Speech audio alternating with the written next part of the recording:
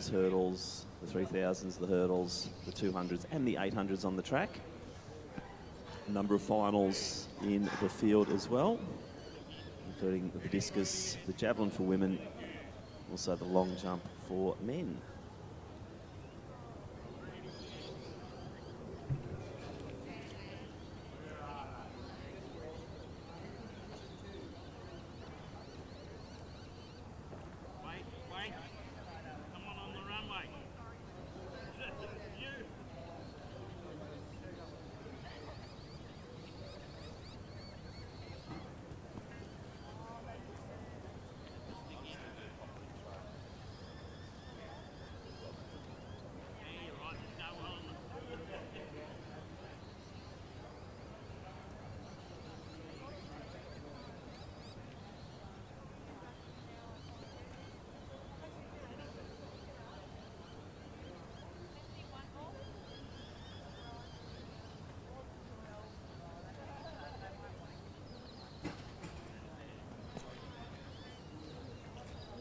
have it there.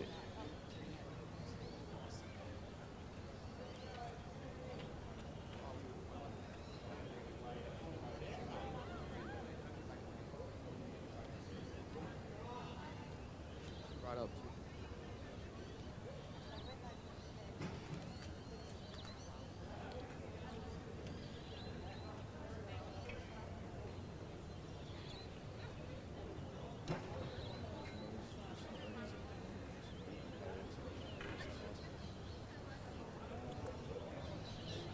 When you grab the jadlums, just give them a bit of a twist and pull them out. Rather than just pull them straight out, it'll be easier for you. All right?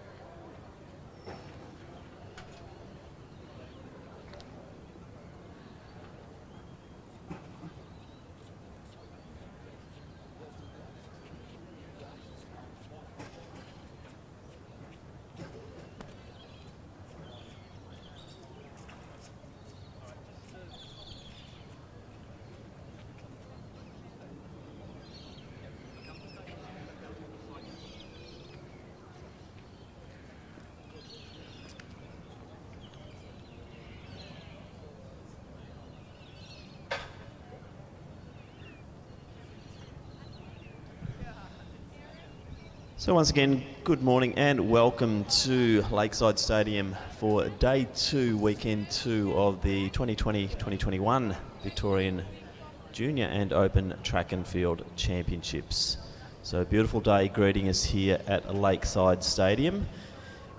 Big program in the track. We'll be doing the 3000s for the juniors, then the hurdles, rolling through to the 200s and then the 800s. A raft of events also in the field, including the finals for the Women's Open Javelin, the Men's Open Discus, Men's Open Long Jump. Now I'd just like to introduce Joel from Melbourne High School. You will have seen a lot of the Melbourne High School kids around the track throughout this weekend. They've been doing community service and they've been providing a great service to us by helping us to manage this big competition. And I'll just introduce Joel now and he will do the welcome to country. Yeah, we would like to acknowledge the traditional owners of the land on which we meet and pay our respects to elders past, present and future. Thank you, Joel. So that's the welcome to country done. We can see them coming out now. First event on the track will be the under-20 men's 3,000 metres. And I will welcome Mitch Dyer to commentary as well. He'll be here throughout the day and we'll be endeavouring to cover the field events as well as we can, also intertwined with the track events.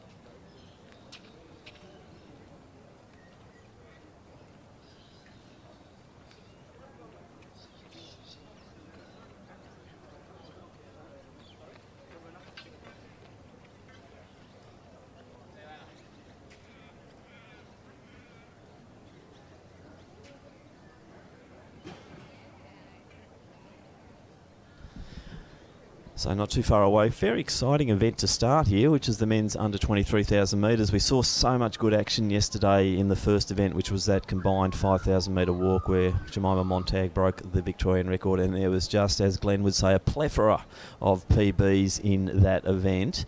So conditions absolutely mint here this morning, and these guys with this field in the under 23k, anything could happen. Mitch Dyer will be joining me, and we were just having a little chit-chat about it before, and we're just wondering, will it be a championship race, which could suit Bowers, or is it going to be fast from the gun, and that would suit the likes of Buckridge and also Garbalotto. But some great names in here. Reese Hadfield also up there, Caden Murray, Zach Norton, McMinamy. It really is quite a stacked field and quite an exciting way to start our program here for the second day of our second weekend here at Lakeside Stadium.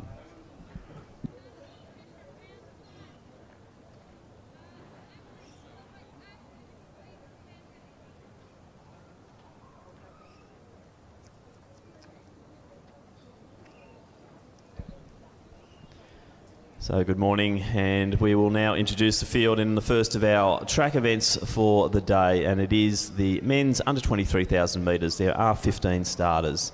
In Station 1 from Knox, it's Reese Hadfield. Station 2 from Athletics Essendon, Lachlan Attard. Station 3 from Mornington Peninsula, Zachary Dyer. Station 4 from Glen Huntly, Lincoln Belgrove. Station 5 from Old Scotch, Tom Worstling. Also from Old Scotch in 6, it is Tom Bowers. In 7 from St Kevin's, Luca De Conza. In 8 from Knox, Matthew Patton. 9 from Old Scotch, it's Lachlan Stewart. In 10 from Melbourne University, Jude McGravy. In 11 from Diamond Valley, Caden Murray. In 12 from Geelong Guild, Zach Norton. In 13 from Box Hill, Douglas Buckridge.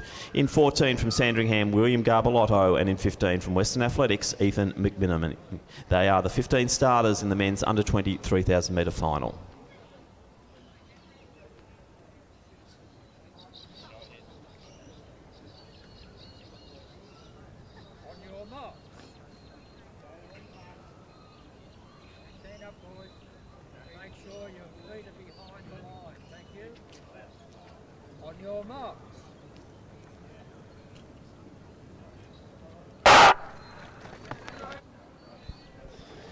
So underway now. Looks like Hadfield's jumped out early, but it is bunched. Or this is the sign of a championship race, Mitch. I think no one decided to go for it. Look at that. It's a wall of 4 across as they come down, and it's Sunday morning jog pace. Yes, good morning, Tim. It certainly is. They're going to kick this off with a championship race. De Conza at the front there, Hadfield on the inside of him. So maybe after a few laps or even after this one, we'll see one of these boys try and take the lead, but they are going to stroll along until somebody decides to do so. The man at the front there is going to be McMinamy of Western A's, but these boys, yeah, they are cruising. They've gone through 41 seconds through the first 200, Tim, so they are in no rush.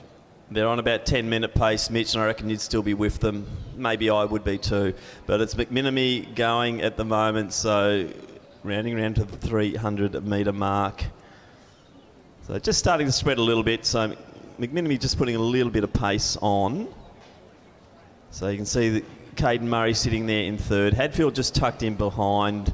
Garbalotto sitting very midfield. Bowers the same. So clocking through the first lap in about just under the 80-second mark. Yeah, that is absolutely no rush there, Tim. There's a lot of class in the mid of that pack as well. Obviously, you have Doug Buckridge, who won the 1,500 metres. Bowers, our 5,000 metre champion as well. So those two are going to come at that in-between point of both their championships. So it'll be interesting to see what they can do late. De Conza, he's always there about, and he's going to tuck in behind McMinamy, but he's more than happy to lead these boys out at a cruisy pace as we now see our Knox athlete come around on the outside. So maybe now we might start to see a little bit of movement. Checks the watch and see where he is there, Matthew Patton. So Patton's now going to lead it out from McMinamy. On the outside there is going to be Caden Murray, De Conza, Buckridge, Bowers, Hadfield and Garbalotto. So there is a lot of talent in the mid part of that pack. We'll start to see whether or not it ramps up. But for the moment, they look pretty content to all just wait for each other and see what happens in the latter part of this race.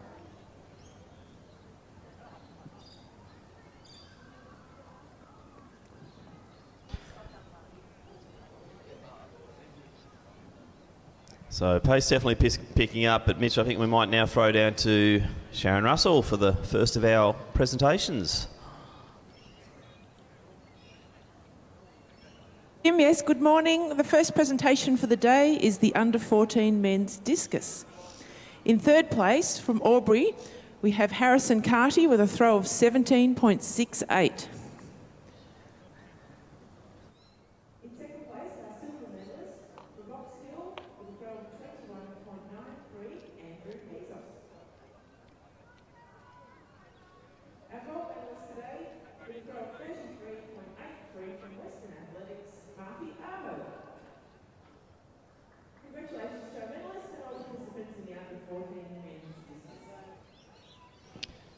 Caden Murray taking up the pacing duties here. Puts a surge in too, as I mentioned his name. A little bit of adrenaline surge there from Murray. So he's just throwing it down and seeing who will respond. And immediately Buckridge, Bowers, Garbalotto, Hadfield. Perhaps all of our favourites. Just waiting to see what DeConza will do, Mitch.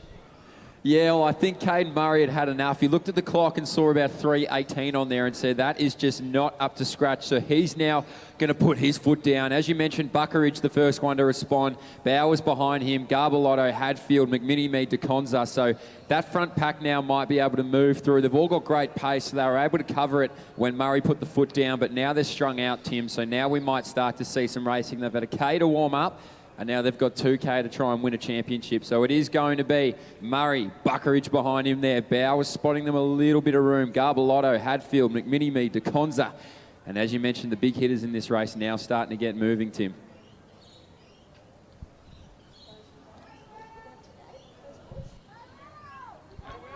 So Murray leads at 4 laps out. Buckridge, Bowers, Garbalotto, Hadfield, DeConza, McMinimee.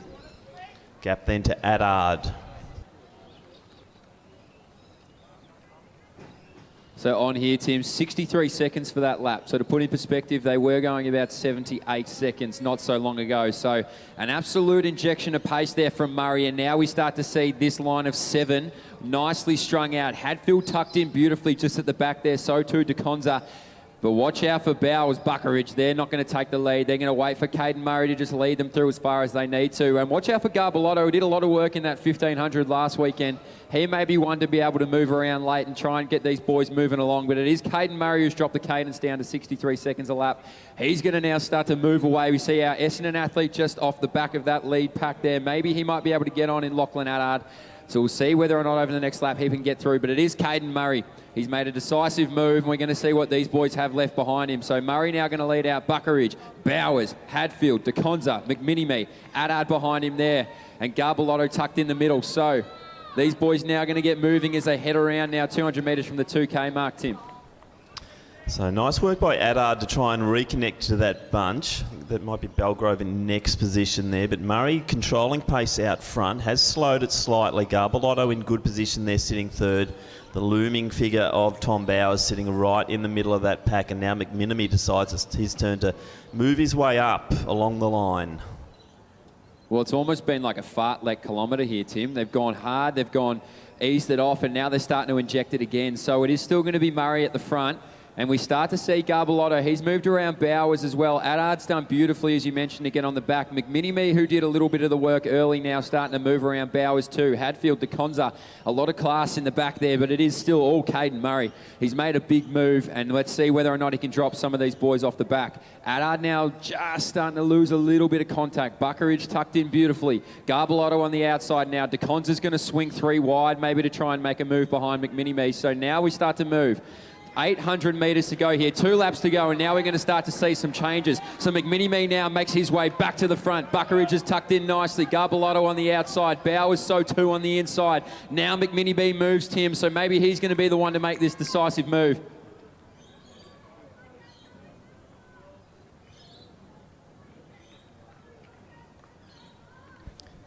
So big move there from McMinimee. Race favourites still in the picture here. Buckridge always in good position. Garbalotto as well. DeConza, that was a nice strategic move to get right into the middle of that bunch, and Bowers just off the back of him. Yeah, so it is Bowers on the back of that pack that I'm mindful of. He does have a fantastic closing speed, but so too does Buckeridge, tucked in on the inside of McMini-Me. McMini-Me had the benefit of slowing this race down early, and now he's starting to play into his own hands. So we're going to see what these boys have left in them. McMini-Me's made the move. Unfortunately, Murray's dropped off the back. So too's Hadfield. Adard behind them there, but at the front of this race, it is McMini-Me. We see Garbelotto on the outside. DeConza creeping. Buckeridge having a look around. He wants to see where his competitors are. Here comes the bell, and here comes the move. So it's McMini-Me, Buckeridge, Garbelotto, DeConza, Bowers. All these boys have closing speed, Tim. Over this final 300, we're going to see who's got the most.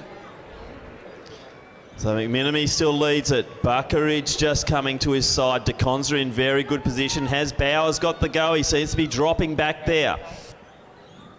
Yeah, I don't think he quite has it, Tim. And now we see the class of Doug Buckeridge. He's going to stretch him out on the outside there, DeConza. So DeConza says, don't go too far. Garbelotto gets checked, but he's not done yet. Buckeridge now, he starts to lengthen. He starts to stride. He's got 5 metres on them. Garbelotto, the man who's going to chase him. The man from Sanderingham's going to be chasing down Doug Buckeridge into the straight. Buckeridge now, he grits his teeth. He wants another championship, so he's moving down. 80 metres to go. Garbelotto gets his arms pumping, but it's all Doug Buckeridge. He's made the move. He looks around, and he's going to take it out. 8:41. Garbelotto, McMini-Me, Bowers, DeConza.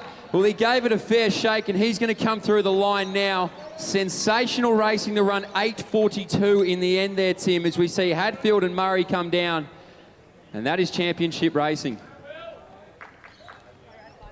So Hadfield and Murray, the last one's under the 9-minute mark now. It's now going on to 9:05, but you could just see by the state of DeConza finishing exactly what that race was all about, Mitch. Yeah, it was that fartlek sort of work almost, Tim. It was fast, it was slow. You had to find your pace, find your movement. And Doug Buckeridge was able to do it best. Sensational racing from Garbelotto as well to come through for a second place. Bowers just off there, and McMini-Me did a lot of work too. So great racing by all the boys. So we have our Melbourne Uni athlete get the bell now as the rest of them come down to the line. But a great way to start the morning, Tim.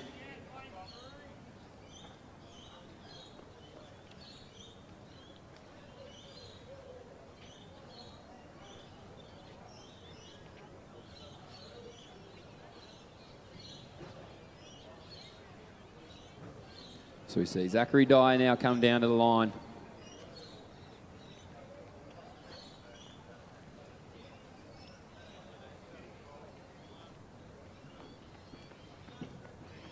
Lachlan Stewart just getting across the line there. Zach Norton coming around. McGravy will be next to finish. I think Norton will be coming down to get 1 to go. Not exactly sure what's wrong with Zach today, but this isn't the level he normally runs at. Definitely a much more accomplished runner, but just going through the motions here today in this 3K.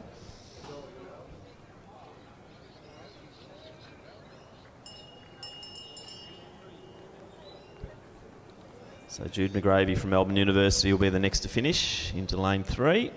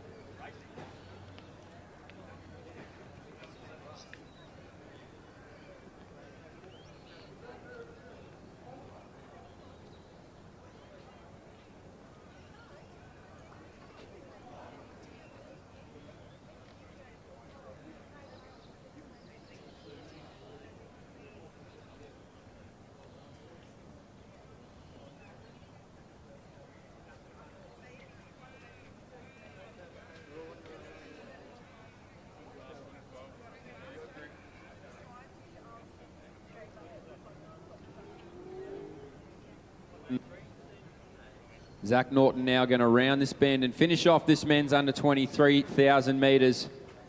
Our final competitor in this event. Well done to Zach Norton of Geelong Guild now. He's going to close it off and wrap it up. For the men's under 23,000 metres. Well done, Zach Norton.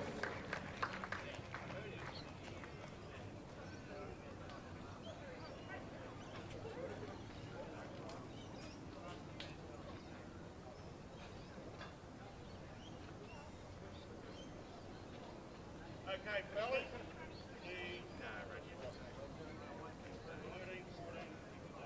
Douglas, William, and Ethan. And fellas,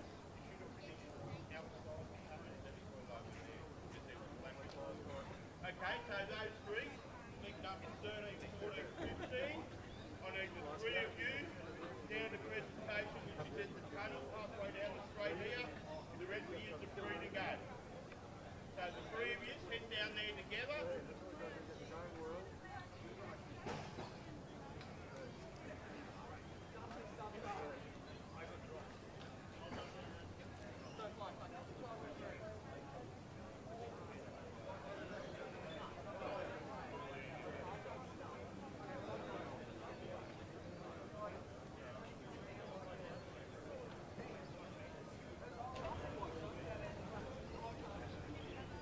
Three, 0, 1, 5.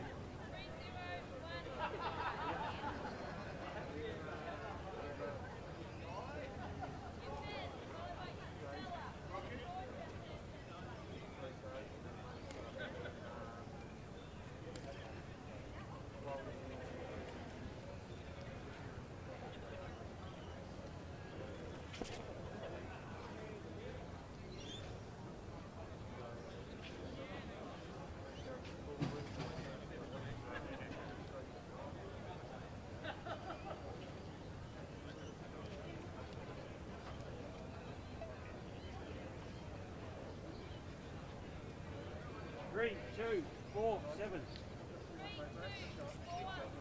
Yep.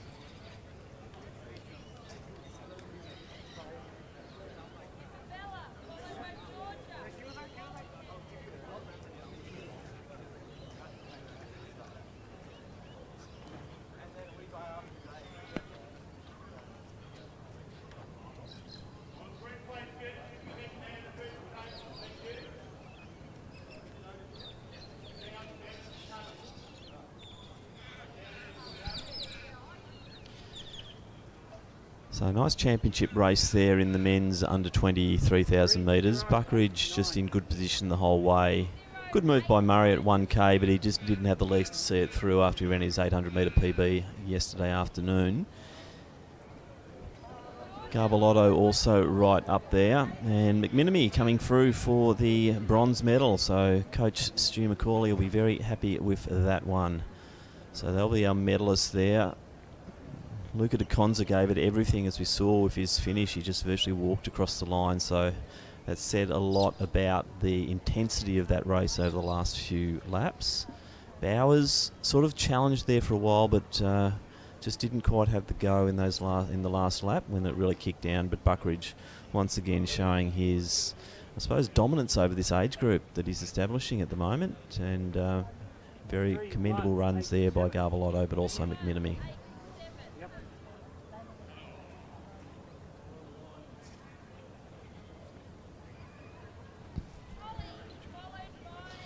So next event on the track is the final of the women's under 23,000 metres, and we have 7 starters. In Station 1 from St Stephen's Harriers, Andrea De Jong. In 2 from Collingwood Harriers, Simone Maladay. In 3 from Sandringham, Alice Oakley Kerr. In 4 from St Stephen's Harriers, Emily Bartlett. In 5 from Old Zavarians, Charlotte Hoskins. 6 from Geelong Guild, Olivia Richardson, and in 7 from South Melbourne, it's Saskia Lloyd. So 7 starters in the final of the women's under 20 3,000 metres.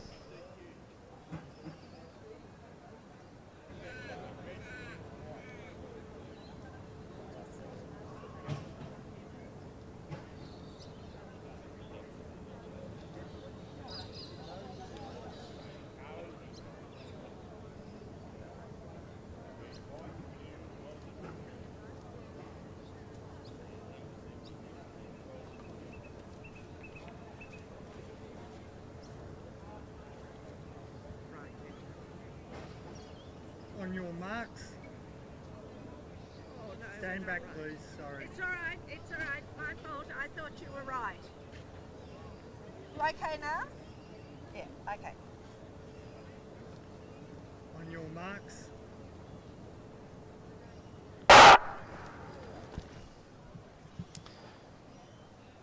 So away now in this 3,000 under 20 for women. reasonable start. They're all together as they come around the bend the first time. Saskia Lloyd quite prominent early. So Maladay also towards the front there. De Jong sitting quite wide. Hoskins out there as well, as it's a line 4 across, Mitch, as they come down to greet you the first time. Yeah, I noticed off the gun, Tim De Jong sort of dropped to the back, and now she's made her way to the front. So obviously just trying to feel out what this pace was going to be. Maldarette behind her there. So too Charlotte Hoskins of Oldsavarian. So they're coming through at a good pace, these girls.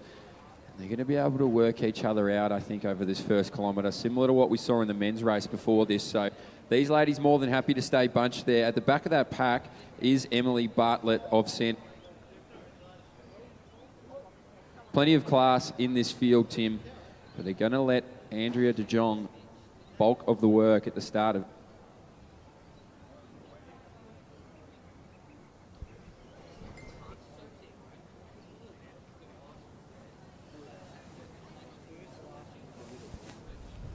So approaching the 400 metre mark, this will give us a good indication on pace. It's not super quick, going through in about 87.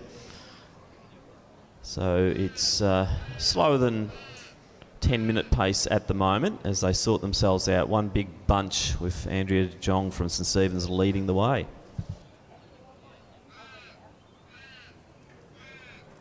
Tucked in nicely there on the inside too is Hoskins. So Hoskins of Oldsavarians is going to get the benefit of just sitting behind there and being able to read this pace well. So too just back there from Collingwood is Maladarette. So these ladies now, they might try and make a little bit of movement through this pack as we now see a new leader, both from St Stephen's Harriers.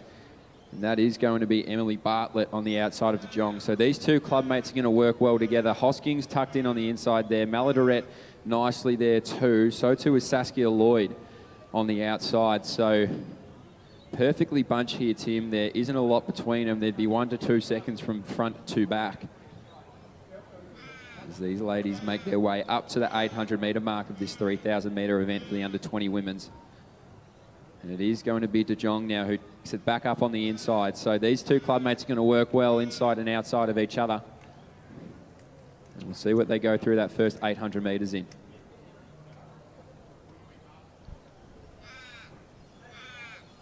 So one big bunch approaching the 800 metre mark. Pace fairly consistent, splitting through in about 2:55. So very comfortable for all the girls at the moment, hence a group of 7 as they approach the 1 kilometre mark.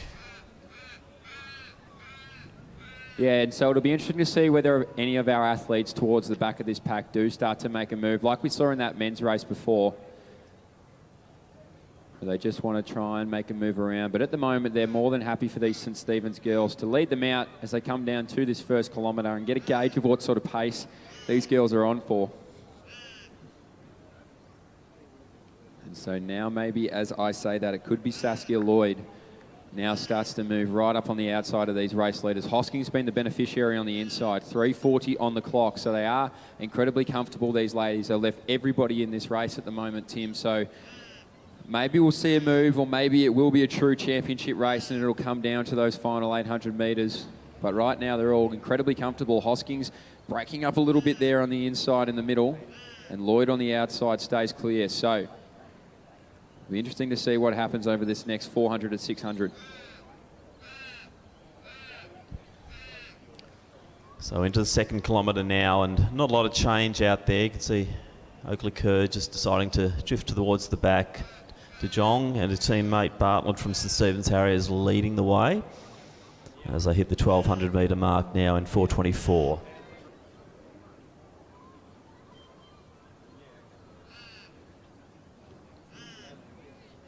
And so these girls are going to stay in that comfortable position.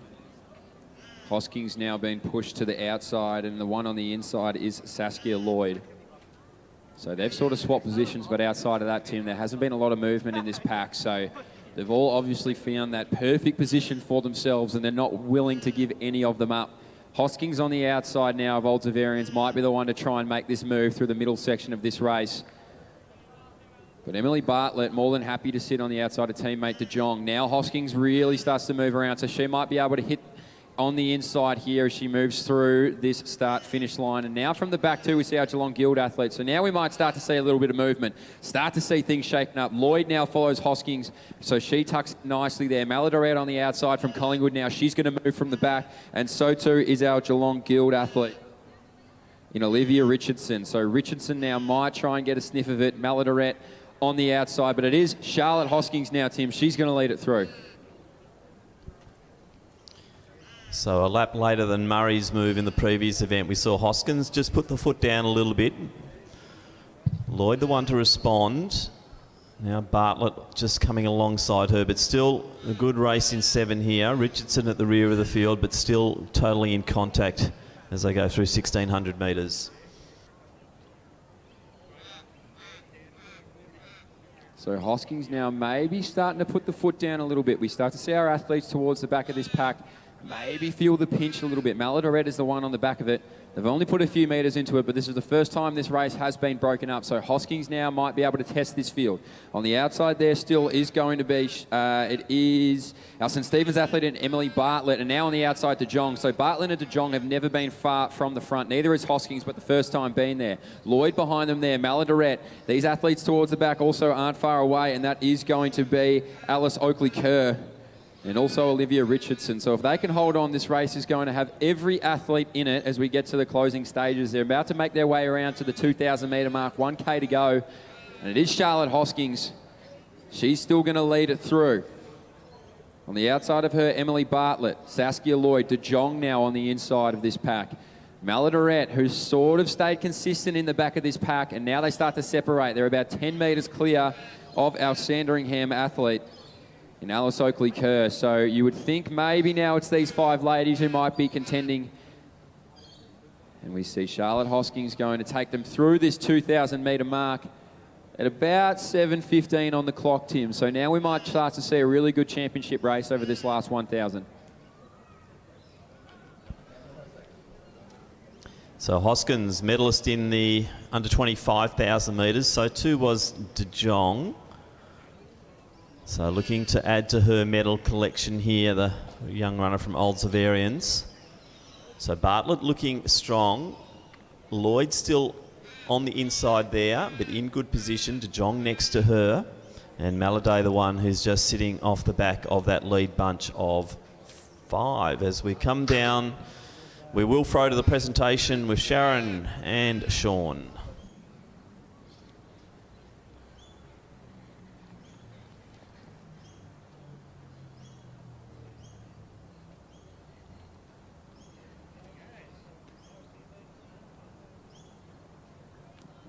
Our next medal presentation today is for the men's 3,000 metre under 20 event.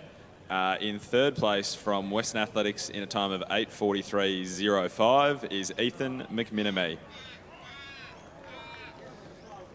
In second position from Sandringham in a time of 8:42.48, William Garbaletto. And our under 20 3,000 metre Victorian champion from Box Hill in a time of 8:41.61, Douglas Buckridge.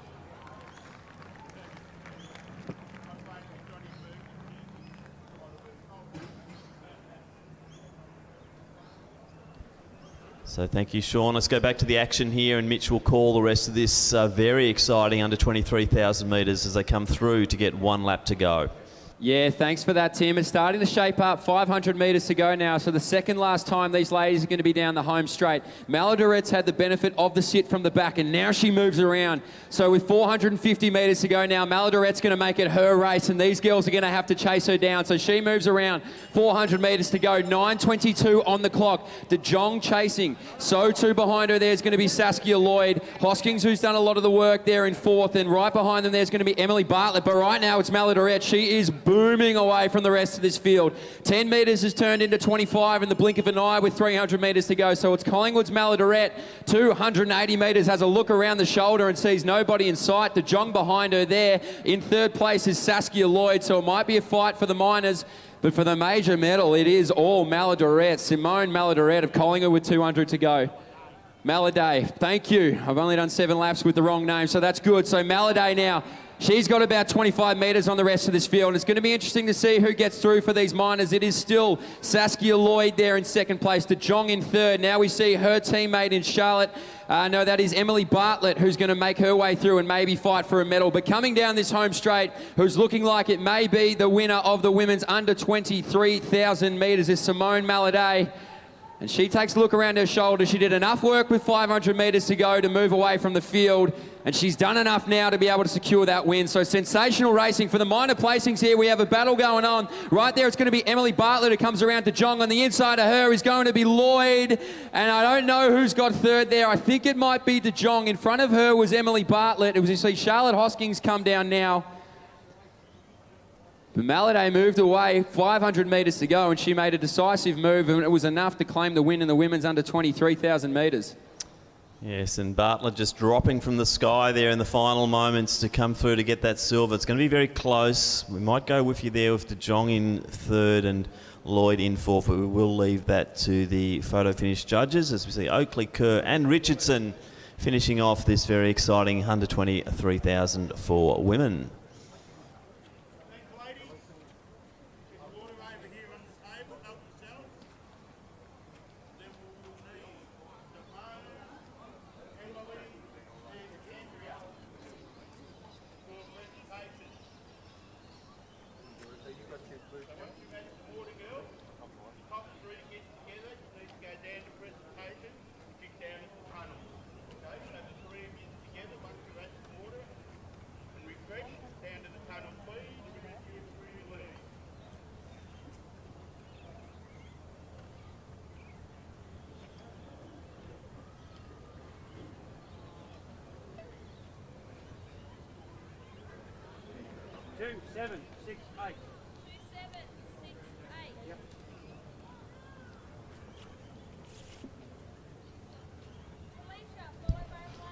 So just confirming placings there in the under 23,000 metres for women. Our winner was Simone Maladay. Second, Emily Bartlett. And the bronze medal goes to Andrea De Jong from St Stephen's Harriers. Fourth, Saskia Lloyd, South Melbourne.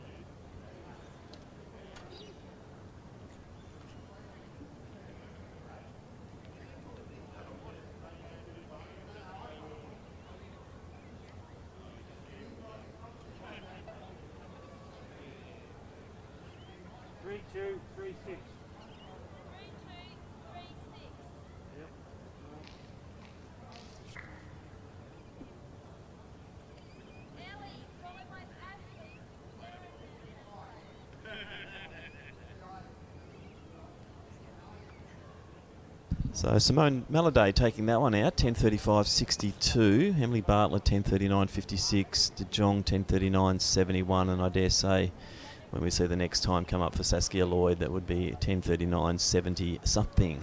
Very close race, but gee, good move there by Maladay. She just decided to. She was sitting and waiting, and when she went, she just put too much on the rest of the field. So Lloyd's just coming up there. Yes, 2/100ths of a second separating her and De Jong. So good run by Maladay. Bartlett, that was a nice finish. I thought she was done and dusted, but she had that final sprint that the others just did not have, and she came over the top to get that silver medal. De Jong and Lloyd, titanic battle there to take the bronze. Unfortunately, Lloyd missing out on this occasion. The South Melbourne runner ending up in the unfortunate position of fourth, but very good run from it nonetheless, and very entertaining 3,000 metres. Certainly not quick, but it was a good championship race.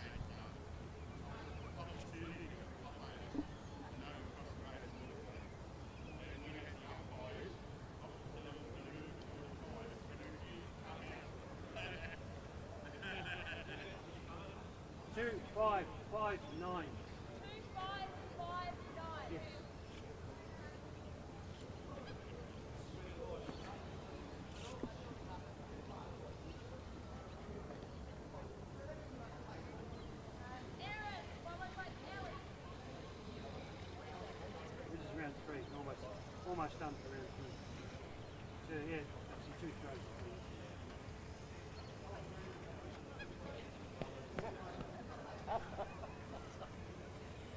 It's going to be close.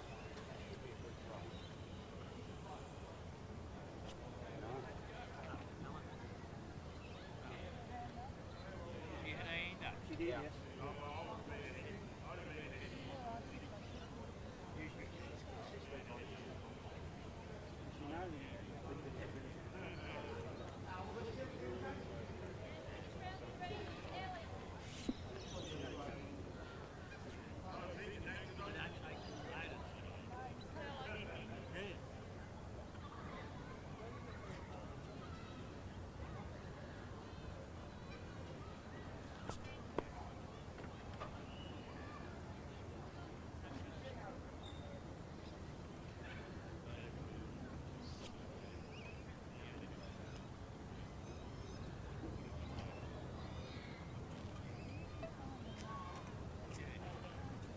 Two, 6, 3, 0. Yep.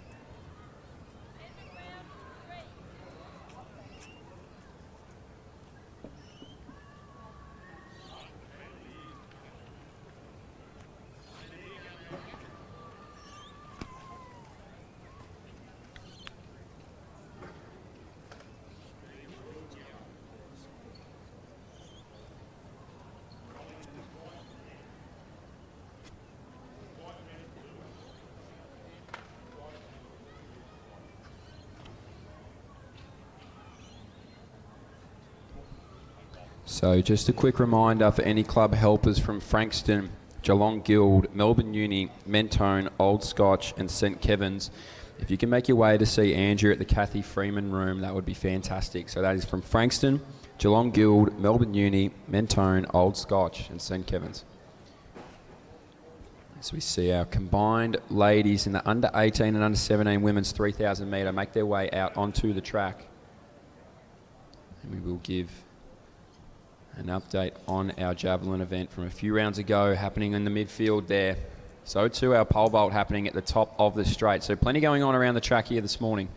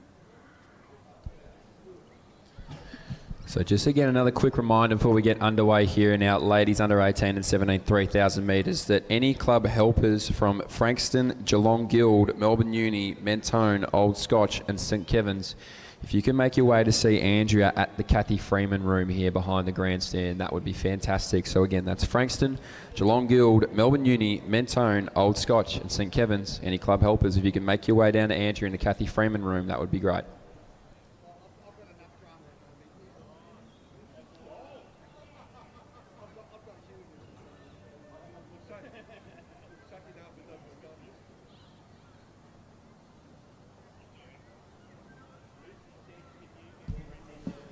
So on the track now, we do have our ladies under 18 and under 17 3,000 metre event.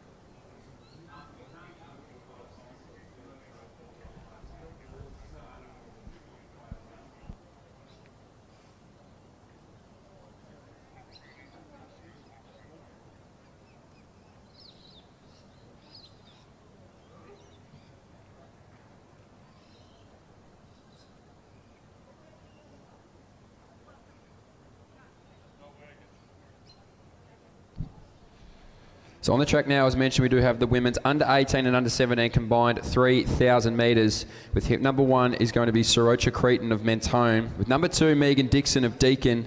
Number 3, Monique Goldsworthy of Williamstown. Number 4, Vikey Vanderkamp of Diamond Valley. With number 5, Brenna Kroll of Box Hill for our women's under 17. With hip number 6, Niam Tabbitt of Coburg. With hip number 7, Abby Goldsworthy of Williamstown. With hip number 8, Rihanna Watts of Ballarat YCW. Hip number 9, Debbie Husodo of Wellington. Hip number 10, Madeline Leven of Yarra Rangers. Hip number 11, Amy Bunnage of Mentone. And with hip number 12, Alexandra Schultz of Williamstown.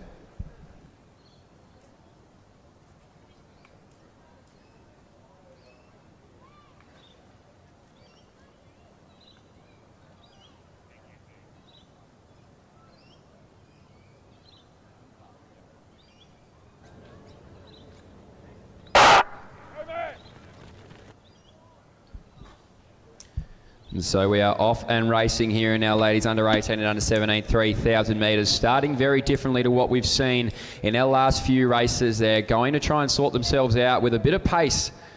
So as they make their way around this front turn, we will get a better idea of who is leading these races. It looks like our Deakin athlete in Megan Dixon is going to take it out here through the first 150 metres. On the outside of her, Monique Goldsworthy of Williamstown and Amy Bunnage of Mentone tucked in nicely. So these ladies going to make a little bit of a break through the first 200 metres as they'll sort themselves out over this first lap. Our next medal presentation on the track is the women's under 20 3,000 metres. In third place in a time of 10:39.71 from St Stephen's Harriers, Andrea de Jong. In second place in a time of 10:39.56, also from St Stephen's Harriers, is Emily Bartlett. And your women's under 20 3,000 metre champ this weekend from Collingwood Harriers in a time of 10:35.62, Simone Mayday.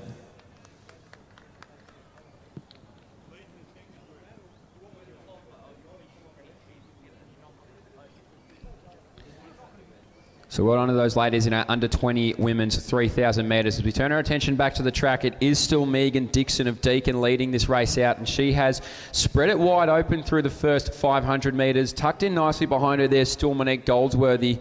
And Vicky Vanderkamp did a lot of work to get on the back of Amy Bunnage. So these four are going to work well together. The three maybe dropping off Vanderkamp a little bit.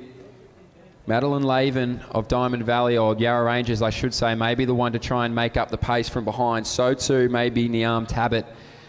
But it is a race in three, potentially four, if Vanderkamp can get onto the back of these ladies up in front. Dixon more than happy to do the work early. And Monique Goldsworthy tucked in nicely behind her there. Amy Bunnage of Mentone sitting in third there. Our first of the under 17 ladies on the track. As she now makes her way around Goldsworthy and gets in nicely on the inside of Dixon. So they're going to come through 800 metres here. They're on about 2:32 there through the 800, so they're certainly getting a bit of pace. Bunnage looks incredibly comfortable in the middle of those two athletes in second place. Vanderkamp maybe just losing a bit of contact with this front three. So too potentially Goldsworthy. So Dixon and Bunnage going to work well together. Goldsworthy behind them there, then to Vanderkamp. And it is a spread of athletes leading that chase pack, so we will get a better idea as they come down this home straight. But right now it is Goldsworthy just off the back of Bunnage and Dixon. Vanderkamp behind them there. You see a lot of movement happening in that chase pack. So now Bunnage gets to the front, so she's going to try and run her own race. And she's going to ask a few questions and see whether Dixon can come with her, but it may be Amy Bunnage who's going to stretch away early in this race. And so that is exactly what she does as they've come through the 1 kilometre mark there. So under 2 kilometres left racing in this. And Bunnage now starting to stretch away. She's turned a small gap into about a 15, 20 metre lead. So let's see how Amy Bunnage goes. Done a lot of racing across the summer. Behind her there, Megan Dixon. Goldsworthy still in third position and Vanderkamp behind her there. So this chase pack might be able to get a bit of momentum and try and pick up some of these ladies who are sort of stuck in no ladies land there, all running independently. But it is all Amy Bunnage at the front. She puts about 25 metres into Megan Dixon.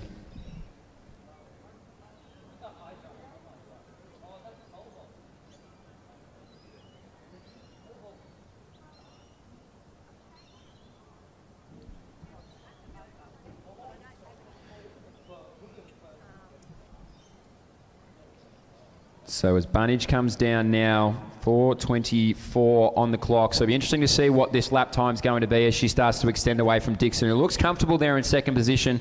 Goldsworthy looking good too behind her there, and it is Vanderkamp still in fourth, fighting on to try and attach there. But this chase pack now, they're starting to get a little bit of momentum at the hands of Debbie Husoto of Wellington. So these girls are going to work well together and see if they can pick up Vanderkamp, even Goldsworthy. But it is Bunnage just powering away on the back straight there. As I mentioned, 4:23 on the clock when she came through, so it'll be great to see what lap time she's going through at the moment.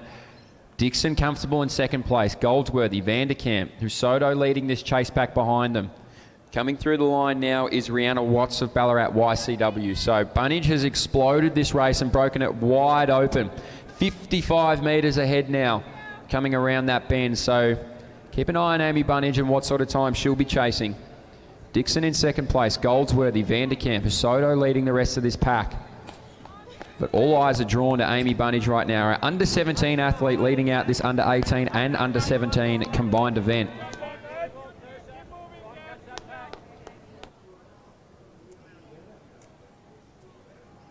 So going through in about 74, 75 seconds there.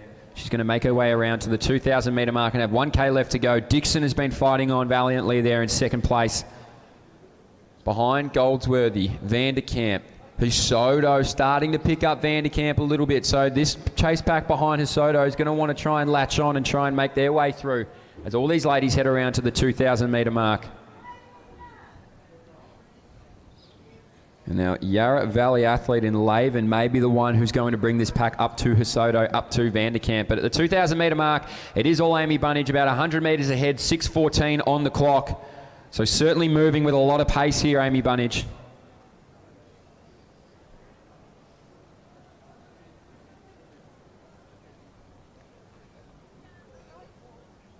As we see Husoto pick up Vanderkamp there on the back straight. So she's certainly coming with a lot of pace. Goldsworthy in front of them there. Dixon clear in second position.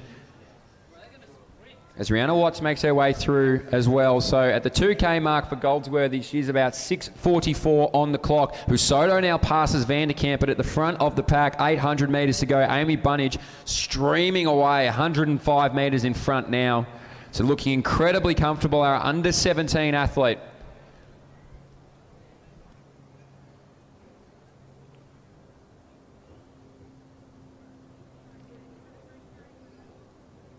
So we'll make our attention down to the presentation line with Sean Witt with another presentation. Our next medal presentation on the track today is the under-14 women's pole vault. Your under-14 women's champion for pole vault this weekend is from Doncaster with a winning height of 2 metres, Jamison Harding. Congratulations, Jamison. So well done there to our pole vault athlete as we turn our attention to the track, and it is still all Amy Bunnage, just moving further and further away. About 130 metres in front of Dixon now, but at the back end of this field, Goldsworthy sitting in third. Husoto has made up an incredible amount of ground now to get on the back of our third placed athlete right now. So watch out for Husoto. Vanderkamp back into that pack.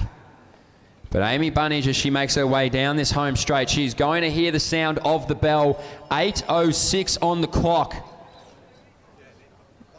So Amy Bunnage moved away early, and she moved away with authority as we see Dixon now come into the home straight for the second last time.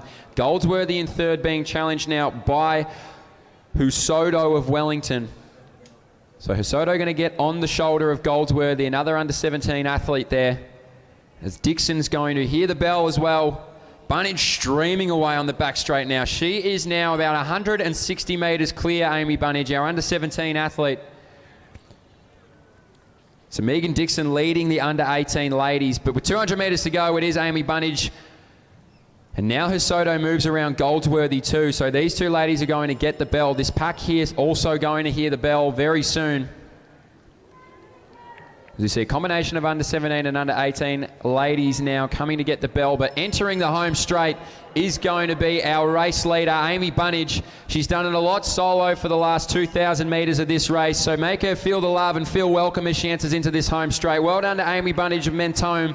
She's going to take out not only the under-17 women's, but the entirety of this race, so well done. 9:18, 9:19 on the clock, so Tim, that's sensational racing. Yeah, not often you see a sub 9:20 here at Layside in the junior event. But look at Husoto going now. She's really putting some distance on there.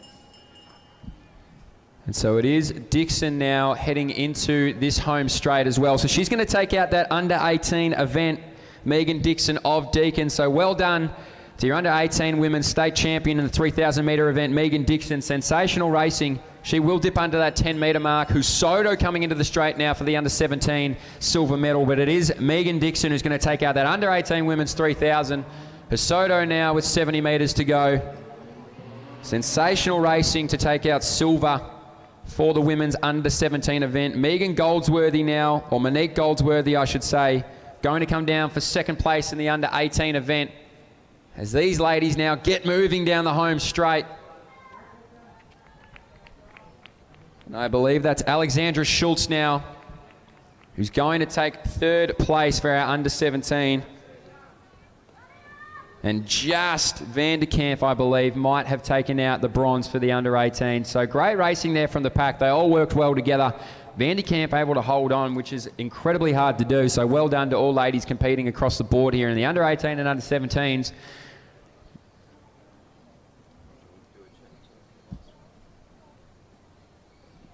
So Bunnage once again right up there. Great performance, sub 9:20, Mitch. Yeah, and she did it all pretty much solo, Tim. After the first K, she just put her foot down and just moved away beautifully. Won by about 170 odd metres in the end, so a dominant performance across the board from Amy Bunnage. Certainly was. We certainly, that's Kroll just coming through, and Watts will round out this field here in the combined age group for the 3,000 metres. Look, Dixon looked good, but just didn't have the toe of Bunnage in that one. And it was good to see a lot of our regulars there Soto, that was a nice move by her, actually, in the under-17 competition to come through, and then got the silver medal there. Yeah, no, she looked really good. She sort of started a bit further back and then just, quietly picked off the athletes in front of her. Vanderkamp did a lot of work early and sort of, I think, felt the brunt of that towards the end, but sensational to hold on. So really good racing across the board, really. Great age group and some good performances there in the combined under-17, under-18, 3,000 metres.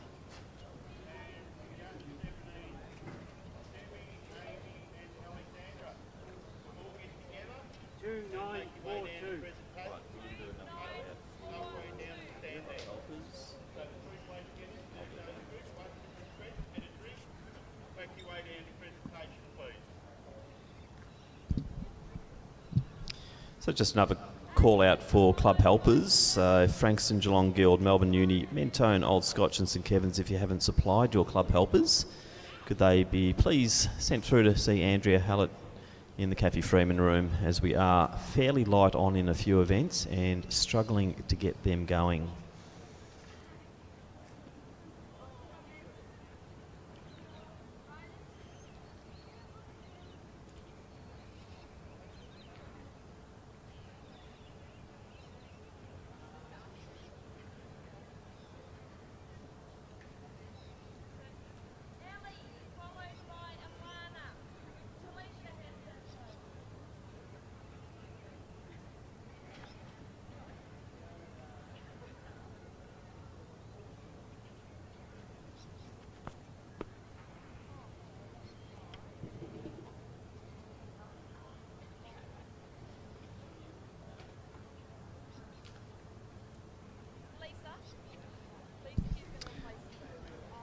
So the next event on the track is the combined under-16 and under-15 women's 3,000 metres. In the under-16 competition, 7 starters in Station 1 from St Stephen's Harriers, Olivia DaCosta Elves. Station 2 from St Kevin's, Sophie Pont. Station 3 from Williamstown, Nissa Males. Station 4 from Diamond Valley, Matilda Lestrange. Station 5 from Sandringham, Abby Hickey. In Station 6 from Athletics Chilwell, Jasmine Orley. In Station 7 from Mornington Peninsula, Freya Brown. In the under-15 competition, we have 6 starters. In Station 8 from Mornington Peninsula, Imogen Baker. Station 9 from Box Hill, Cushy Diol. Station 10 from Ballarat, YCW, Greta Ashley. Station 11 from Sandringham, Orla Shackloff. Station 12 from Western Athletics, Elizabeth Hall. And Station 13 from Doncaster, Rachel White. So 13 starters in the combined under-15 and under-16 women's 3,000 metres.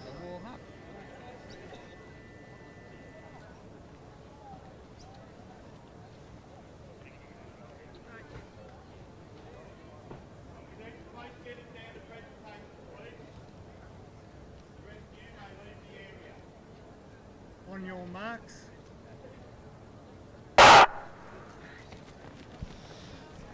So probably as expected, Rachel White, Doncaster straight to the front. Not an unusual sight, that one, but now being joined. So this is good. The pace is on. I think with that little charge from White, a few of the others have decided, well, we want to go too. So what we might see here is quite a good early pace.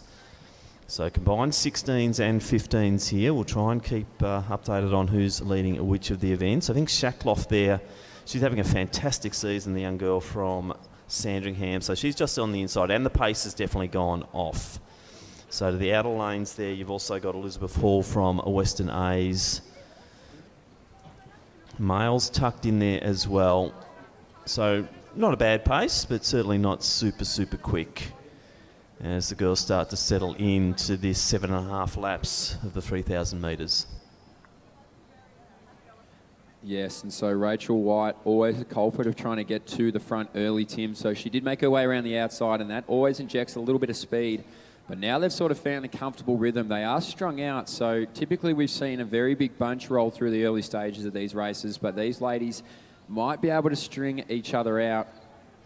If you are supporting our athlete in the pink socks there, you will not miss her. So a great tactic there to get her supporters on board as they go through the first 400 in about 1:24 on the clock. So now we start to see another move. So someone obviously not happy with that pace, and it may be Rachel White. So she gets to the front again, Tim.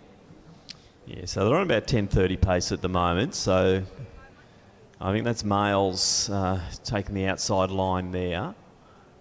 And Nissa Males will start to lead them in as they approach the 600 metre mark.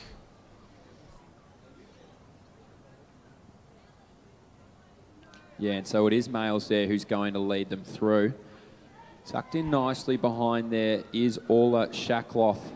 So she's tucked in beautifully on the inside. So too on the inside of her is going to be Imogen Baker. So Baker there from Mornington Peninsula. She's beautifully poised on just the middle almost of this pack in the front, Tim. Yeah, Abby Hickey also in that little group. White just doing a few little charges. Moving forward, so now Shackloff has her go again. So Males leading it. Hard to miss her in the pink socks. But yeah, there's a few little things happening out there, Mitch. It's certainly not a boring race. Yeah, DaCosta Alves there on the inside went from the back of the pack, and now she's almost made her way right behind Abby White there. Rachel White, sorry, I should say. So watch out, because there are a lot of little tactics going on at the back of these packs even. So our two front ladies are staying out of trouble, as we now see Rachel White again make another move around the outside. So she's almost toying with this field right now, trying to test the legs of her competitors, and they've all responded. So right now, Rachel White's going to have to settle for being on the outside of lane one. So we start to see some ladies move wide now. So this front pack, there are some very interesting tactics going on, Tim. It's going to be really interesting to see who comes off best from this. So I think it might be Hickey, the next one to make a bit of a move. So it's the two Sandringham girls out front with Males. So Hickey's in the 16s, Males also in the under 16s, Shackloff in the under 15s with White. Elizabeth Hall also in the picture at the moment. So Rachel White's made another move around the outside to get on the shoulder. She does not want to be far away if anyone in this front pack is going to make a move.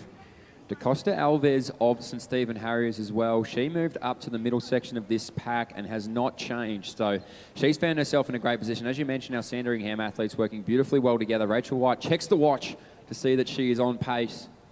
We have this pack of 7, so it was nicely strung out, and now I think they're all fighting for the same position. So we're going to see who gets there as we see 4:11, 4:12 past us on the clock. So these ladies are going to have to sort themselves out to keep it from being a messy affair.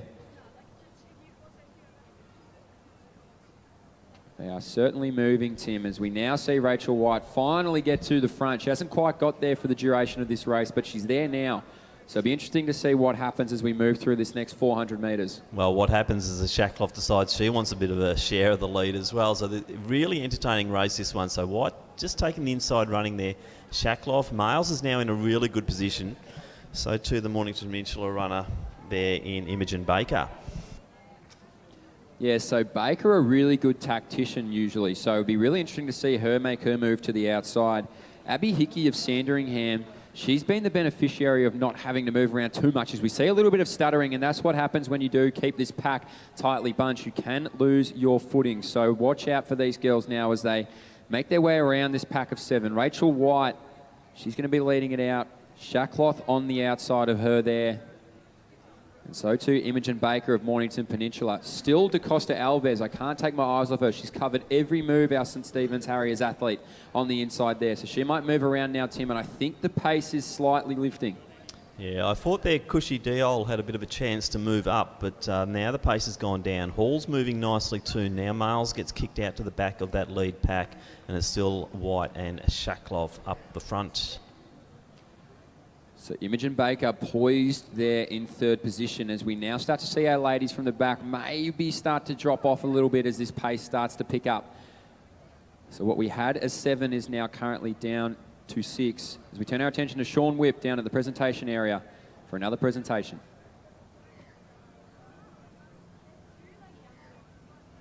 Our next medal presentation on the track is for the Women's Under 17 3,000 metre Championship. In 3rd place from Williamstown in a time of 10:22.15, Alexandra Schultz. In 2nd place from Wellington Athletic Club in a time of 10:09.01, Debbie Hosoto. And our Under 17 Women's 3,000 metre champion in a time of 9:19.00 from Mentone is Amy Bunnage.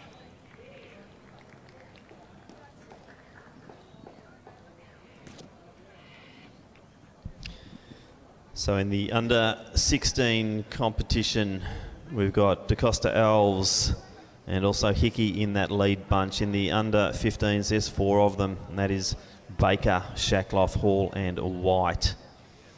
So Diol now just coming alongside and passing males, but they are in different age groups.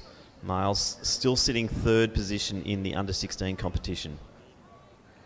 Well, I think as they make their way through the 2,000 metre mark, Tim, we're going to shape up and have an absolute cracking final 800. So these ladies now starting to inject a little bit more pace. So it's slowly but surely ramped up as this pace has gone along. It is Rachel White of Doncaster on the inside there. On the outside, Shackloth, and so too behind them there is Imogen Baker, all under 15 athletes. So maybe now they're going to start to ask a few questions. Rachel White has a never say die attitude. She will not give up the inside of this track. As Abby Hickey of Sandringham is the beneficiary on the back. So 800 metres to go now. It is Rachel White, all the Shackloth, Imogen Baker, and behind them there is Abby Hickey. And let's go back to Sean for the next of our presentations. Our next medal presentation on the track is the Women's 3,000 metre championship for under 18s. In 3rd place from Diamond Valley in a time of 10:26.53, Fiki Vanderkamp. In 2nd place from Williamstown Athletic Club in a time of 10:14.56, Monique Goldsworthy. And our under 18s women 3,000 metre champion from Deakin Athletic Club in a time of 9:54.21, Megan Dixon.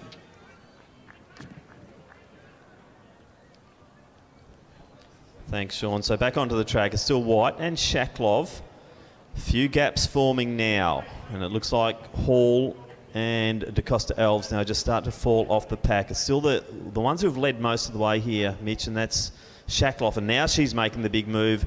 Baker going wide around White as well. So they're setting it up now for this big last lap. Yeah, and these 3 have been tough throughout the whole race, Tim. They have not wanted to give each other any room whatsoever.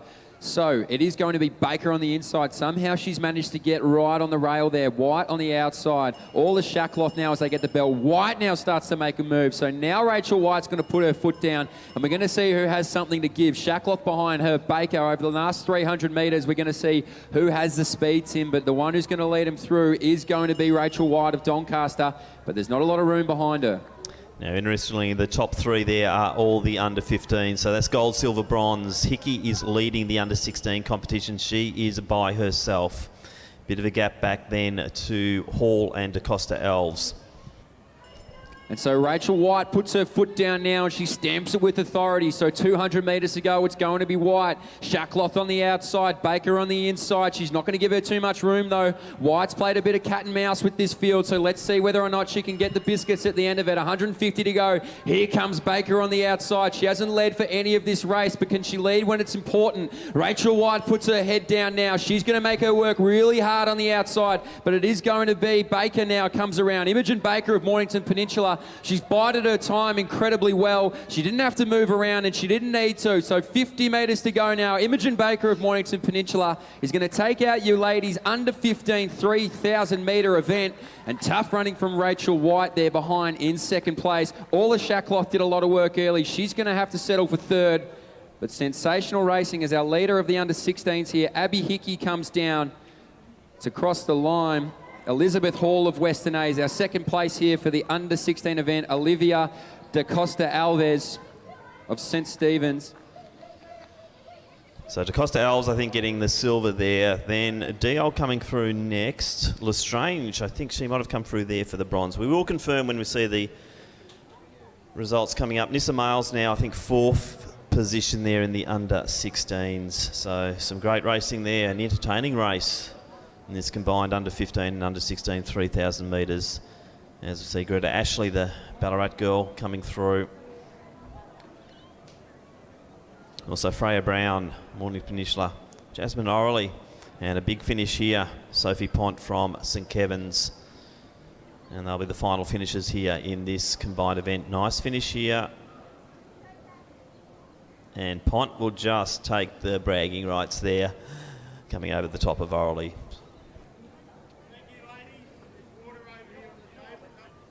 Gee, cat and mouse game there, wasn't it? Oh, I've never seen tactics quite like that before by Rachel White, but Yeah, lots of little charges, little surges all the way through, just trying to get good position. But I think I said about 2 laps out, I said watch out for Baker. She was just in the right position all the time, wasn't she? I was going to say, he tapped me on the shoulder and said, watch out for Imogen Baker. And you're right, she just sat there in third position, didn't have to move, didn't have to play into tactics, just was comfortable there. And then 120 to go, just knew exactly what her kick was going to be. But yeah, great racing. And interesting to see 3 under-15s ahead of any under-16 competitor. So obviously a tough age group there. Yeah, it certainly is. There's some good talent in that age group. When you look at who didn't medal, when you got the likes of Elizabeth Hall not medaling there and Greta Ashley. DaCosta Alves, as you said, look, one to watch. I think she's fairly new on the scene. So, it was a good win there by Hickey. Hickey, I think, is a triathlete as well. I think fairly accomplished triathlete. So good to see Abby here. I think we've got the 2xU series down at Elwood today, or at Catani Gardens. So good to see her choosing state champs over the 2xU series, but Hickey certainly a great performer to watch, and coming along nicely too in endurance events. Yeah, absolutely. I mean, that's phenomenal to come across from triathlon and really test out your running league. So that'll give her a lot of confidence, not only being state champion, but for a triathlon. But great racing across the board, Tim, as you mentioned.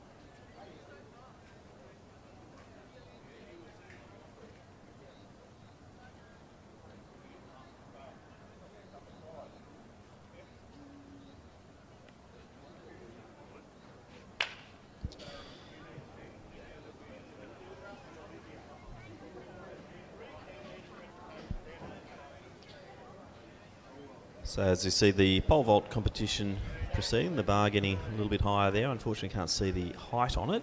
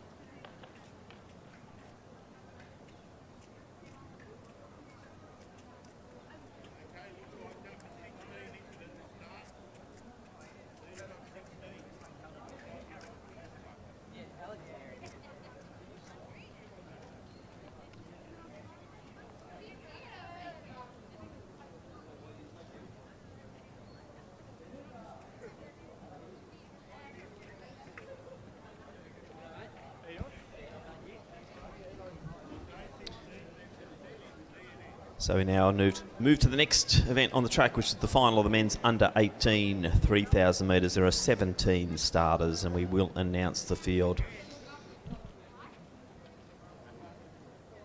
Make that 16 starters.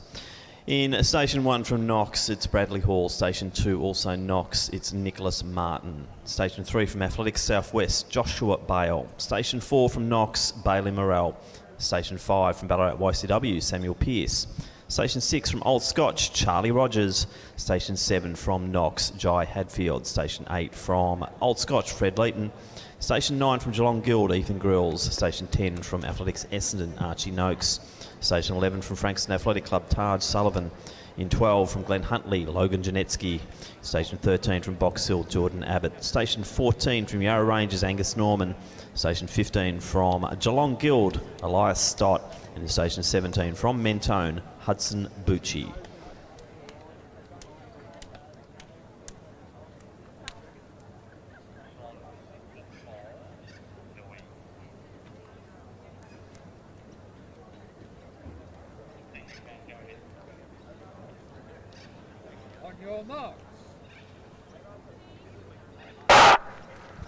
So away nicely here, quick start. We expect quite a fast race for this one, but let's see how they settle in this 16-man under 18 3,000 metres. And while they sort themselves out, we'll throw down to Sean Whipp for the presentation for our 3K. Thank you, Tim. Our next medal presentation on the track will be the Women's 3,000 metre championship for under 16s. In third position, taking the bronze medal from Diamond Valley Athletic Club in a time of 10:54.91, Matilda Lestrange. In second place, from St Stephen's Harriers in a time of 10:48.57, Olivia Da Costa Alves. And our under 16s women's champion for 3,000 metres from Sandringham in a time of 10:39.84, Abby Hickey. Thank you, Tim. So Jordan Abbott leads it. In second, it's Joshua Bale from the new club, Athletics Southwest, based around Warrnambool, and Hadfield looking strong, Mitch, in that third position. Yeah, they've gone through in about 71, so they're under that 9-minute pace just off the gum. This is probably the quickest start we've seen to any of these races this morning, Tim. So Abbott not messing around. He's going to try and take the sting out of these legs early. You've got some quality athletes even in the midfield there. I can see Fred Leighton of Old Scotch. He's back in about 8th position. So all these boys in front of him certainly know how to race. You're not going to want to spot many people much room whatsoever. Jai Hadfield of Knox, well, he ran incredibly well last weekend. He's looking comfortable as we now start to see a little bit of pushing and shuffling from Janetsky there at the back. So these boys are going to try and find their position and be strung out beautifully. So they're going to let Abbott do the work, and why wouldn't they? He's doing a fantastic job at the front there. He strung this race out beautifully, and hopefully they can stay out of each other's way, not only try and get a medal, but run a fast time. Yeah, so you've got players like Noakes, also Bailey Morrell, Elias Stott still in there, Bradley Hall moving up just ahead of Janetsky at the moment. Little gap then to the two Scotch boys in Leighton and Rogers, and then Bucci from Mentone, but as Mitch said, just a nice steady pace, hence why they're stringing out nicely, but still lots ahead of us here. Yeah, 2:23 there. So they've gone through consistently just about for those first 2 laps through the first 800. So they're more than happy to let Jordan Abbott keep doing it. I forgot about Archie Noakes there from Essendon. He has a lot of speed. Fred Leighton now moved up to 4th position, and we might see Janetsky move up to form this sort of breakaway pack early as they're about to come up and get the 1K. And as I say that, Janetsky now comes around on the outside. So these boys aren't going to want to be far away at all from the move. Hadfield is the only one who hasn't really moved too much, Tim. So to our athlete there in second place from Athletics Southwest, as you mentioned. So they're going to come down and get this first kilometre 3:01. So they've just slowed down slightly there, if anything at all. And these boys now, they're going out 4 wide to make their way around. So Hadfield has to do a little bit of work now. Janetsky got in right behind Abbott, so a little bit of movement there. Noakes gets pushed to the back. Yeah, I'm not sure why they're going so wide so early, because the pace is on with Abbott, still sitting around that 3-minute Ks. Hall made a good move to get through, and just about on cue, as you said it, Janetsky made a big move down the home straight to settle himself in. And we will go back to Sean Whipp now for the next of our presentations. Thank you, Tim. Next up on the medal presentation, we have the Women's 3,000 metre under 15 championship. In third place from Sandringham Athletic Club in a time of 10:35.99, Orla Shackloth. In second place from Doncaster Athletic Club in a time of 10:31.56, Rachel White. And your Victorian champion for under 15 women from Mornington Peninsula in a time of 10:29.88, Imogen Baker. Congratulations, girls.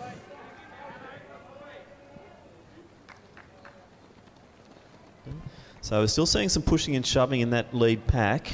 Still quite bunched. Big numbers here. Remember, this is a single age group, so only 3 positions on the podium out of that big pack. Yeah, huge numbers here. You start to see these boys, I'm trying to count it, but I can't quite. There's about 12 of them in that pack. So the only man who's been able to stay out of trouble the entire time is Jordan Abbott. So these boys let him go. As I say that now we're going to see an injection. So our 2 Knox athletes, 3 Knox athletes, I should say, I believe, or maybe just the 2. They're going to be the ones to make the work. So now it's going to be Abbott now. He's going to get swallowed up a little bit there, but he might be able to hold on.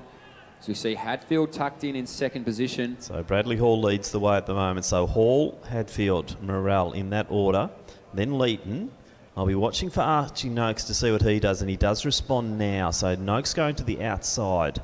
So Hall leading it. Janetsky then injects a little bit more pace. That's his favourite spot to go, isn't it, Mitch? Yeah, he loves to get on the outside there, Janetsky. He wants everyone to know, hey, I'm still here. I'm not leading, but I'm still here. But Noakes, he's bided his time, Tim. He got shuffled all the way to the back of that pack early, so he's made some really smart moves to be able to get to where he is comfortably. Hadfield behind him there. Bailey Morrell, his other Knox teammate. Janetsky on the outside. Fred Leeton as well. He got shuffled around, so it's almost been a washing machine sort of race. You just get spun around and spat back out.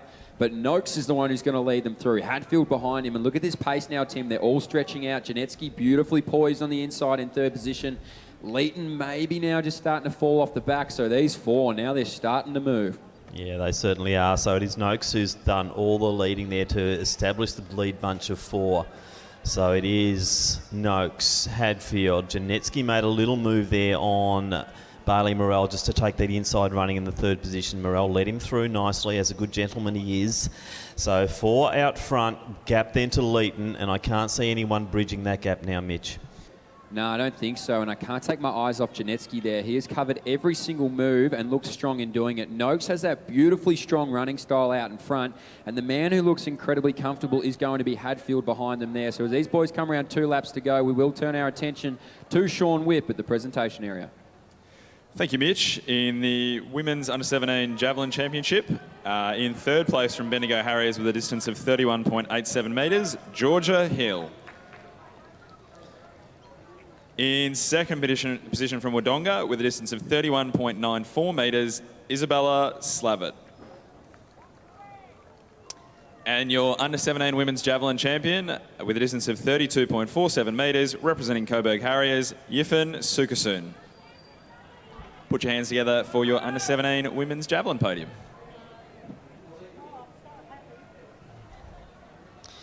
So 500 metres out.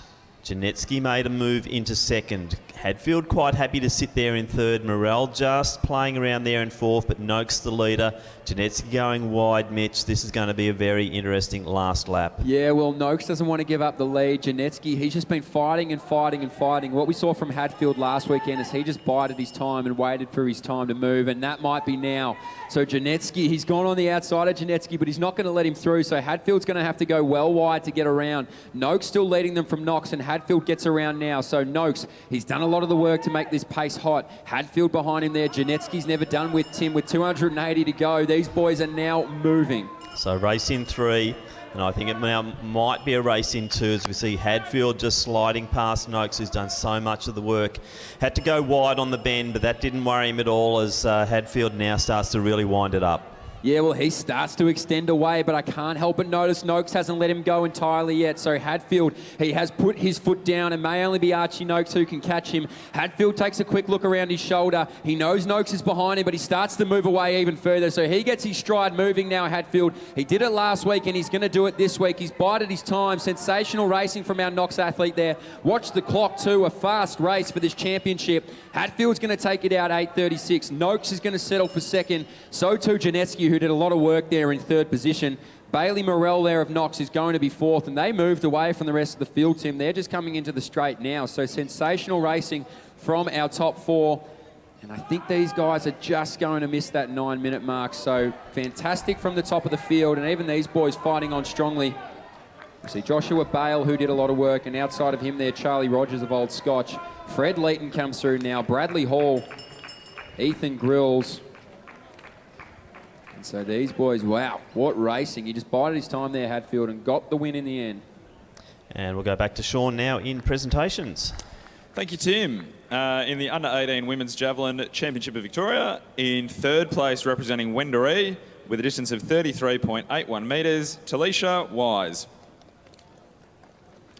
In second place from Geelong Guild with a distance of 34.41 metres, Georgia Tarr. And your Victorian champion representing Geelong Guild with a distance of 36.74 metres, Ellie Vautier. Congratulations, girls.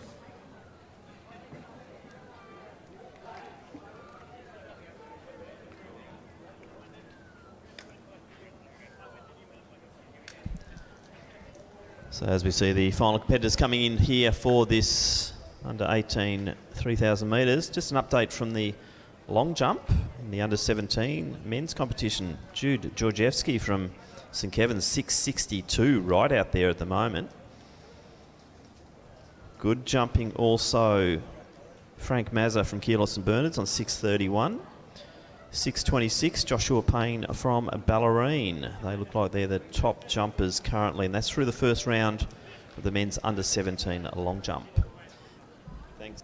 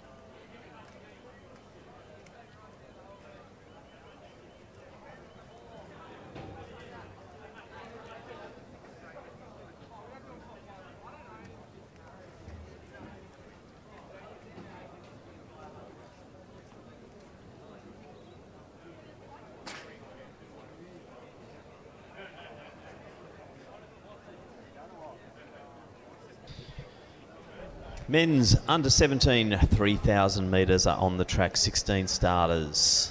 In Station 1 from Box Hill, Isaac Bibelet. Station 2 from Knox, Matthew Venner. Station 3 from Glen Huntley, Kevin Zhu. In 4, Sam Alberson Mentone. In 5 from Eureka, Benjamin Mornane. In 6 from Frankston Athletic Club, Jordan Milne. In Station 7, representing Old Zavarians, Joshua Augustinus. In Station 8, also Old Zavarians, Jerry Stamoulis. Station 9 from Old Scotch, Tommy Cluckow. Station 10 from Bendigo University, it's Jaden Padgham. In 11, Nathan Munro from Old Scotch. In 12, from Bendigo Harriers, Harrison Boyd. 13 from Old Melburnians, Alexander Angus. In 14 from Eureka, Joshua Johnson. 15 from Doncaster, Tariku Nachev. And in 16 from Glen Huntley, Nicholas Chambers. They're the 16 starters in the final of the men's under-17 3,000 metres. Did he say number 7? Did he say 17? Did he say 17?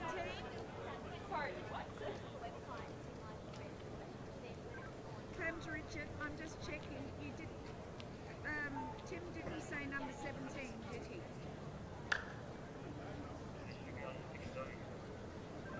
That's fine. I just knew there was someone running over to try to get into the event, and I was wondering if that had happened. Right. Okay, Jeff. On your marks. Stand up, please. Just unsteady, be nice and steady.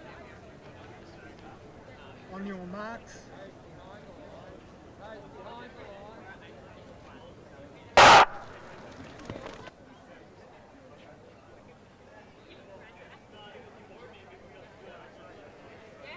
So Bibile straight to the front here. We're just talking about who our picks are up in the booth, and we're looking at the likes of Albison to have influence on this race. Also Venner. Watch out for Padgham as well. Gritty racer. And Augustinus moving through as well at the moment. So Albison just starting to move his way forward into that lead bunch as Bibile leads them through the 200 metre mark. Relatively fast, nothing super quick. Yeah, and last weekend, Tim, I was really impressed with Jerry Stamoulis as well of Oldsavarian. So he's going to find his way just on the outside of this pack. But Bibile, he's going to be more than happy to lead them out. So he is no stranger to being at the front of these races, Isaac Bibile. Well, it makes for good footage on his YouTube channel. This is some very good camera time for our not-so-camera-shy athletes. So these boys now, they're nicely packed. Right behind them there, they are going to go 2 or 3 wide. So at least they are staying out of trouble towards the front. 70 seconds on the clock, so even a little bit faster than our last race. So Isaac obviously not messing around with the rest of this field, and you can tell now that they are beautifully strung out. Yeah, so sub 9 minute schedule at the moment. So probably looking around that mid 840s. Could be a bit of a kick down here. There's a few kickers in the race. As we see the tall figure of Mornane just sitting off the back of the pack at the moment. Also Natchev, not too familiar with him. He's sitting back off Mornane. Yeah, and on the inside there, I believe it is Jaden Padgham. Padgham of Bendigo University. So he's tucked in beautifully there in 3rd place. Albiston on the outside of him. I think he may be the one who's benefiting the most. He doesn't really have to do too much work. He's on the outside. Isaac's obviously out of trouble in front, but he's going to start to string this race along. So our 2 Oldsavarians boys are going to be working. So too now Tommy Cluckow of Old Scotch. So he's going to get himself up on the shoulder. So even though it's early, you don't want to miss moves when they're made. So this pack now, let's see, it's going to be one of our Oldsavarians boys, and I believe that is Joshua Augustinus. He's going to get on the back of Albiston. So Isaac's still going to lead them out. Had him on the inside. And Tim, it is nicely strung out early. Yeah, Harrison Boyd's one to watch here too, the Bendigo University colours. He's just made a good move to get himself in touch with the lead bunch, but Bibile still leads it. Augustinus with him, Padgham on the inside rail, just getting a nice run, and you can just see Sam Albison controlling it, if you can control from 4, but that's what he's doing. He's in that position where he can respond to any move. Well, he's almost in that shotgun position, isn't he? So everyone knows he's there, but he doesn't have to do too much work. Angus on the outside too. Didn't give him too much of a look last week, but he performed incredibly well. So on the outside of Bibile, he's going to be a real danger. Albiston, as you mentioned, in control, but not in front. So he's going to sit beautifully on the outside. Padgham on the inside. And it's our Oldsavarians athlete who's got in nicely on the inside of there too. So Joshua Augustinus. He's going to sit incredibly comfortably. And as you mentioned, the man who got onto the back of the pack there from Bendigo, he's now moved his way through. The other one to keep an eye out for as well is our man from Eureka. And he came from well and truly the back to be able to latch onto this pack. So there's not a lot of movement at the front, but at the back, there's plenty happening here. Yeah, good to see the boys just starting to get into their position. This will build to quite a finish over the last 2 laps, I believe. So yes, we didn't give much airtime to Angus, but he is a sizable figure to watch out for in this event. So Alexander Angus has had a pretty good couple of weeks at the Victorian Championships, and the old Melburnians athlete definitely in consideration for this title. Yeah, a lot of these boys raced across the summer as well, so the Victorian Milers Club has been a really good sharpener for a lot of gentlemen here in this race. And Isaac Babile, they're more than happy to let him just continue to lead it out. If he can find stride, he is a danger for sure. The man I can't stop watching is Augustinus of Old Zavarians. He has plenty of room just at the back of this pack. So if he can stay comfortable, he's a real threat. Alberston on the outside. You absolutely described it beautifully. In control, but not in front, Tim. So he is right there. And Padham on the inside. Been really impressed with how he's been racing. So Angus on the outside, Babile leading him. Padham, Alberston, Augustinus. And they're starting to string out now, so these 5 maybe be able to move out, but our Knox athlete now going to latch on to the back, I think, Tim. Yeah, so Venner now making the next of the moves, going past Boyd. So currently Bibile, Angus, Padgham, Alberson to the outside of Padgham. Augustinus, Venner, Boyd, Mornane. I think gap then to Cluckow and Munro, the 2 Old Scotch runners. Then a gap back to the Frankston runner. Yeah, and so it is stretching out. I'm not sure. Matthew Venner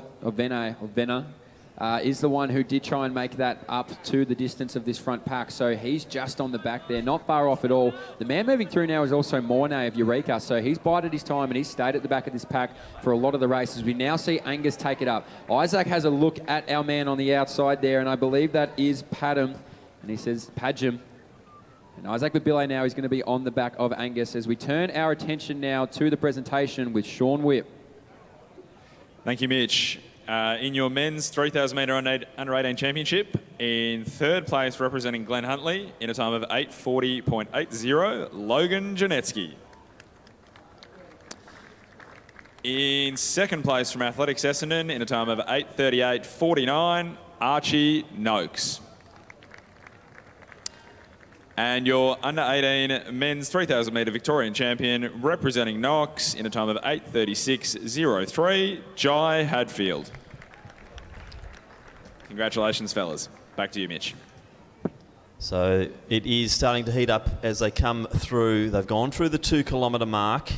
They're now coming down to get 2 laps to go. It's Angus, Padgham, Bibile, gap then to Albertson. So just drifting back. Venner now starting to go on the outside to pass Alberston.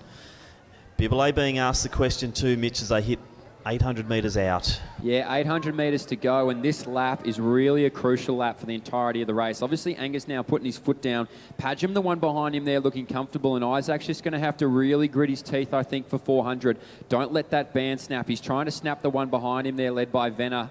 Alberston behind him there, Augustinus and Mornay. So those boys are going to have to do a bit of work to be able to catch up. And they haven't put too much on Isaac, I will say. So Angus in front, Padgham behind him, Babile holding tough there for third. Venner behind him, Mornay keeps moving through. Augustinus, and I think Alberston might be a little bit tired with 600 metres to go. So Angus bided his time really well, got to the front when he needed to and put his foot down. Padgham, the only one who's tucked in beautifully behind there, and Babile in third. About 40 metres back to Venner, Mornay, Augustinus and Alberston. So 500 metres to go, Tim, and I think Angus might be breaking a few spirits with 500 to go. And I wouldn't be surprised if he has a bit of a kick, but nice little move there from Bibile. So he's just easing up now on Padgham, but I think it could be a case of put the glasses down. I can't see a big kick from either second or third, and I think the gap back to 4, 5, 6 is too big. So Alexander Angus looking good as Bibile makes his move into second. Yeah, well, Alexander Angus, he has put 15 metres into it with 400 metres to go, make that 340. So now he even has a little bit more of a kick. Babile put his head down and he's going to try his best to try and peg this back with 300 metres to go. Padgham behind him there, so I'm not sure whether he can go with Isaac, but it is Angus. He has about 15 metres still. Isaac putting his head down with 250 to go. Maybe he might be able to make up a bit of ground, but it does look like a dominant performance here from Alexander Angus. Padgham behind him there. Venner behind him. Mornay. Augustinus behind them. So these boys are going to have to do a lot of work to catch Padgham for a minor placing. But Tim, it is all Alexander Angus. He comes with 120 metres to go. Yeah, it certainly is. So a dominant performance here from Angus, and let's get behind the young man from Old Melburnians. This has been a very good run, really controlled. You can see he's not too fatigued. He's just totally got this in the bag. Good run from Bibile once again. He'll be on the podium. He'll love that. Good for social media. But let's get behind Alexander Angus. Pretty decent time, about the mid-840s as we expected. Bibile comes through. He'll take second position. Padgham, hard fought out race there by Padgham from Bendigo University. He gets the bronze medal. Venner striving for that sub-9, just will miss out, unfortunately. Mornane in next position, Augustinus, Albertson, Boyd, and then that looks like Munro, I think, from Old Scotch will come in and get that next position.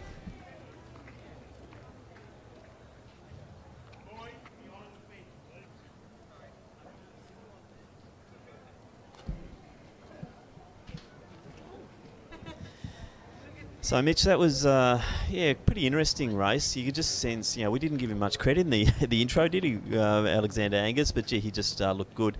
I was surprised with Albertson, though. He just looked so strong, but then the last kilometre just didn't have much go. Yeah, he didn't look like he quite had it in him. I'm watching him on the sideline now. He has just thrown up in front of the clock. So I think he's not a well boy. He may have a little bit of heat stroke or something down there. He doesn't quite look good, but... Alexander Angus is almost a silent assassin. I don't think we gave him too much last week either, so he's just crept up and, taken out a state title. Was really impressed with Isaac. He hung tough there. He could have really dropped off, but he did well. And also Padgham. Or Padgham, I should say. Padgham? No, Padgham. Wrong. Yeah, it's Padgham. No, Padgham's good. I've seen him a few times, and he is a gritty runner, there's no doubt. One of those... Coming out of Bendigo at the moment, there's some really good talent. And we saw Boyd there as well. He's another one to watch out for from the Bendigo area that's coming through nicely. So under Coach Andy Buchanan, I'm not sure if Andy's coaching these guys, but certainly Andy's leading the charge in Bendigo and really getting that grouping, training really nicely. So lots of good distance runners coming out of Bendigo. They're doing their group runs on the Sunday together, and it's really good to see that region starting to deliver. Absolutely, Tim. It's good to see all the country towns now starting to rally some really good athletes. As you mentioned, Andy Buchanan probably leading the charge there. But well done to all our boys in that under 18 3000. Good racing.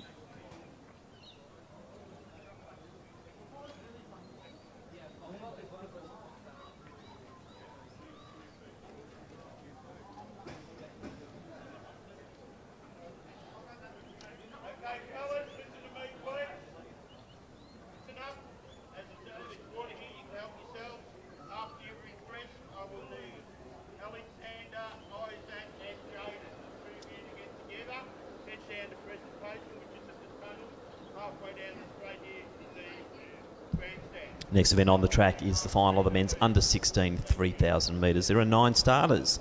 Station 1 from South Bendigo, Logan Tickle. Station 2 from Ballarat YCW, Jacob Cheeseman. Station 3 from Eureka, Charles Chandler. In 4 from Athletics Chilwell, Magnus Woods. In 5 from Wendouree, Axel Caldo. In 6 from St Kevin's, Tom Forster. In 7 from Old Scotch, Rory Vile. In 8 from Glen Huntley, Terry Sakaridis. And in 9 from Wendouree, Archie Caldo.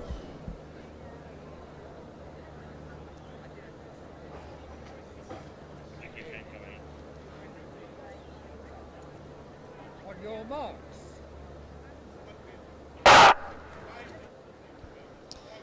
So we expect some fireworks in this one, and the man who's now taken the lead, Archie Caldo, potentially is the one to do most of the work out front. Looks like Forster is going to go with him early. Another one who doesn't mind getting out hard. Chandler just to the outside in the Eureka uniform.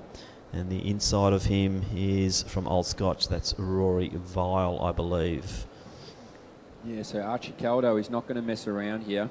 As you mentioned, right behind him there is Tom Forster. So Forster on the outside of him.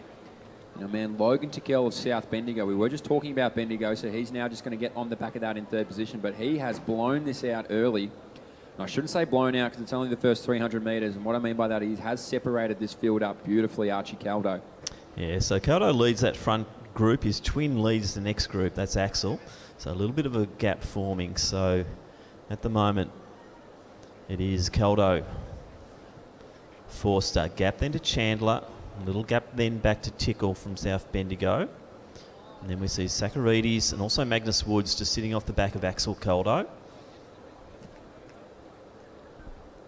I didn't quite see their split there through the first 400, but it was certainly underneath that 9-minute mark. So Archie Caldo, he's going to stretch these boys out and maybe even get a few of them to a PB if they're not going to win the race. So Archie Caldo, he's going to be the one to lead them out. Nicely behind him there is Tom Forster. So Forster, he's going to do not too much work on the shoulder of Caldo. Caldo happy to lead, Forster happy to follow. And so too there is Charles Chandler of Eureka. So these four are sort of stretched away, Tim, and Chandler looks good there in third position. Yeah, comfortable runner, Chandler. He's obviously a bit shorter than the other two in front. A little bit of growing to do there, Charles Chandler, but starting to get the mileage up. I saw him do a 20-odd K trail run on the other side of Christmas from his hometown just outside Beaufort. So Charles is certainly starting to move through the distance running ranks in the Ballarat region. Tickle just sitting off the back, and if I was Forster, I would do nothing at the moment. Just follow Caldo. Early stages here, and Caldo's in good rhythm, good form as they approach the 800-metre mark. Gee, they're moving well. 2:17 through 800. Yeah, I think this might actually be the fastest we've seen any of these races go through. So this men's under 16, 3,000 metres. They're injecting a lot of pace into it, and you're absolutely right. If you are Tom Forster, you just sit back and let Archie Caldo lead you through. So too for our man Charles Chandler and also Logan Tickell. So these boys are going to be the beneficiaries of a hot pace.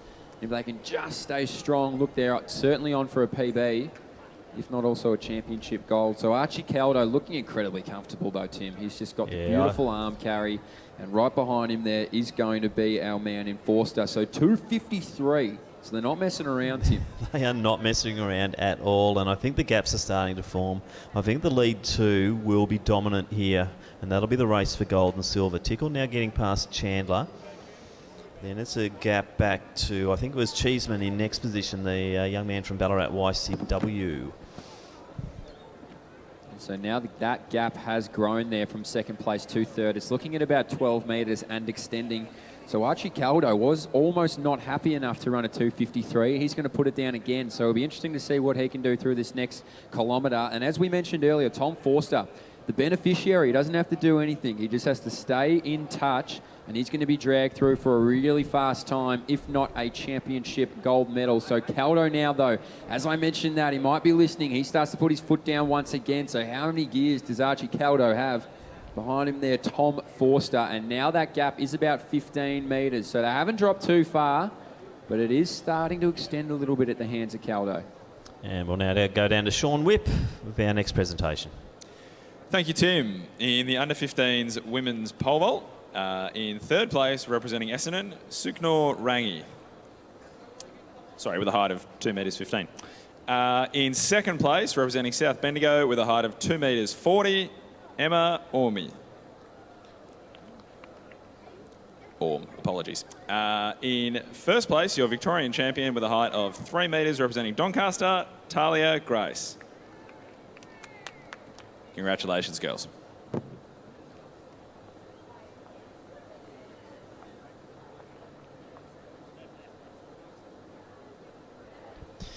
So the class rising into the top here, Mitch, and we're just seeing Caldo and Forster. I reckon Forster's grown about 6 to 8 inches this last 12 months. He is a different beast to what he was last year. And certainly these two, you know, we're just saying, watching these two, you're seeing two very big talents or emerging talents on the Australian distance running scene. So Archie Caldo, Tom Forster, Tickle going nicely. Chandler just struggling a bit in that fourth position, but he's got a fair gap back to Cheeseman from YCW. Yeah, well, it's butter at the front here, Tim. It is smooth. So Archie Caldo, he's leading out our man in Tom Forster there. As you mentioned, two really good junior athletes coming up through the ranks. Tickle nicely moved there through to third position.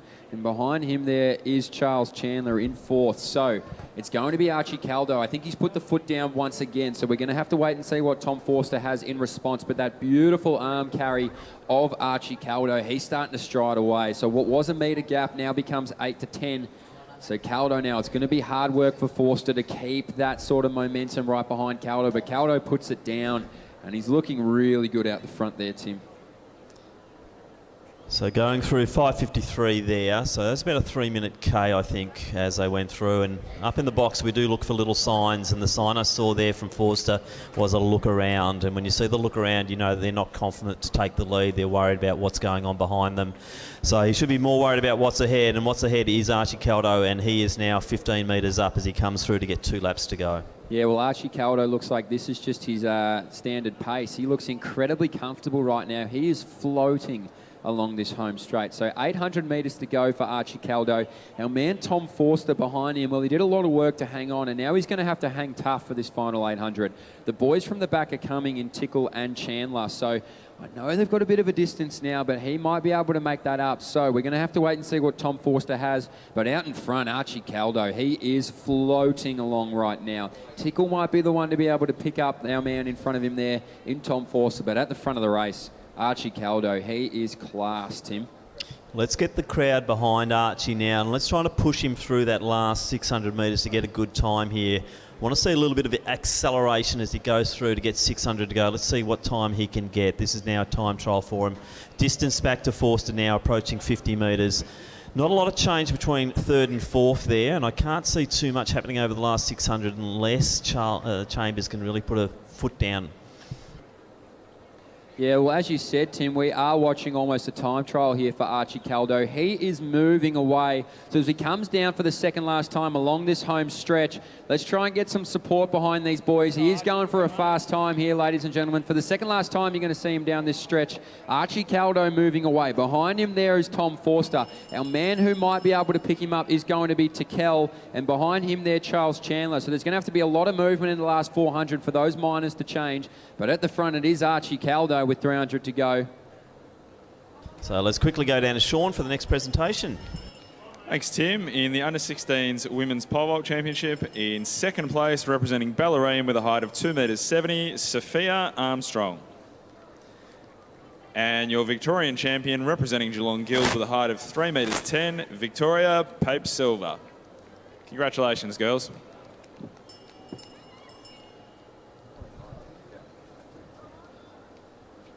So 200 out now, Caldo just floating on air as he comes around the bend the last time and into the home straight. The gap now maybe 120 metres, all in the last couple of laps. So dominant performance here, Archie Caldo.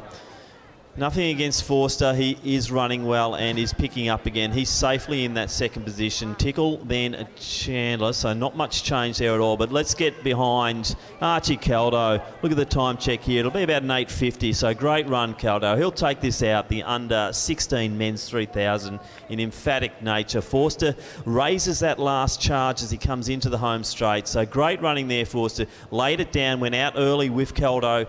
Put his foot down, but just didn't have the strength in the final kilometre, but still gets rewarded with a 9:07 unofficial. Tickle, he'll be on the podium. Third place for the young man from South Bendigo. And Charles Chandler, I think this will be close to PB for Chandler too. So in the 19s there. It's Sakaridis, next one through. He's come over the top of Cheeseman late in the race. Cluckow the Vile in next position. So Sakaridis from Glen Huntley. Just on the 9:30 mark. Cheeseman next, then Vile, Magnus Woods, Axel Caldo. And that is the field there in the men's under-16 3,000.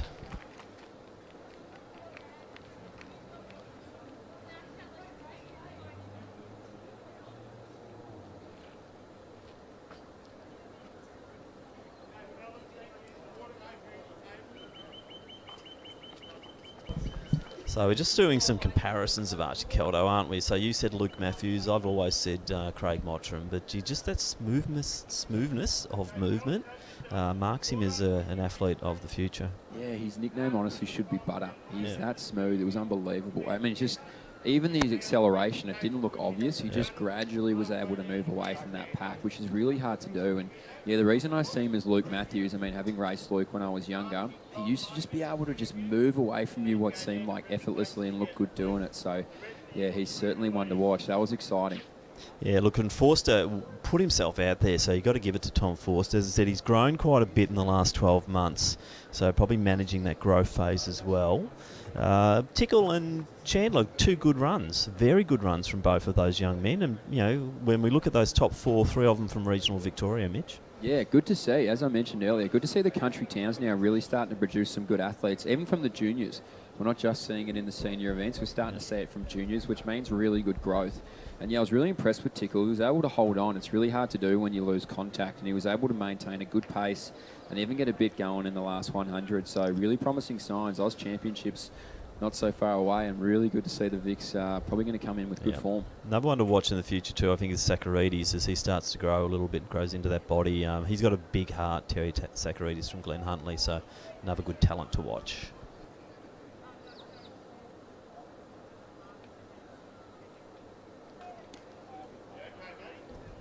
So before we go to the next of our 3,000 metre events, we will go back to Sean Whipp with a presentation for the field.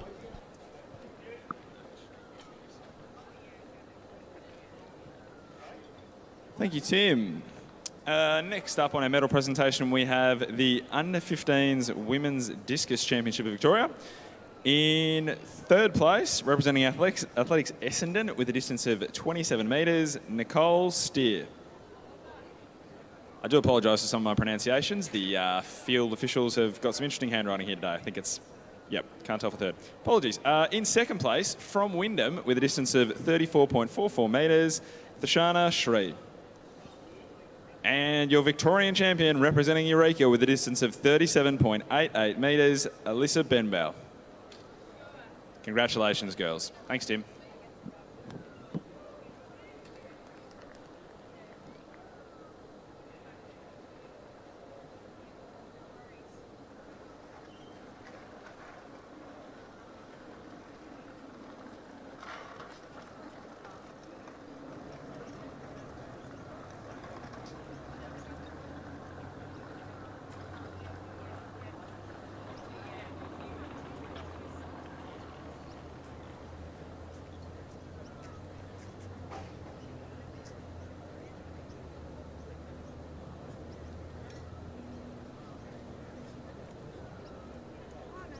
Now is our men's under 15 3,000 metres with hip number 1, Jack Ewison of Box Hill.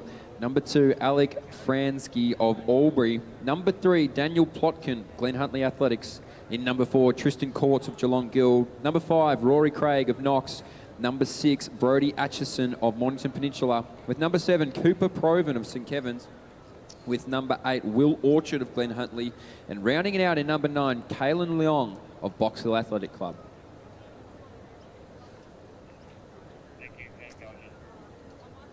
On your marks.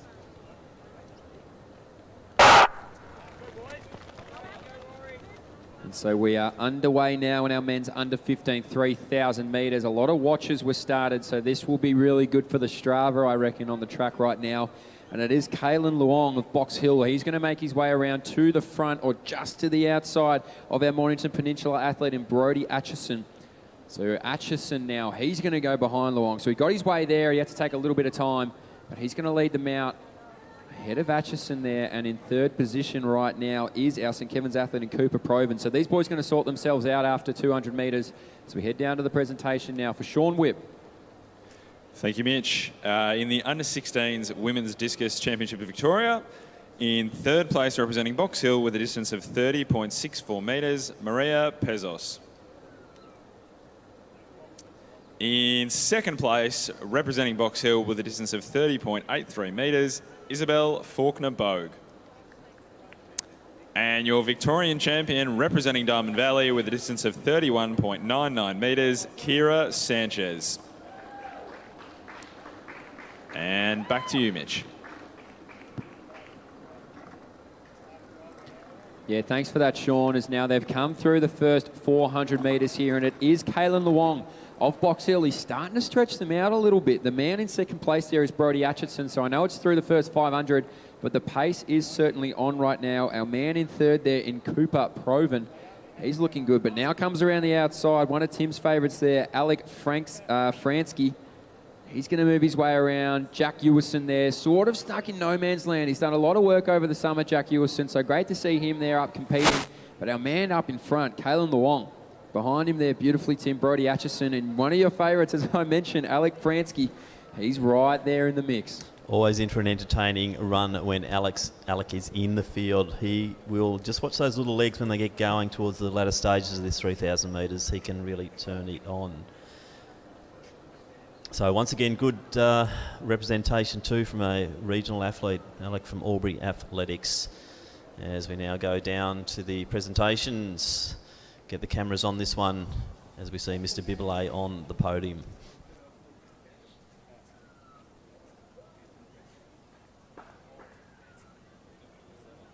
In the men's 3,000 metre championship for under-17s, in third place, representing Bendigo University in a time of 8:56.53, Jaden Padgham.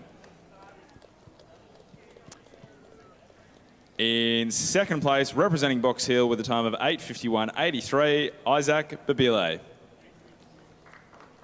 And taking out your Victorian Championship for under 17 men, representing Old Melburnians with a time of 8:47.90, Alexander Angus. And back to commentary.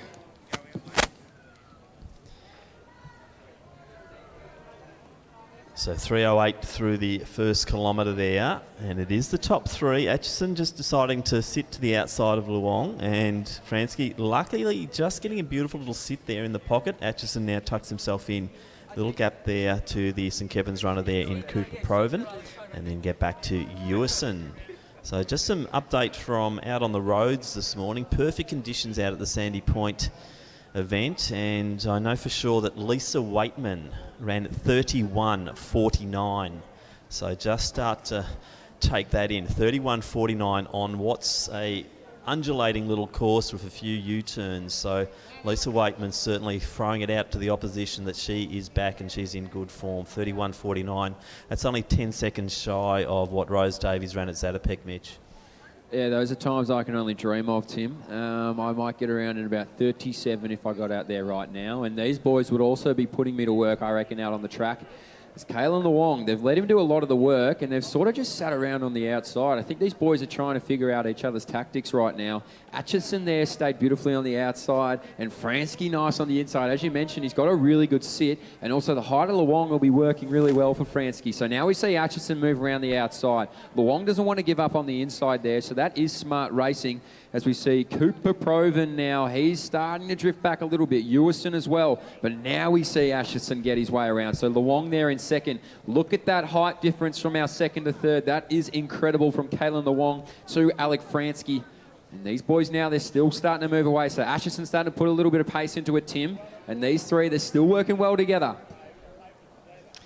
What I did like, as soon as Atchison made that move, Luong drifted into second and Fransky accelerated so that he didn't lose the gap. He's just done it again, so it's the 1, 2, 3, but now it's Atchison leading.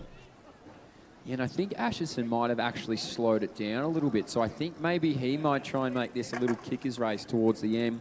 I'm not sure what Kalen Luong has speed-wise, neither do Alex Fransky, but at the front here, it is Brodie Atchison of Mornington Peninsula. Sat in that second position for a long time, and now he's finally made his way to lead the charge here in the men's under 15 3,000 metres. Luong looks comfortable, so too does Fransky. You said he made a tough move to be able to get the speed back on and tuck in nicely. He has kept his head down for about 800 metres, I reckon, Alec Fransky, so he is not going anywhere, and there's that speed again. So he sits right on the back. Kalen Luong takes over. Atchison in second. Fransky in third. Our man in fourth is still Cooper Proven, and so too Jack Ewanson there in fifth place. The man coming up on his shoulder is Rory Craig in sixth. But at the front of the pack, it is going to be Kalen Luong, Atchison and Fransky.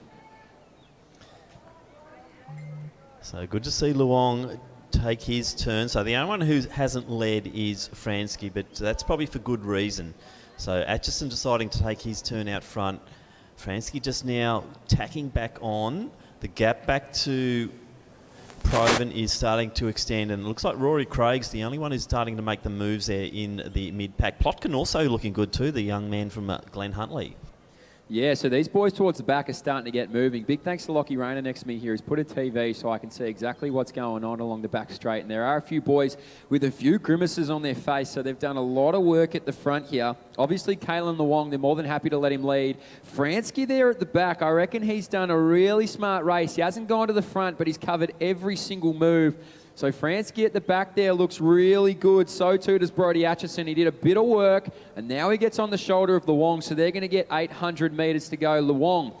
It's also going to be Brodie Atchison. Alec Fransky there on the outside. So a lot of these boys looking around. I think they're a little bit nervous about Alec Fransky at the back. So Kalen Luong's going to lead him through with 800 metres to go. Our man back there is still Cooper Proven. So too it's going to be Rory Craig. On the inside of them is going to be Daniel Plotkin and Jack Ewanson. But at the front, these three haven't changed him with 700 left. And I don't think there'll be too much change just yet. I think this is how it'll stay. It'll be that nice little kick down, and you just watch Alec Fransky's little legs get going when they do the kick down. Be interested to see if he's got the go against someone like Luong, though, with those big, longer limbs. Yeah, he does have the benefit of size, Luong, but as I mentioned, I'm looking to my left here at the TV, and Kalen Luong does have a grimace on his face. We can't see it from up here, but he is doing a lot of hard work. Atchison looking pretty good on the outside. Fransky covers it again, so he might be able to streamline on the inside if they let him through. I think that's what he's waiting for. So Alec Fransky on the back of this pack. He has a look around his shoulder. He wants to see where everybody is. So with 500 to go now, this is where the race is going to shape up. We might see Brodie Atchison make a move around the outside. Fransky now going to cover anything. And let's see what happens, 450 to go. They're almost going to be in a line of 3, I think, Tim, as they come across this line at the bell. And I can't pick it, but here comes Alec Fransky. So he's bided his time, and now he's going to ask the question with 400 to go, Tim.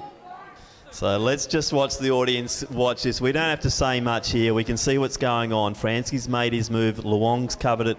Atchison maybe not there. Let's see what happens down that back straight. Yeah, well, this is an absolute David versus Goliath moment, I think. So Luong on the back of Fransky there. Luong now goes around him. Fransky's not done with yet. I think he's going to put his head down and ask a lot of questions from behind of Kalen Luong. So Luong maybe thought that move was going to break him. It didn't break anything. It only got him motivated. So right behind him there is Alec Fransky. They've started to step away from Brodie Atchison there in third place. Luong with 200 to go in front. Fransky behind him there, Tim. And one of your favourites, he might be able to come around the outside with 180 left. Yeah, let's just see how this plays out now. So Luong got the advantage on the inside. Fransky has to go wide. They come into the home straight the last time. Fransky has a little peek over the shoulder. He's in second comfortably. Luong in first. It's on. Let's watch them come through.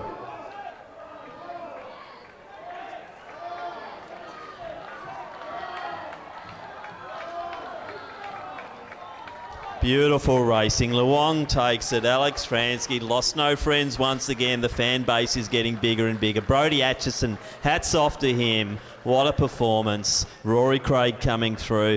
Gee, men's under 15, 3,000 metres. What a ripper. Plotkin next. Then we'll have Proven come through. Ewison.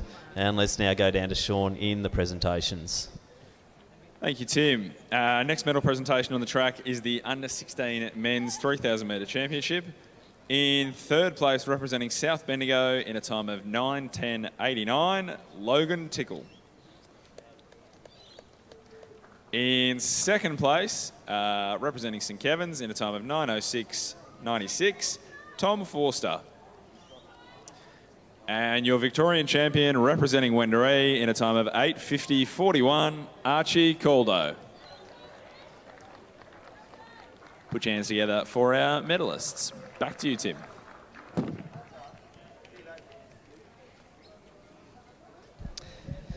So yeah, I've got to call Fransky's races quite a bit over this summer, Mitch, and you can see why you just latch onto a kid like that. Look, nothing against Luong, but he obviously the more early maturer, but he had to work so hard to win that Luong because Fransky just would not give up until, 5 metres out? Yeah, I was saying earlier, even on the back straight, when Luong went around, usually that's where the spirits get broken, but it was almost like Fransky just went, hold on, I've got a little bit more to give here. So that was just sensational racing, and even having raced as a junior, all those early developers do tend to be able to get a little bit of advantage. So to see Fransky just hold on, great racing by Luong as well though. We really had to dig deep with that last 100 and prove that he is a quality racer.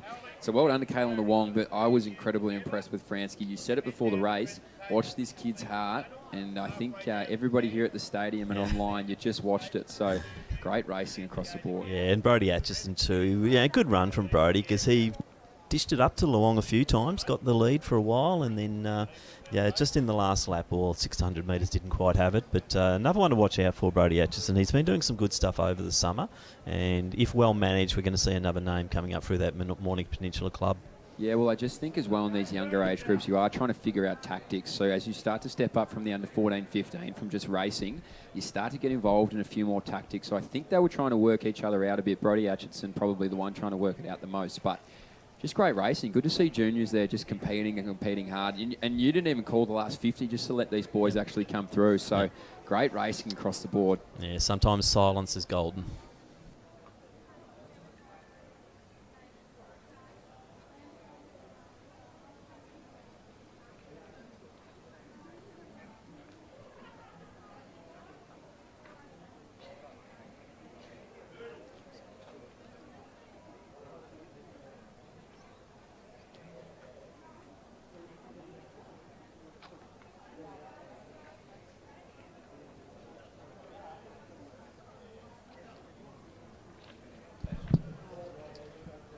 So that is the conclusion of the 3,000 metre events, and what an exciting way to finish there. With Luong versus Pransky versus Atchison. Next events will be, make sure we're coming up to an open final, the men's open 400 metres, 11:30, so about 20 minutes away until we resume proceedings here on the track.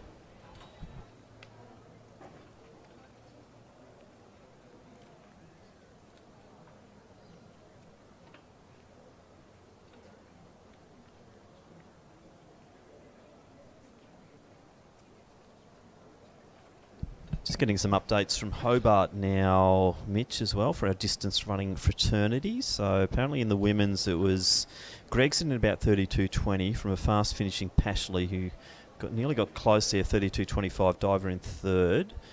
So Pashley taking the scalp there. In the men's, Rayner, Adams, Tobin, White in that order. So some good racing there, but winning time in, look, Hobart's not a fast race either. It's up and over the bridge. It's not called the bridge run for nothing. So comparison there, the 31.49 from Waitman to the 32.20 for Gregson. Yeah, I'd probably have still Lisa's run at Sandy Point edging that one. Well, I imagine Lisa might have been on her own as well. So she's probably running that predominantly solo. And obviously Jen Gregson, great racing there, 31 or 32.20 as you said. She had the benefit of the pack around her too. And continues to surprise me over the 10K Gregson, but she's up against the marathon specialists there. But obviously these ones trying to get into form as they lead towards Tokyo. But gee, what's that say about Lisa if she does run a marathon fairly soon? Well, I know that means that she has a really good distance in her legs. Not only that, she's got the speed. Obviously, I know in a marathon, and I haven't personally run an official one, but as you get to the latter parts of the race, it is really a mind game. So to know that she at least has speed is amazing. I just want to also say, really good to see Joel Tobin White in third position there. He is a really hard-working bloke.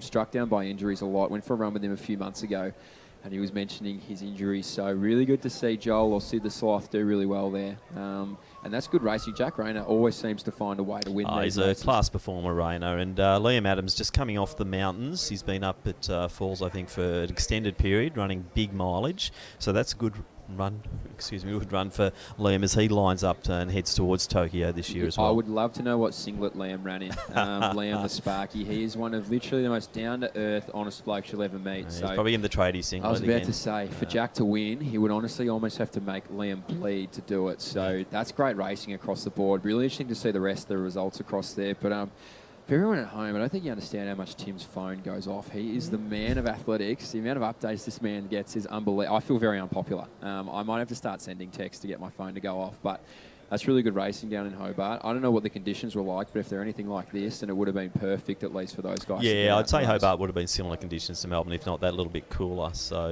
we've been treated, when I first saw Sandy Point Half Marathon on in February the 28th, I thought, oh my God, anything can happen. But as we found out, it's just been an absolutely perfect summer's morning. Maybe we should be doing more summer half marathons and 10Ks, Mitch. I was going to say, maybe put them on in the early morning and people will really get around it. But good racing across the board. Start to feel the lift in athletics at the moment. Obviously, even overseas, the racing's getting competitive. So good to see Aussie athletes really putting their name out there. And, it's exciting, Tim. So Sean Whipp will now do our next presentation. Thank you, Tim. Oh, here we go. In the under-18 men's long jump, taking third place, representing St Kevin's with a distance of 6 metres, 25 centimetres, Sam Cantwell. In second place, representing Old Melburnians with a distance of 6 metres 38, Ryan Tarrant. And taking out your under-18 men's Victorian long jump championship with a distance of 6 metres 98, representing Nunawading, Joshua Young. Congratulations, fellas.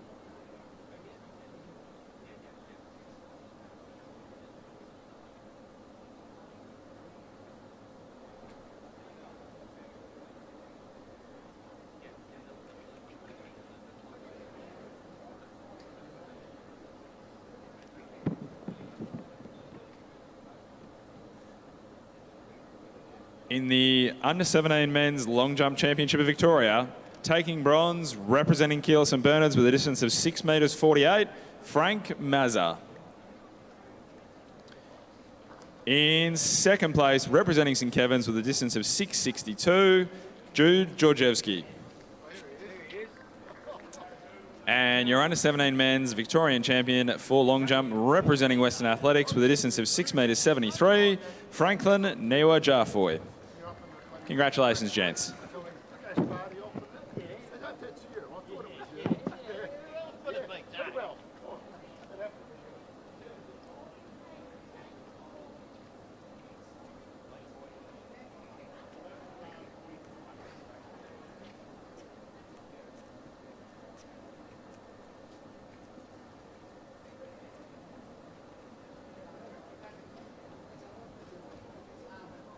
So you all need to know again, Tim is getting information. It's unbelievable. Just want to turn a bit of a lens on regional Victoria now, because Buchanan has been shooting me a few little messages. So you're looking at the likes there of Jaden Padgham, Harrison Boyd, Logan Tickle. They're all, younger guys from Bendigo, part of the Bendigo Southeast program, which Andy does look after. So Andy's just sent through, just watch out for Division 1 XCR for Bendigo in the next few years, Mitch. Yeah, well, that's great. I love the healthy competition as well. And really good to see Andy is leading the charge there for the Bendigo athletes. Obviously, a really good athlete for himself, Andy. So good to see that he's leading the charge. Athletes giving back to athletes. But look, maybe we'll have to watch out for them in Division 1. As a Box Hill man, I don't like the sounds of that, but we'll see how we go. Our next medal presentation on the track is the Open Women's Javelin Championship. In third place, representing Diamond Valley with a throw of 43 metres 23, Emma Butler. In second place, representing Box Hill with a throw of 43.78, Catherine Brooks. And your Victorian champion, representing Corio with a throw of 51 metres 89, Mackenzie Milzarek. Congratulations.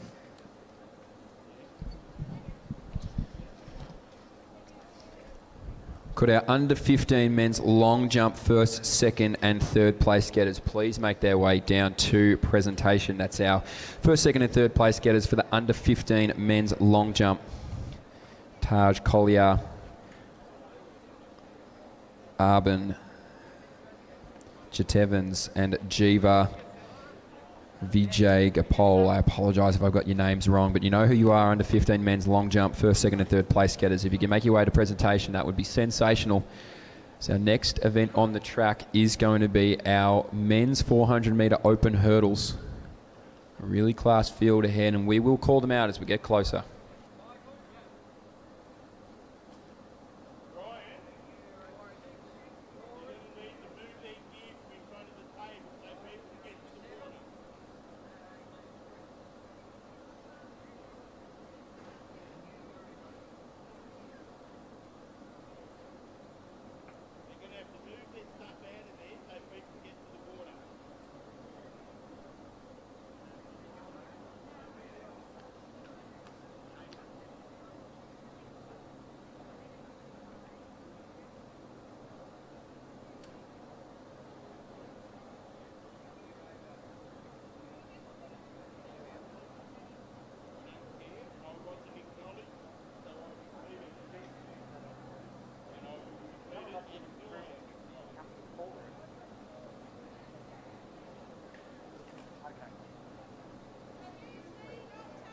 Okay.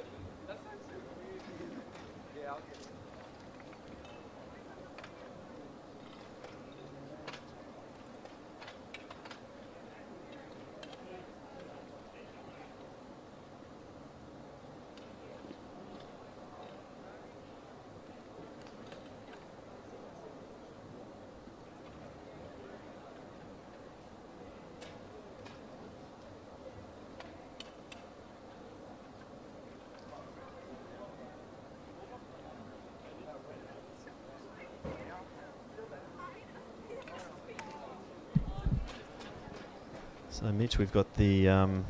actually, we might go to Sean first, and then we'll just do a little intro to this 400 hurdles.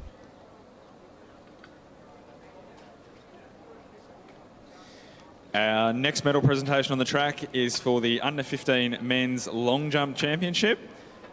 In third place, representing Wendouree with a distance of 5 metres 19, Taj Collier. In second place, representing Athletics Essendon with a distance of 5 metres 30, Arden Stevens. Our gold medalist is currently at Little Athletics Regionals and will pick up his medal later. So, congratulations, gents. Back to commentary. So, next of our open finals, Mitch, the men's 400 hurdles, always an interesting event. We've got a pretty deep field here too. Yeah, there's a lot of names across here. Obviously, Harvey Morant is our defending champion. In lane number 4, we have Connor Fry. In lane number 6, one of my personal favourites, and Mike Totsos, obviously the Trinity boy. Love the hair, love the split shorts. I mean, it's going to be a really cracking race. Beautiful day for it as well. No wind, really good temperature, and I think it's going to be a good race. Yeah, we go out on a limb. You've got to have a favourite here. Are you picking Totsos, or are you going to be a bit more... I'm going to go Connor Fry. I picked him for the 400 last week, and I really love the work that he does with Dan Bailey, so I'm going to go Connor Fry. Obviously defending champ on the outside. Who are you going with, Tim? I think Luke Major will be a big factor here, so I expect Major to get out pretty hard. And, you can't discount Harvey Miranda either. Two-time champion, reigning champion of this event, so let's just see how that one pans out. But, gee, good field, isn't it? And we will announce them shortly. Sensational field, and it's going to be a cracking race. No matter who takes the win, I think it's going to be close.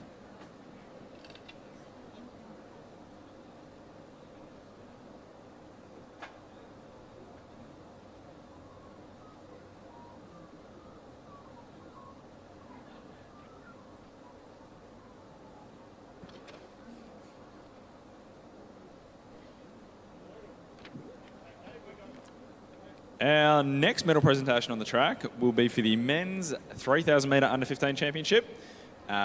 In third place, representing Mornington Peninsula with a time of 9:42.99, Brodie Atchison. In second place, representing Albury Athletics in a time of 9:36.32, Alec Fransky. And taking out our gold medal, representing Box Hill with a time of 9:35.74, Kaylin Luong. Congratulations, gentlemen.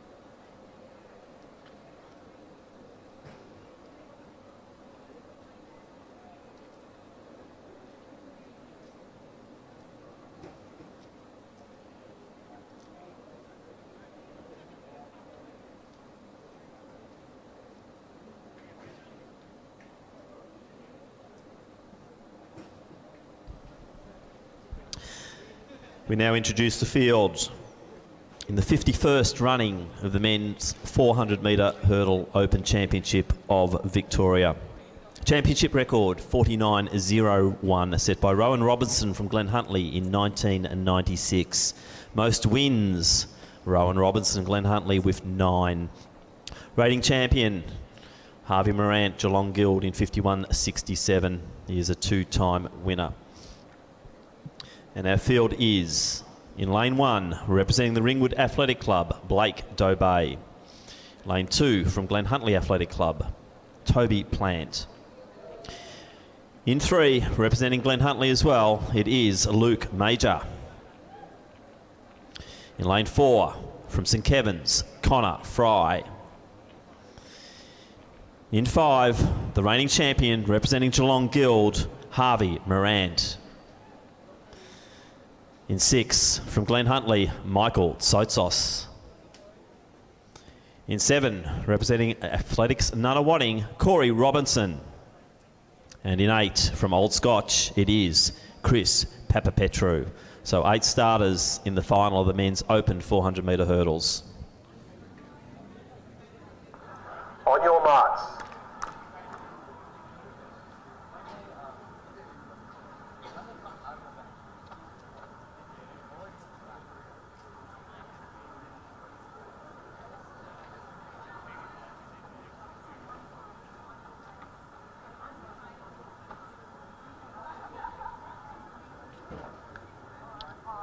Set. So Major out well, Fry, Morant also off to a very good start. So fairly even as they go over the first barrier. Major starting to move in there on Fry. Morant going nicely down the back straight as well. So 3 abreast, I think, as they move down the back straight. So Connor Fry now starting to make his move as they approach the 200, and it is Fry leading. So Connor Fry, I think Major in next position, then Morant. So as they go around the bend, it is Connor Fry from St Kevin's leading the way. They'll start to straighten up. Soates perhaps in 4th position there, but all Connor Fry at the moment. So as they come through for barrier 9, Fry gets over safely. He's got a nice little break over little Major and also Morant, but Connor Fry looks like he'll go on and take this. They are drawing down on him, but Fry takes it. Major, Morant, Soatsos to the outside there. Papapetru will take next position. Didn't get a fix on the time there. The clock's kept running, but a good win there. Connor Fry, St Kevin's taking out the 51st running of the men's open 400 metre hurdles.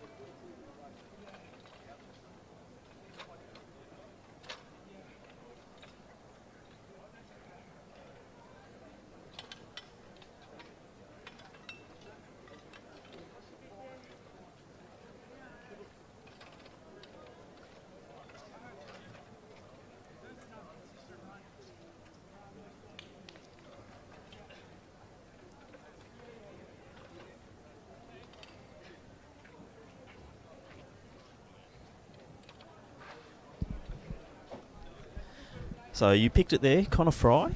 Good win.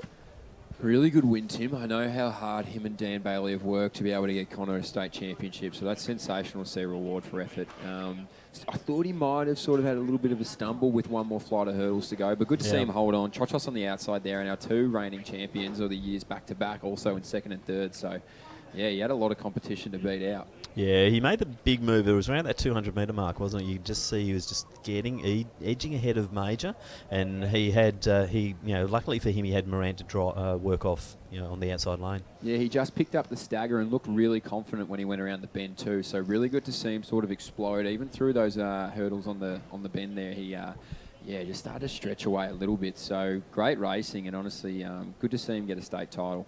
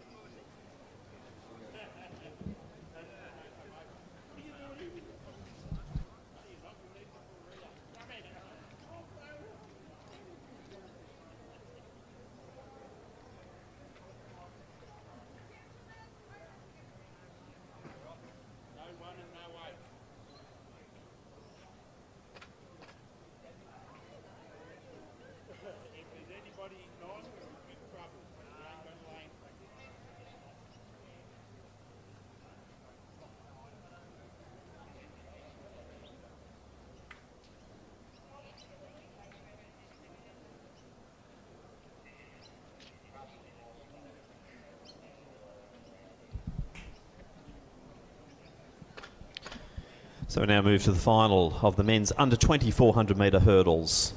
And there are 6 starters. In lane 2, representing Yarra Rangers Athletics, it's Camden Hewitson. In lane 3, from Box Hill Athletic Club, Jeremy Shum. In lane 4, representing Ringwood, Ethan Harris. Lane 5, from Yarra Rangers Athletics, Hayden Rook. In lane 6, representing Eaglehawk Athletic Club, Angus McKinlay. And in lane 7 from Casey Cadinia, it's Andrew Bull. 6 starters in the final of the men's under 20 400 metre hurdles.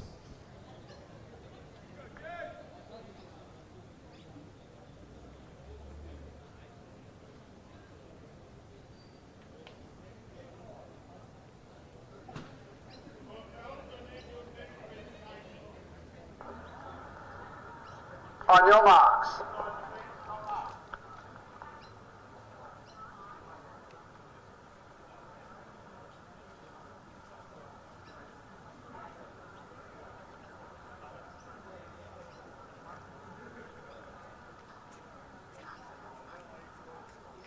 Set. So Shum off to a good start. So too is Harris to the outside of him, and Harris leads it as they go over the first of the hurdles. So into the back straight. Gee, this is impressive hurdling here from Ethan Harris from Ringwood. Streeting the field now as he goes down the back straight. Shum moving nicely. Also going there next to him is Hayden Rook. But gee, look at Ethan Harris. 52.09 is the World Under 20 qualifier. Oh, a little bit of an oops there, unfortunately, for Harris as he goes over. That's probably about number 6, but getting back into his stride now and coming into the home straight. So to the outside of him, I think that's McKinlay from Eaglehawk. Probably in next position, but 1 barrier to go now for Harris. Just tiring a little bit, up and over, just takes it with him. Little bit of a stagger, but geez, put it out there. Good time here. McKinlay comes at him, but Ethan Harris, 56 thereabouts. McKinlay in next position. Andrew Bull from Casey Cadinia, then Shum, then Hewitson and a Rook in that order. So put himself out there well and truly, Ethan Harris, and a little bit of carnage as he came over the last hurdle and a few little staggers, but he's still good enough to get the gold medal there in the men's under 20 400 metre hurdles. Angus McKinlay getting the silver, and Andrew Bull from Casey Cadinia in bronze position.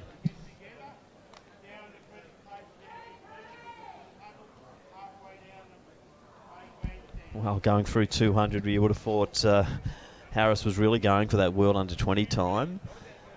See the first signs of fatigue as he went just after about that 2:20, 2:40 mark. A little bit of an oops over one of the hurdles. And then that long home straight. Those barriers just grew an inch or two as he came over each of them. But good win there for Ethan Harris from Ringwood. He'll take out that under 20.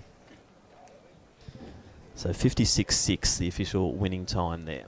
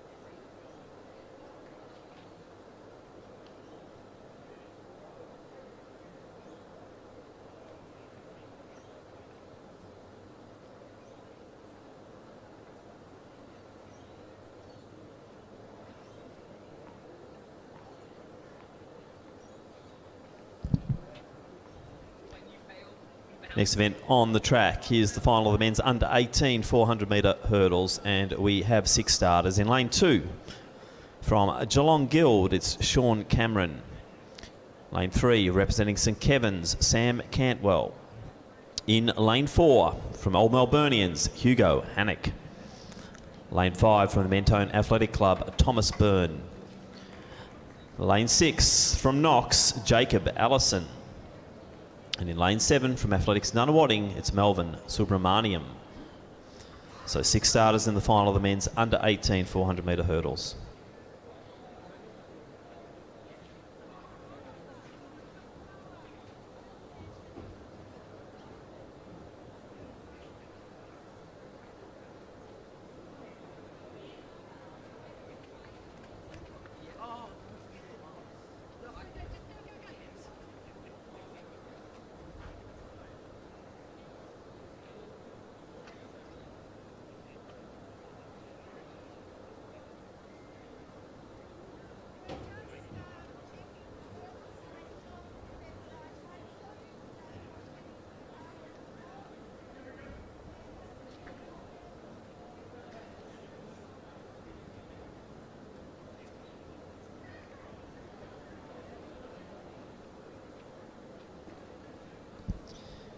So I'm not sure why, but a couple of the boys just going off track at the moment.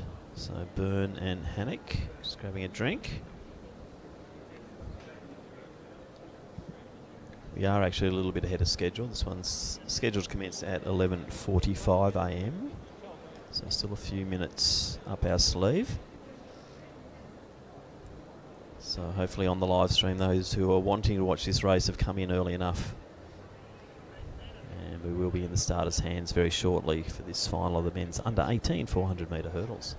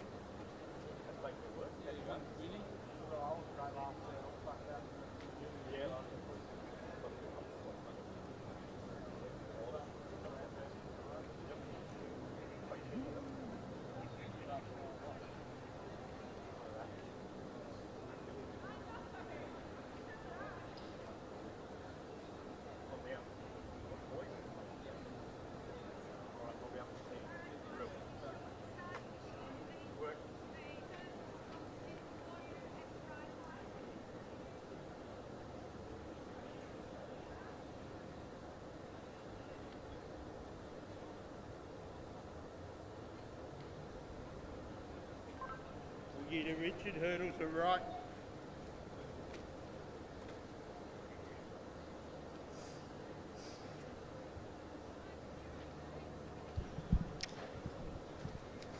So just moving into the starters' hands now for the final of the men's under 18 400 metre hurdles.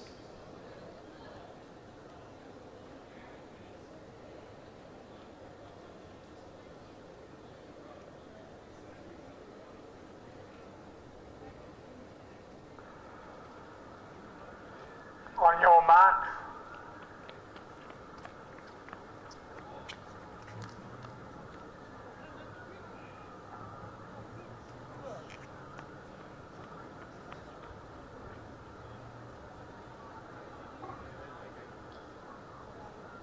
Set. So nicely away here. We'll watch for Hannock in lane 4. To the outside of him is Byrne, and Byrne's off to a fly start here. So it's the Mentone runner taking the lead into the back straight. Probably got a metre or two over Hannock, who's starting to move nicely now as they get moving. To the inside there as well, Sam Cantwell from St Kevin's.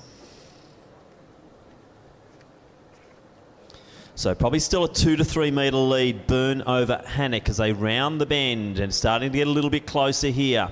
A little bit awkward over the hurdle there was Hannock, but he is starting to draw in Byrne. But Byrne in lane 5, still looking strong here as they starting to straighten up and look at the last 2 barriers ahead of them. It is coming together now. Byrne leading, Hannock strong over that barrier, takes the lead. So Hugo Hannock, Old Melburnians, just too strong in that last 100. Byrne comes again though, but Hannock will take the gold. 53 thereabouts. Byrne next. Cantwell will take the next position. Then from Knox, it will be Allison Subramanian next position, and we have a casualty on the track. And that looks like Sean Cameron, unfortunately, from Geelong Guild. He's all right. He's walking, and he will jog it through. So Sam Cantwell in lane 2 will finish it off to the applause of the crowd here in the under 18 men's 400 hurdles.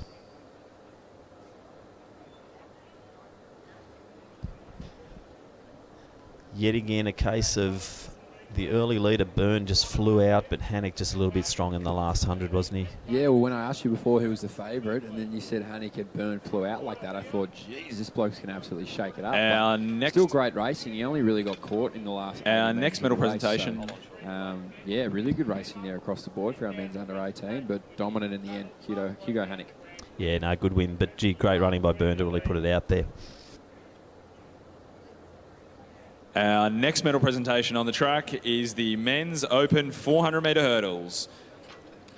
If I can hold my piece of paper correctly. In third place, representing Geelong Guild with a time of 52.14, Harvey Moran. In second place, representing Glen Huntly with a time of 52.02, Luke Major. And your Victorian champion, representing St Kevin's in a time of 51.65, Connor Fry. Round of applause for our men's open medalists.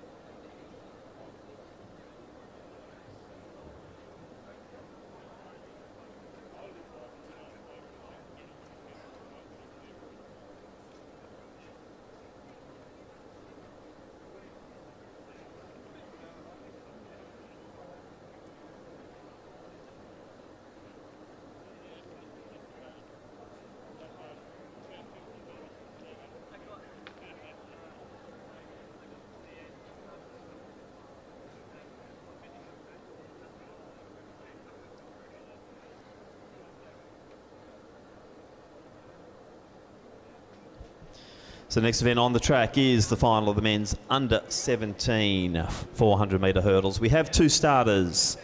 In lane 4 from Dandenong Springvale, Cohen Umezu, and in lane 5 from Ringwood, Remy McLean.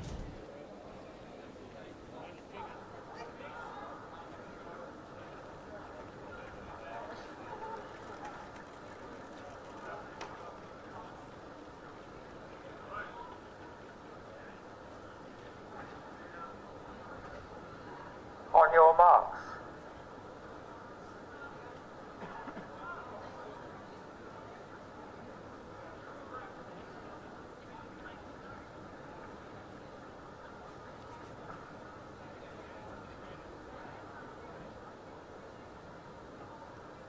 Set.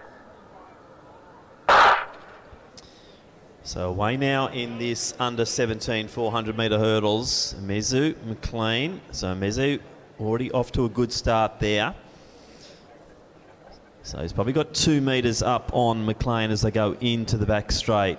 So Cohen and Mezu from Dandenong Springvale looking to take a championship for that club, relatively new club in the southeast. And still quite close between him and McLean, but he does have the advantage on the stagger. Probably up to about 3 to 4 metres ahead now as they come around the bend and into the home straight. So Cohen and Mezu from Dandenong Springvale. As we know, a lot can happen in this last 100 here. But we are seeing Amezu quite cleanly over barriers 8. So 9 and 10 awaits him. Over 9, 1 to go. McLean now back to about 10 metres adrift. So Cohen Amezu, he'll come through and he'll take that championship for the Dandenong Springvale Club. Remy McLean stopping the clock just over the 60-second mark. McLean will be next through to take the silver medal, and we will go down to Sean with presentations for one of the previous 400 hurdles. Thank you, Tim. Our next medal presentation on the track is for the men's under 20 400 metre hurdles. In third position, representing Casey Cardinia in a time of 60.07, Andrew Bull. In second place, representing Eagle Hawk in a time of 57.60, Angus McKinlay. And your Victorian champion, representing Ringwood in a time of 56.60, Ethan Harris. Well done, gents.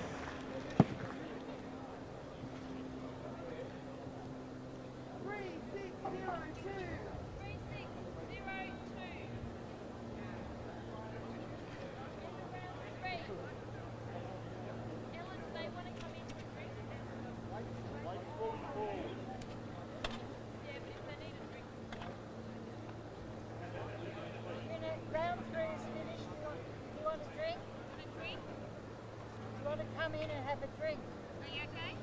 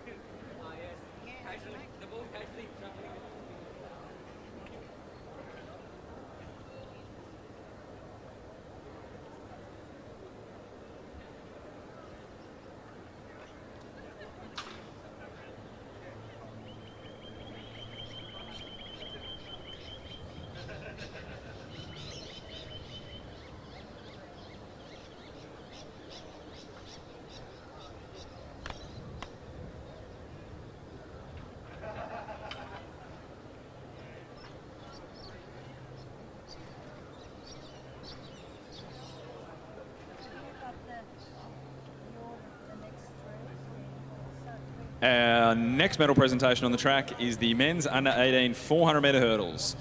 Representing St Kevin's in third place with a time of 58.02, Sam Cantwell. In second place, representing Mentone with a time of 54.28, Thomas Byrne. And your Victorian champion, representing Old Melburnians in a time of 53.99, Hugo Hanak. Well done, gentlemen.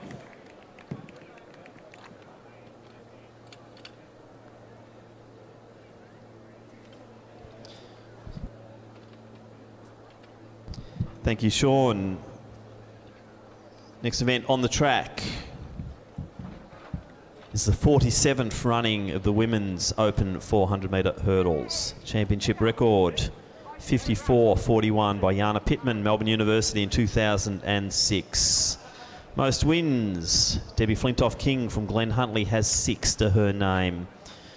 Reigning champion from 2019-20, Daniela Roman, representing Williamstown in 58.32.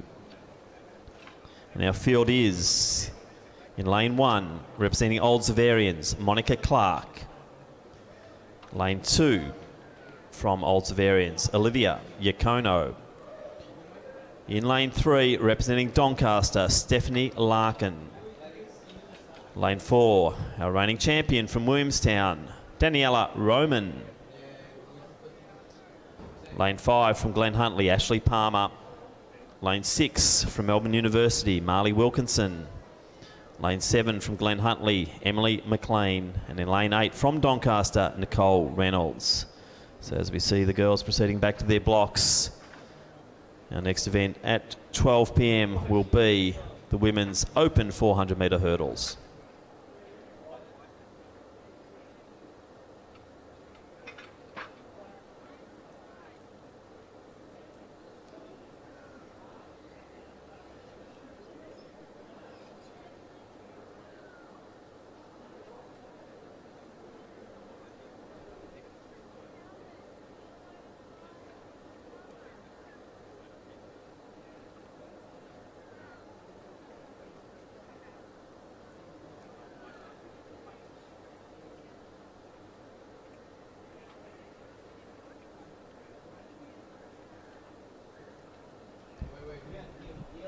So, Mitch, we're moving. Next event will be the 47th running of the women's 400 hurdles. Hard to go past Daniela Roman, isn't it?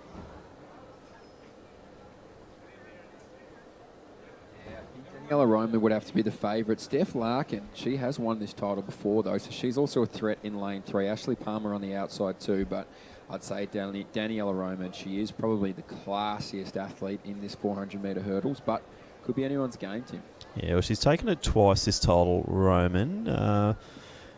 Ash Palmer took it as Horriban back in the 2013-14 season, and as you said, Steph Larkin took it in 2018-19 with a 62.17, but you look at the times being run there by Roman, and they are just a little bit ahead of the other girls, and it would be very hard to pick someone else to win this one. Yeah, well, 58.32 last year. That's not messing about. So it's going to be hot no matter what, but it'll be interesting to see who comes out on top.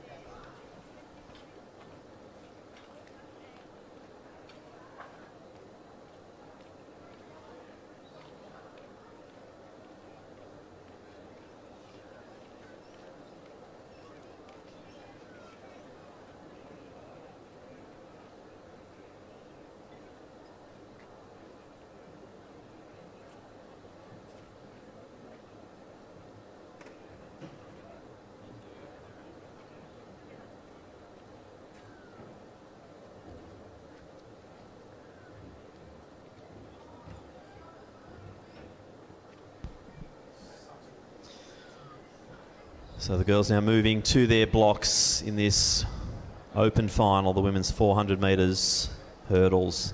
So it's Clark, Yacono, Larkin, Roman, Palmer, Wilkinson, McLean and Reynolds.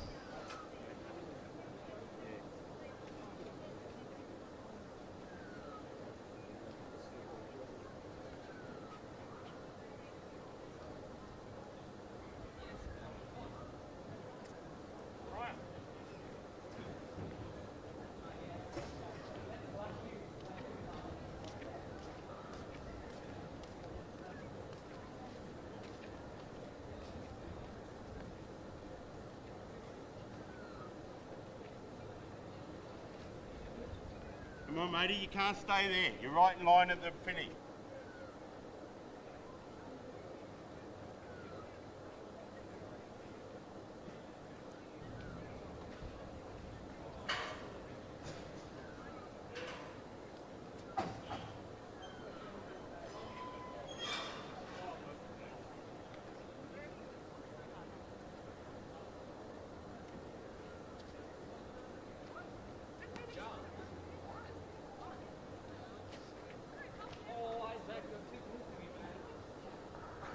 On your marks.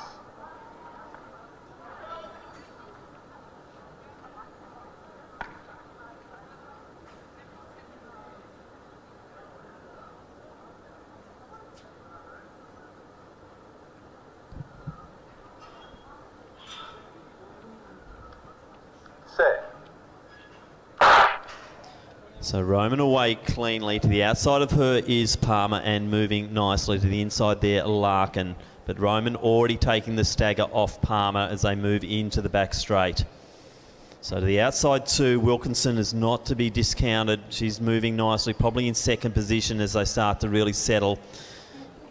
So Wilkinson and Roman, I think they're together as they go through the 200. So Roman and Wilkinson together, drop back then to Palmer and Larkin. I think Larkin in third position as they come around the bend. Little stagger there from Wilkinson.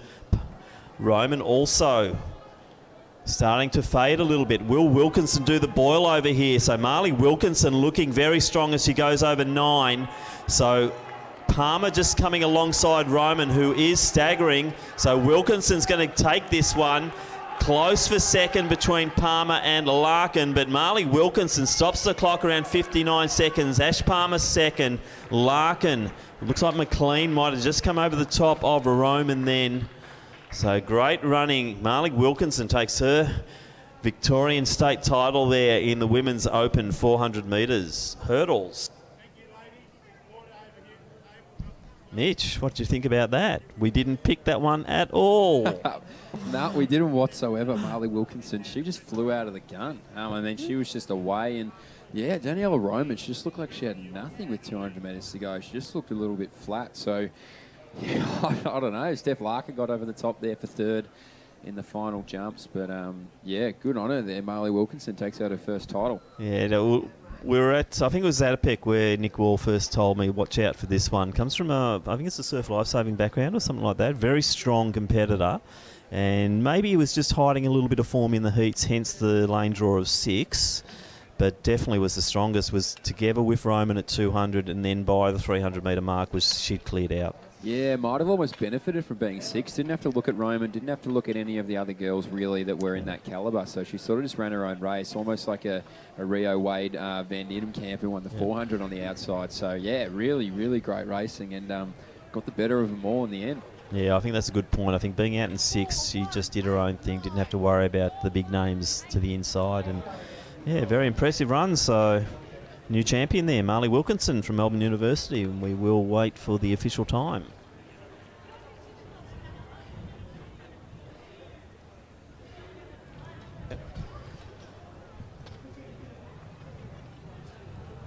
.59.28, winning time there. Marley Wilkinson, Melbourne University in the women's open 400 metre hurdles. Ashley Palmer, 1:00.49 in second. Steph Larkin, 1:00.70 from Doncaster in third.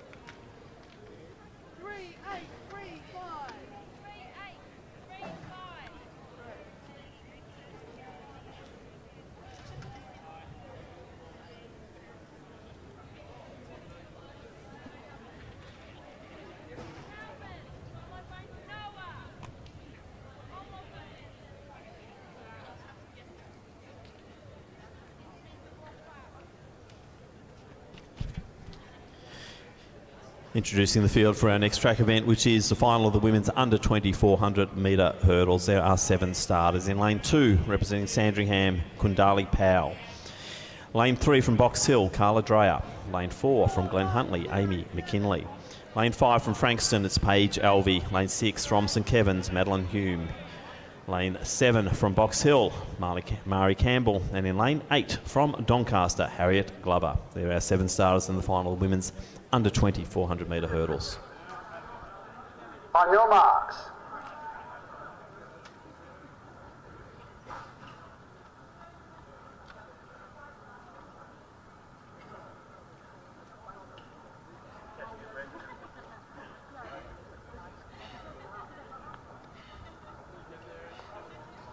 Set.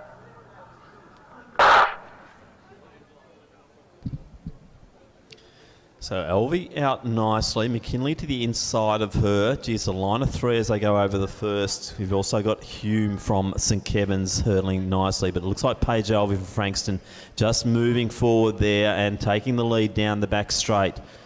Starting to take the stagger on all the outside lanes now as Paige Alvey gets clear space going through and into the 200 mark. So McKinley and also Hume probably matching it now in second position as they go around the bend, but it's all Paige Alvey as she comes around the bend and into the home straight. So Alvey hurdling nicely, approaching barrier number 8. McKinley now moving into second position. Hume in third. To the outside of her would be Campbell from Box Hill. But it's all Paige Alvey. Let's get behind her now as she comes over the final barrier. Impressive hurdling here. Paige Alvey from Frankston. McKinley safely there in second position. She's up and over. Good race here for third, but Elvie takes it. McKinley go to the photo, but I'd give that one to Hume for third place. Campbell settling for fourth. But nice running there, Paige Elvie to take out the women's under 20 400 metre hurdles.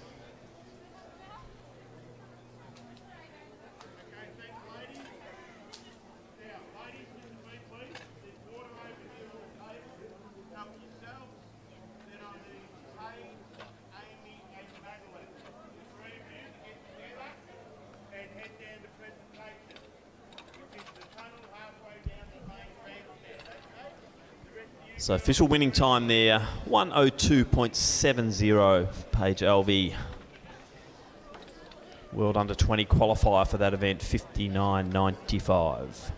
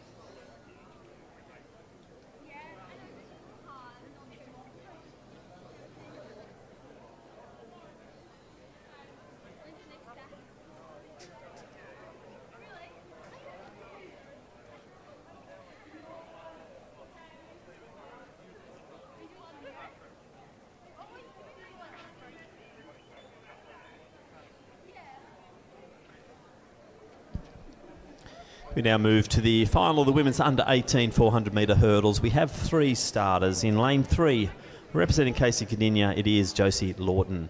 In lane 4 from Dandenong Springvale, Sierra Lee. And in lane 5 from Corio, Ella Rayson.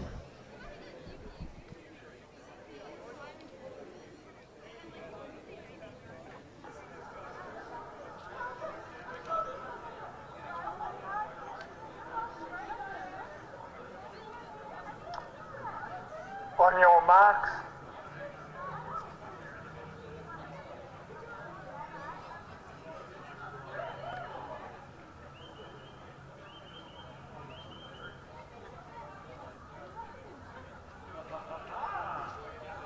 Set.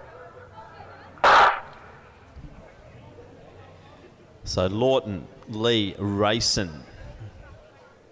And already Lawton starting to take the stagger as she moves through over the first barrier into the back straight. So Josie Lawton from Casey Cadinia. Lee from Dandenong Springvale now starting to take the stagger away from a Rayson, but it's Lawton. Probably a 5 metre gap over Lee, another 5 metres back then to Rayson. So going through the 200 now, Josie Lawton looking strong. 58.07, the state record set by Tessa Considine from Chilwell in 2012. But Josie Lawton now coming around the bend. A bit of an unfortunate clearance there from Lee, which has brought Rayson back into the picture. But Josie Lawton safely over 9. Just one more barrier between her and that gold medal in this under 18 competition. So Josie Lawton, time check now, right on the 60-second mark. And Lawton from Casey Cadinia, she will win this under 18 competition. Going to be close for second and third there, but easing up on the line. Sierra Lee will take the silver medal and Ella Rayson the bronze in the women's under 18 400 metre hurdles.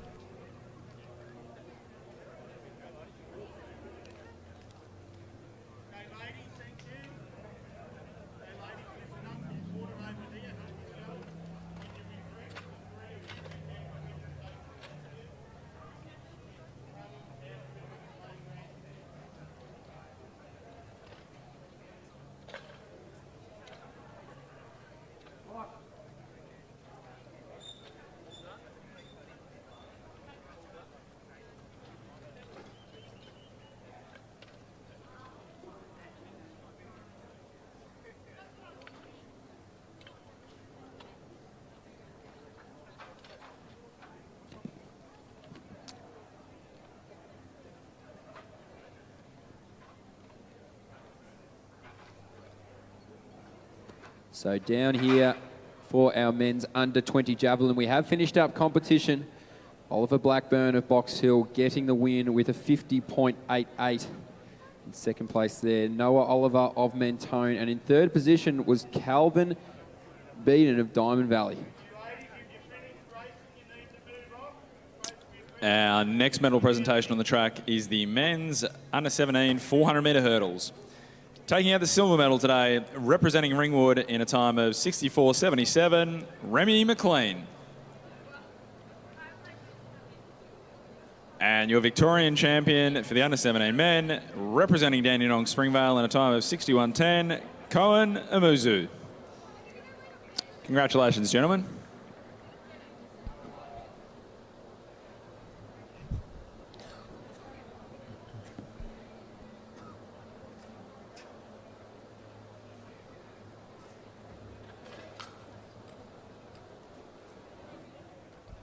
So results up there now on the board for the previous event. The under 18 women, as we see the competitors now behind their blocks, ready for the start of the under 17 women's 400 metre hurdles.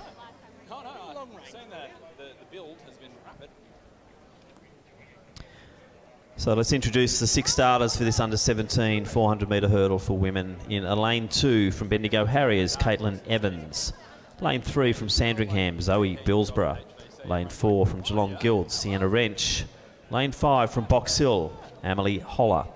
Lane 6 from Geelong Guild, Hannah Brady. And in lane 7 from Keilor St Bernard's, Mary McAvoy.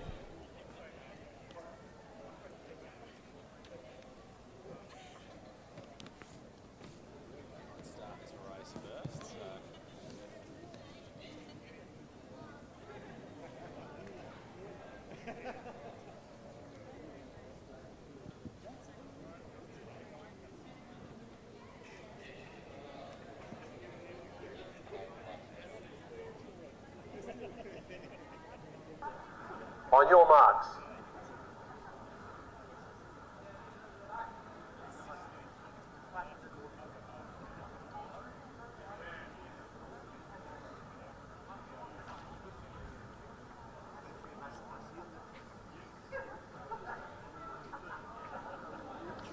Set.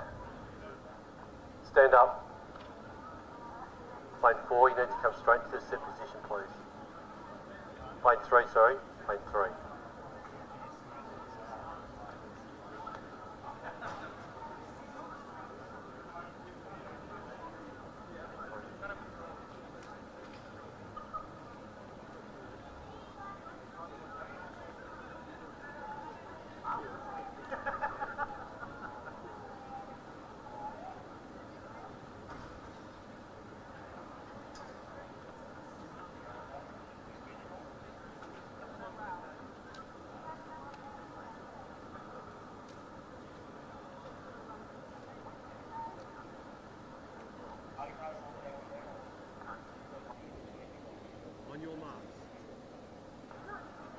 On your marks.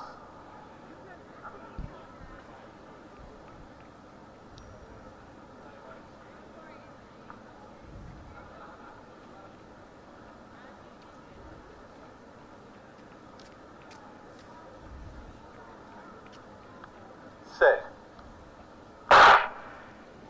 So away now in this under 17 event. Unfortunately now lane 4 is vacant. So it's Evans, Billsborough, Holler, Brady and McAvoy. So Holler and Brady looking good in the early stages. And it looks like it might be Evans on the inside lane. She's moving very well, the young lady from Bendigo Harriers. So Evans now starting to move in on a Billsborough to the outside of her. So as they move around through the 200 metres, it is certainly Caitlin Evans from Bendigo Harriers leading the way, taking the stagger on most of the field. On the outside, I think that might be Brady who's moving well.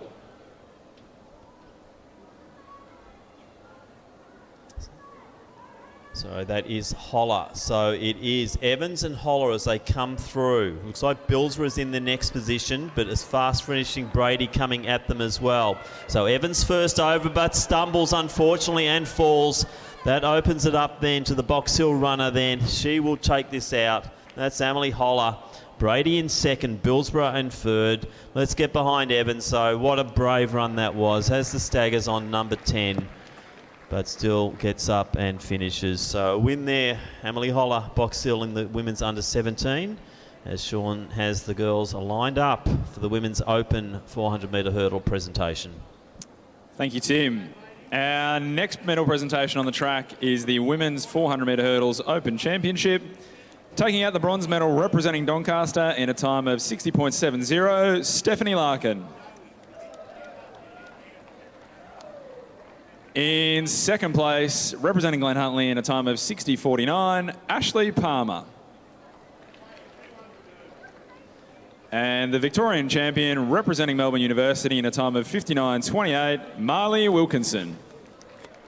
Congratulations.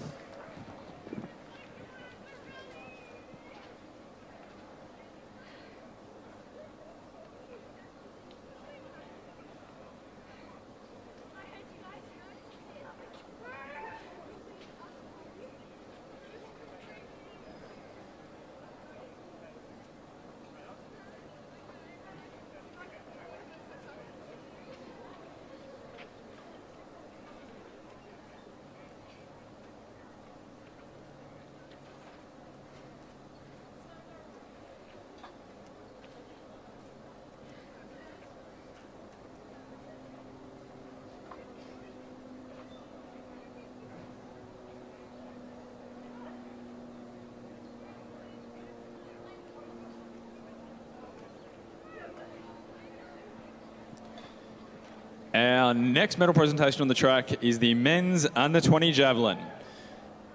In third place, representing Diamond Valley with a distance of 41.54 metres, Calvin Maiden.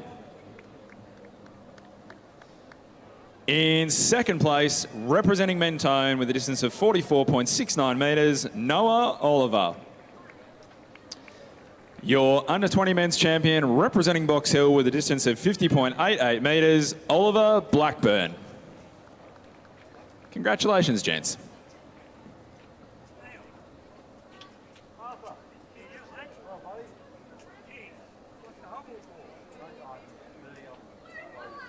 Rough stand for 2 days to run, gets a bit sore. Just putting it through both cricket.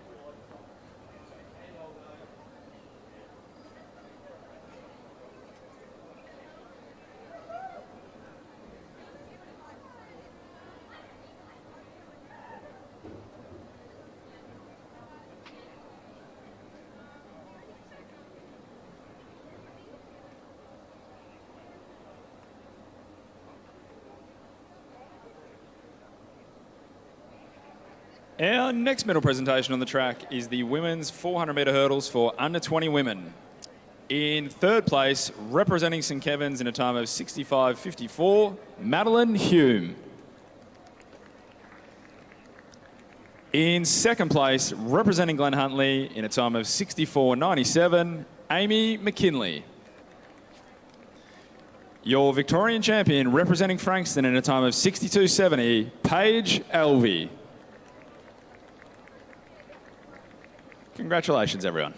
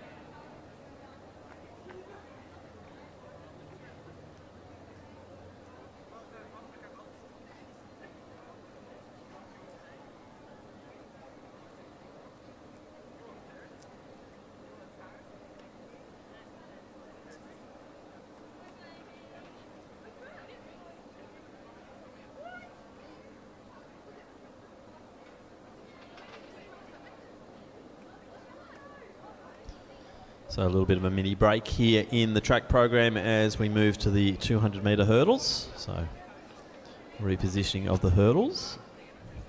Next event will be the under 16 women's 200 hurdles, scheduled to start at 12:30 p.m.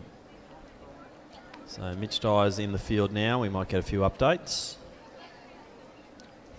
as we see a little bit more activity starting to happen in the field. Pole vault underway, 280. Good to have the board up now in the pole. And we can see that height there sitting in that competition at 280.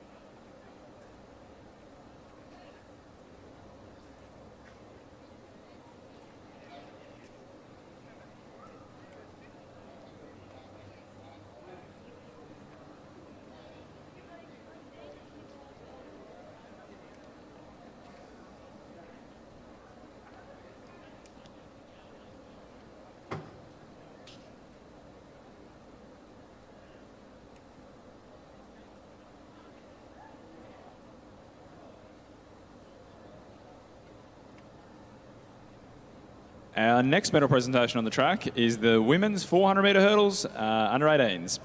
In third place, representing Corio Athletic Club in a time of 70.35, Ella Rayson.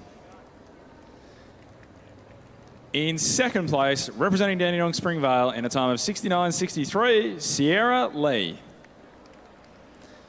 Your Victorian champion, representing Casey Cardinia in a time of 64.59, Josie Lawton.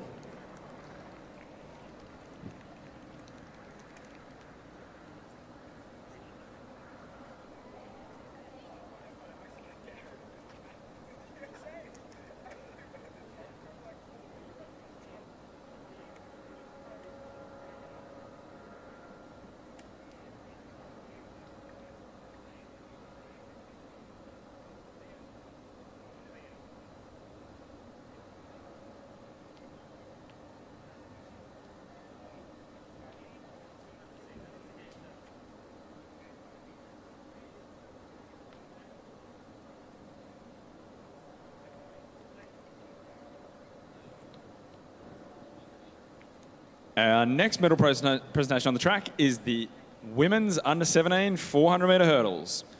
In third place, representing Sandringham in a time of 67.06, Zoe Billsborough. In second place, representing Geelong Guild in a time of 65.60, Hannah Brady. And your Victorian champion, representing Box Hill in a time of 65.29, Emily Hola. Congratulations. Thanks, Sean. We can see in the pole vault the bar now at 3 metres. And our 200-metre hurdlers almost ready to get underway. The under-16 competition due to start in about 2 to 3 minutes.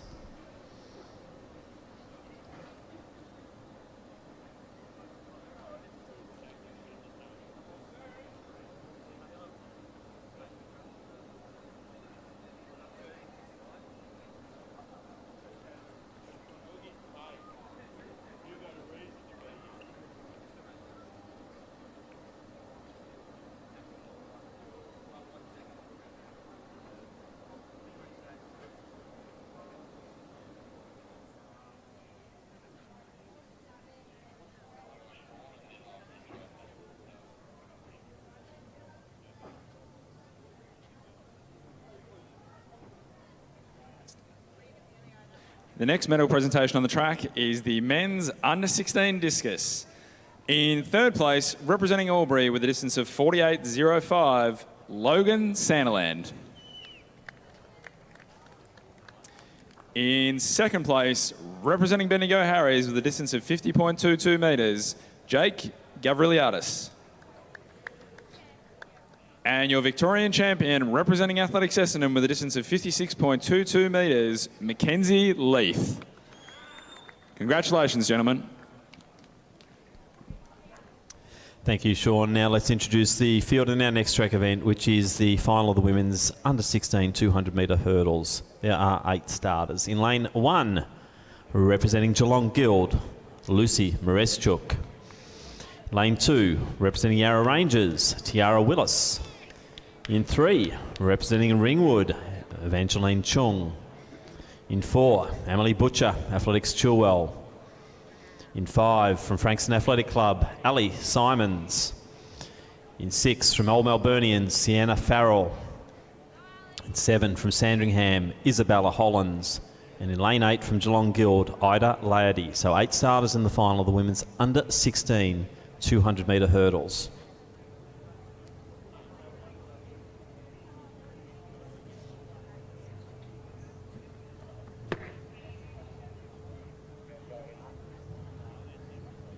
On your marks.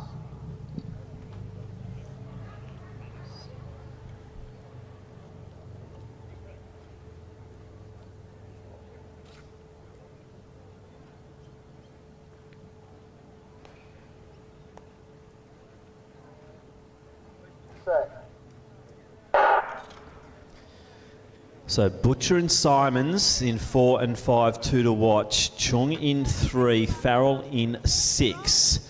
So Simons and Butcher going hurdle for hurdle at the moment. We've also got Hollands from Sandringham in the picture as well. But it looks like it is Butcher from Chilwell. To the inside of her, Chung is moving nicely. So Butcher leading at 1 barrier to go. Butcher will take it. Simons will come through for second. Chung in third position. Looks like a late dip there. Could have been Farrell from Old Melburnians to take fourth. But good running there. Emily Butcher, Athletics Chilwell taking out the under-16 200 metres as we go back to Sean for another presentation.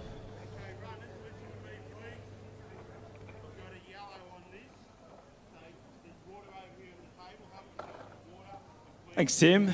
The next medal presentation on the track is the men's under-15 discus. In third place, representing Deakin with a distance of 35.92 metres, Luke Visser. In second place, representing Bellarine with a distance of 37.45, Bruno Parfit. And your Victorian champion, representing Ringwood with a distance of 38.52, Eden Smith.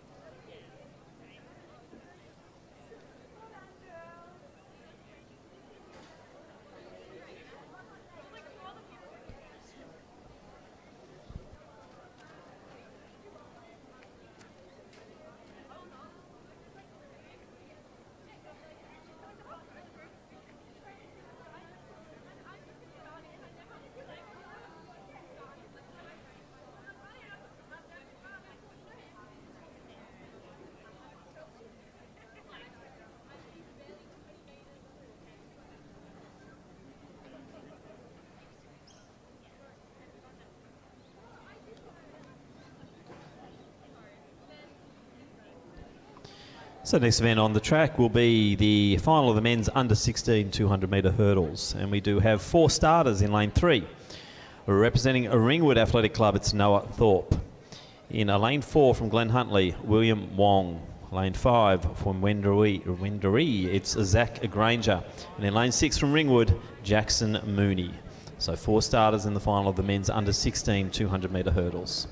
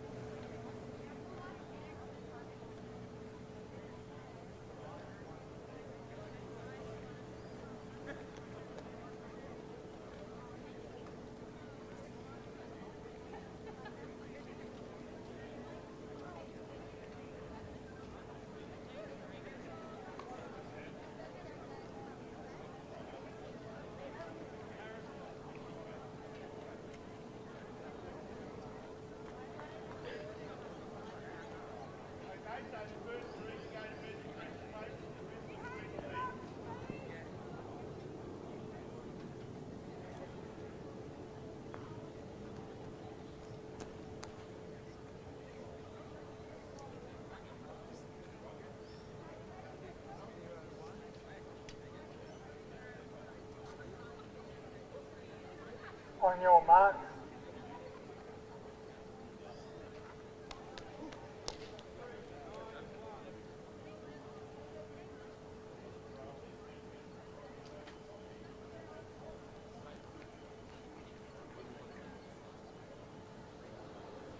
Set.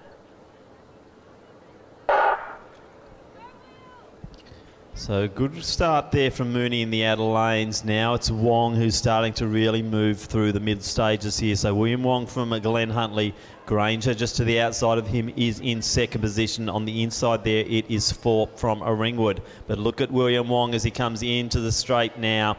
So 2 barriers to go, easily over. So William Wong, impressive performance over this 200 metres, 26.32. Granger in next position. Thorpe will take third and then Mooney fourth. And that's the men's under 16 200 metre hurdles.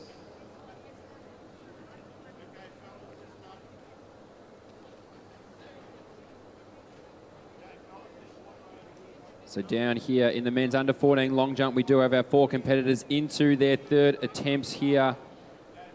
Currently leading us out, Guy Williams of Athletics Chilwell.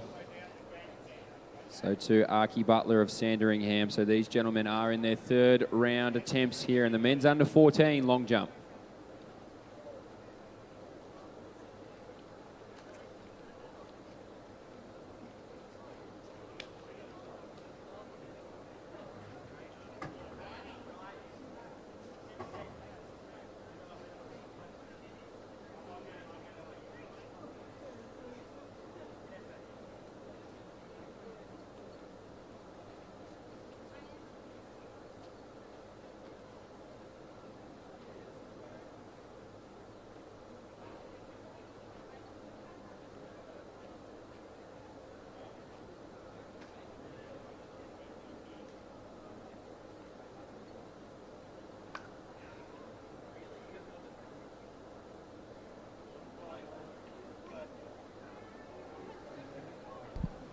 Can we please have Alicia Burt to presentations? Alicia Burt to presentations, please.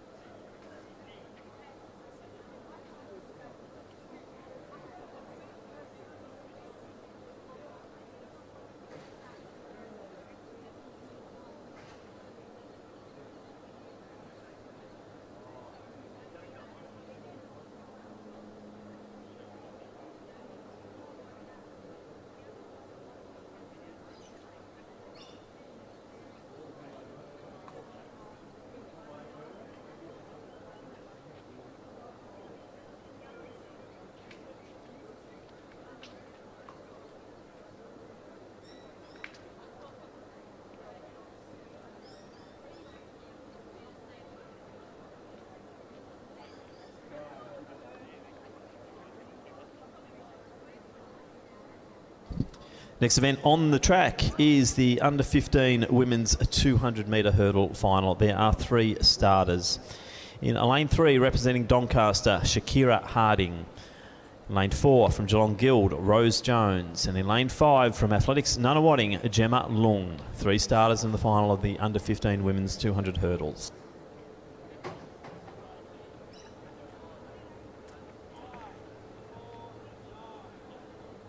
On your mark.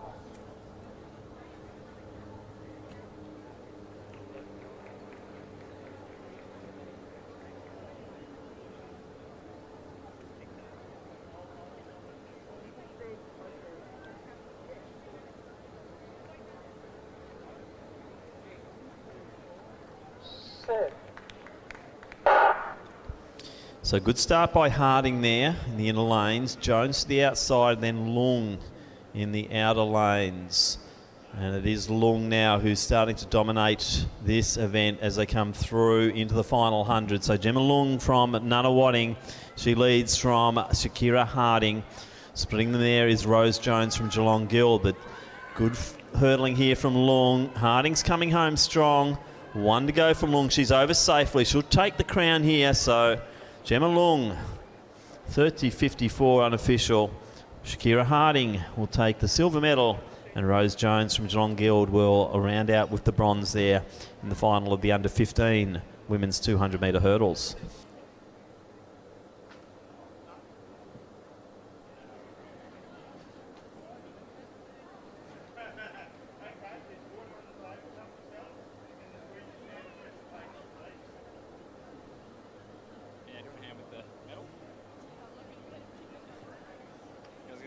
If you want to hang on to that and just hand it in the general direction.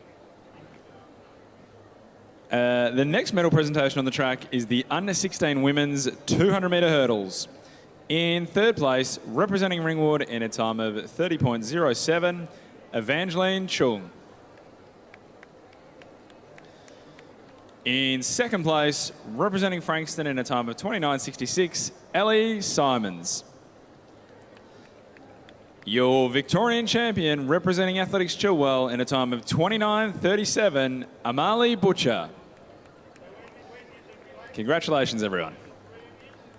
Down here to the tunnel, and halfway down, you stay over there. I've already DQ'd it, don't live and said to. Oh, it's okay, I can handle live, it's not a problem. And Muzz is even easier.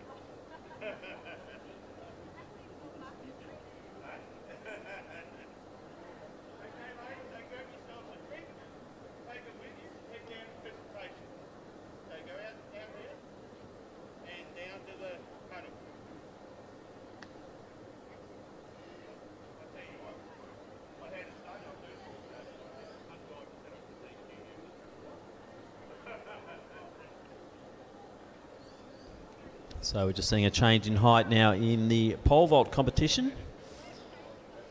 Mitch will keep us updated on activities throughout the field events. As we see javelin also underway now at the lake end.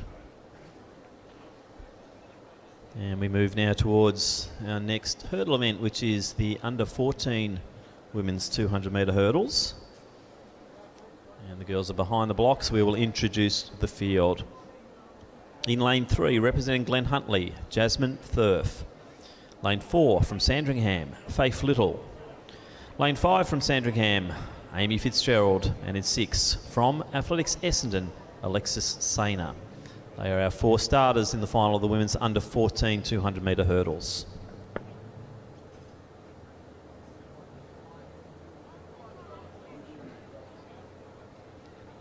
On your mark. 3:20 now the bar in the pole vault.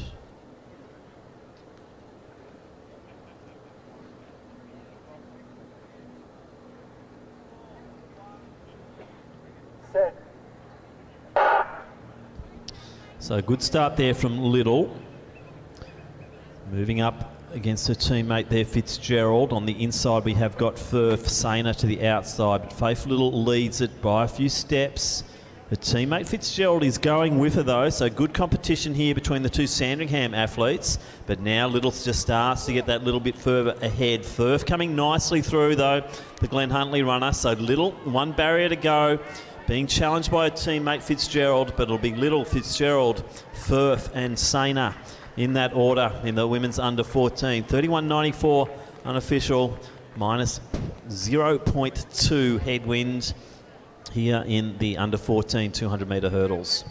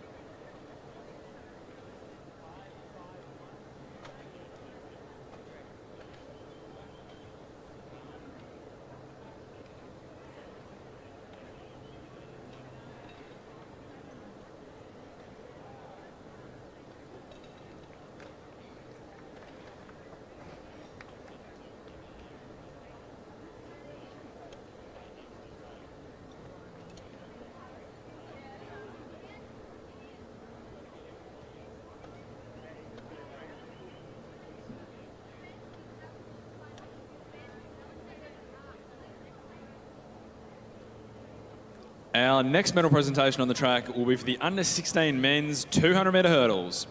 In third place, representing Ringwood in a time of 30.19 seconds, Noah Thorpe. In second place, representing Wendouree in a time of 27.82 seconds, Zach Granger. And your Victorian champion, representing Glen Huntley in a time of 26.29 seconds, William Wong. Congratulations, gents.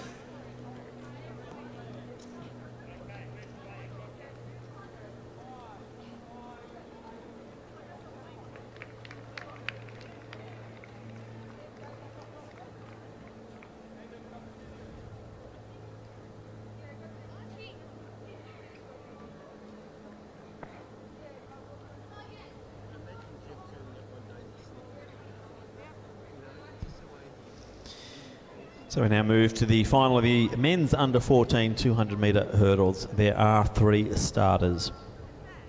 In lane 3, representing Athletics Chilwell, Xander Zurawell. Lane 4, from the Sandringham Athletic Club, Archie O'Rourke. And in lane 5, also representing Sandringham, Oliver Rousseau. So 3 starters in the final of the men's under 14 200 metre hurdles. On your mark.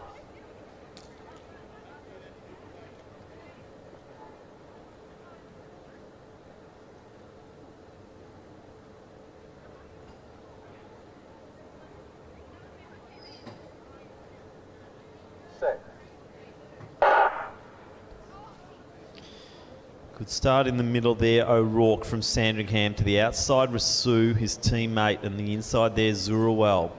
But it is O'Rourke who's leading the way as they come through and round the bend. His teammate Rousseau in second position.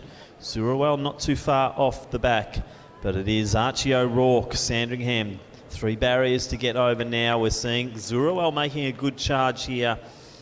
Rousseau to the outside there, but Archie O'Rourke will up and over cleanly, and he'll take this out unofficially 34.24. Rousseau in second, and the bronze medal there, Xander Zurawell from Athletics Chilwell, as Sean now proceeds to a next presentation. Thank you, Tim. The next medal presentation on the track is for the women's under 15 200 metre hurdles. In third place, representing Geelong Guild in a time of 32.49 seconds, Rose Jones. In second place, representing Doncaster in a time of 30.92 seconds, Shakira Harding. And your Victorian champion, representing Nunawading in a time of 30.49 seconds, Gemma Lung. Congratulations, everyone. So another break in the track program now. The men's under 17 200s going from semis to a straight final at final time of 2:50. Means our next event on the track will be at 1:15 p.m. and that'll be the semis of the women's open 200 metres.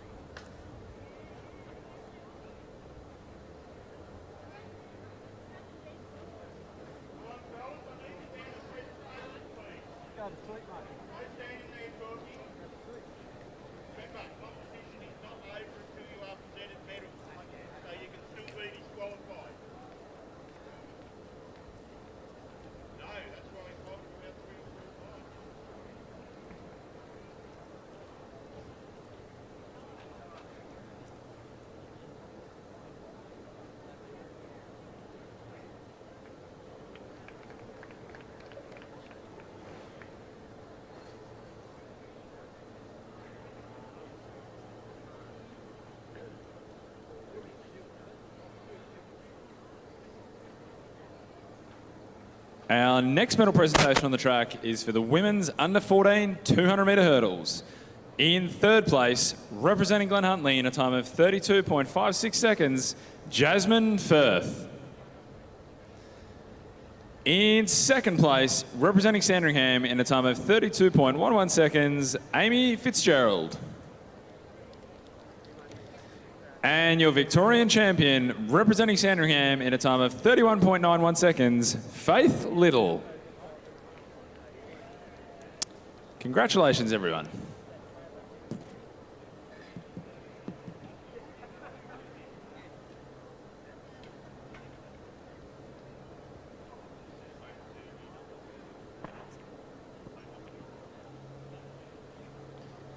So down here, our men's under 16 long jump, we are into our final round of competition.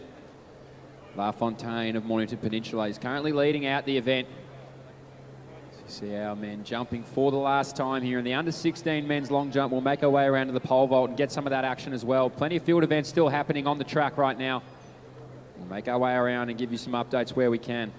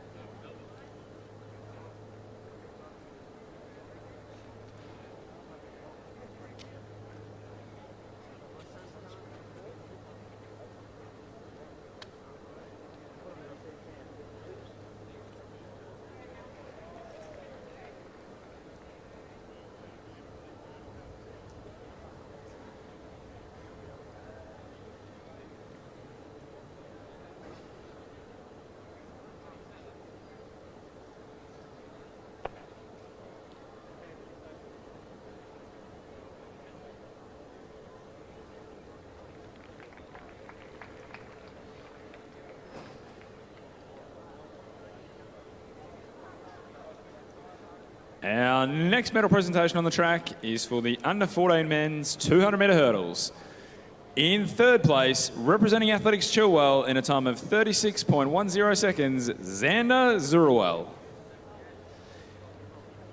In second place, representing Sandringham in a time of 35.38 seconds, Oliver Risu. In first place, and your Victorian champion, representing Sandringham in a time of 34.20 seconds, Archie O'Rourke. Congratulations, gentlemen.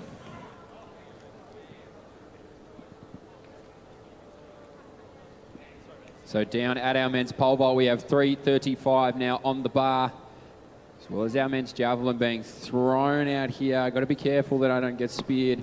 They're throwing them that far. We saw the clap happening down there, so we'll get some results as I make my way down to the javelin. But 3:35 on the pole for our men's pole vault, as our long jumpers make their way through their final jumps of competition.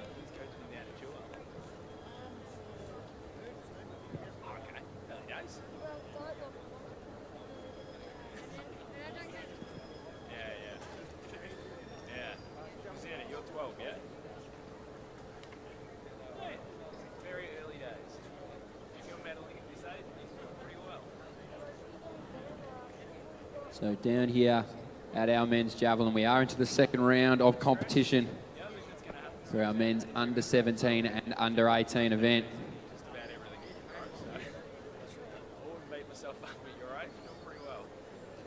Frank Mazza of Q Lawson Burners leading out our men's under 17.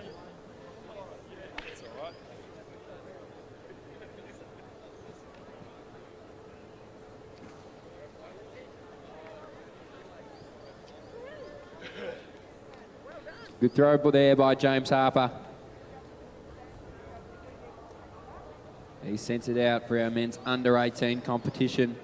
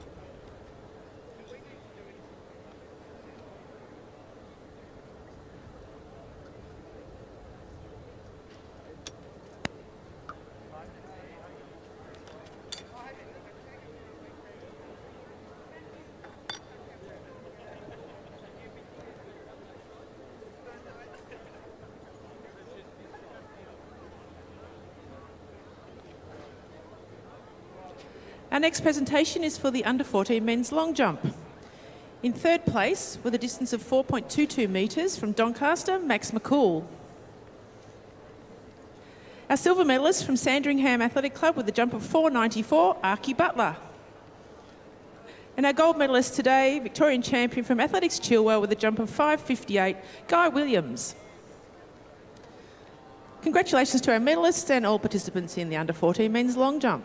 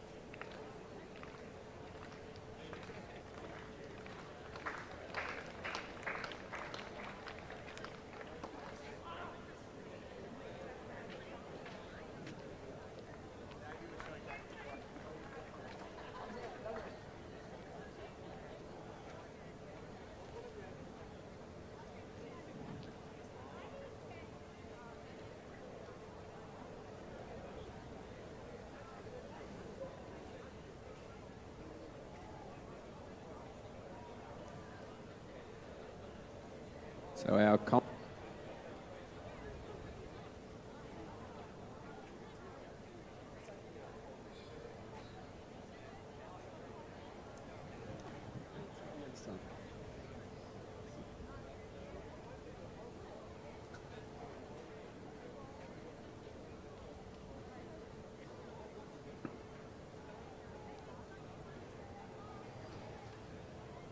So our javelin event still underway here. They're making their way through their third. We have seen our javelins. The 59 metre mark. So do keep your eyes open on the inside of the track.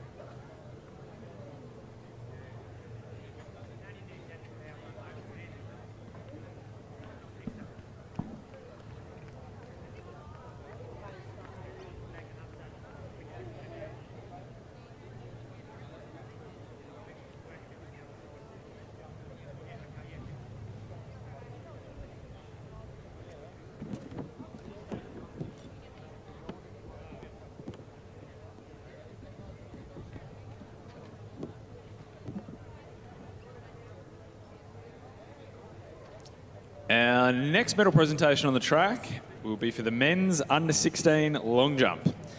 In third place, representing Mornington with a jump of 6.28 metres, Marcus Lafontaine. In second place, representing Mentone with a jump of 6 metres 35, Valentino Bertucci. Your Victorian champion, representing Casey Cardinia with a winning jump of 6 metres 51, Joshua Sullivan. Congratulations, gentlemen.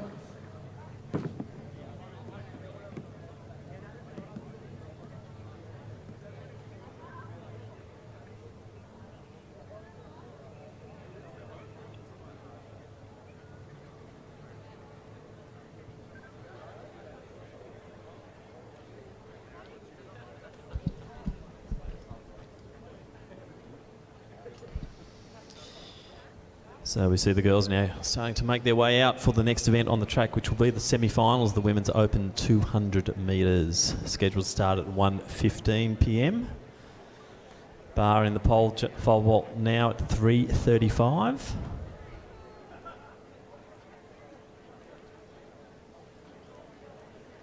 Yeah, 3:35 down here, Tim. We've had a few clearances and a few misses, so these boys going through the motions now at 3:35. Starting to wean out the field a little bit, but great jumping down here at the pole vault. We've got a good crowd up on the bend here, so do keep your eyes peeled for this men's pole vault going on down here. 200-metre competitors now making their way out onto the track.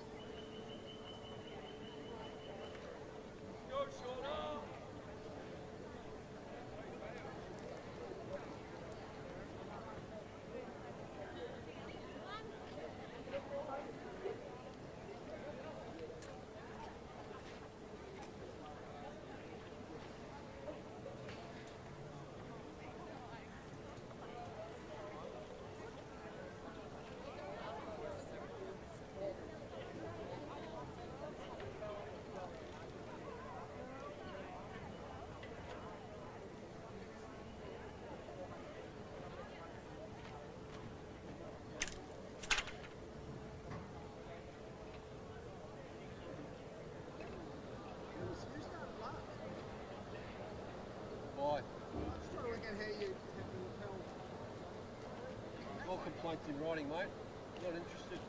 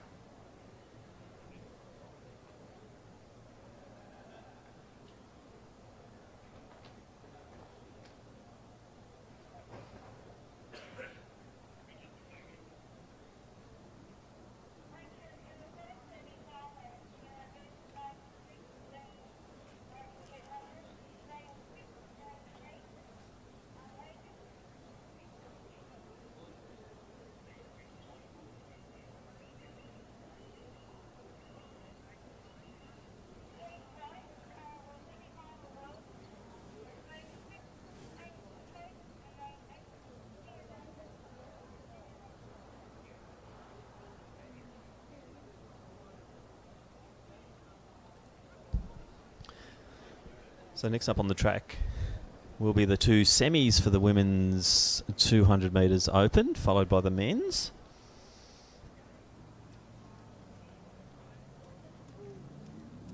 So unfortunately a couple of DNSs now in the first of our women's semis. That includes Maddie Coates. She is out, and Sophia Davis from Box Hill also out. So we'll be down to 6 in the first of the 2 semis for the women's 200. Ones to watch there. You can't really go past Hubbard, Louisu and Lane. That's lanes 3, 4 and 5. Some good competitors there. Romanoff will be in 1, then Holohan in 2, and out in the outer lane, which will be on her own too, is Shauna Herbst from Box Hill, as the runners either side of her are now not starting.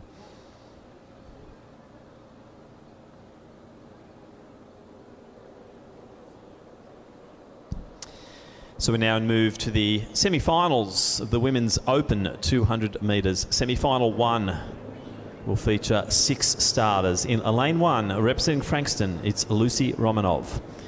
In lane 2, from Sandringham, Kobe Holohan. Lane 3, from Collingwood Harriers, Kendra Hubbard. Lane 4, from Mornington Peninsula, Alexia Louisu. In lane 5, from Mornington Peninsula, Ebony Lane. Lane 6 is vacant. Lane 7 from Box Hill, it's Shauna Herbst, and lane 8 is also now vacant. So 6 starters in the semi-final, number 1 Women's Open 200 metres. On your marks.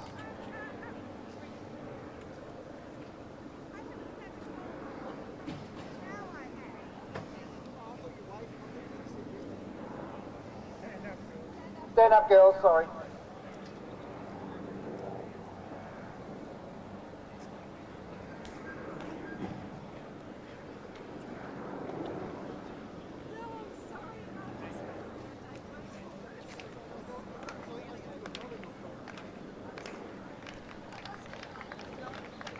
On your marks.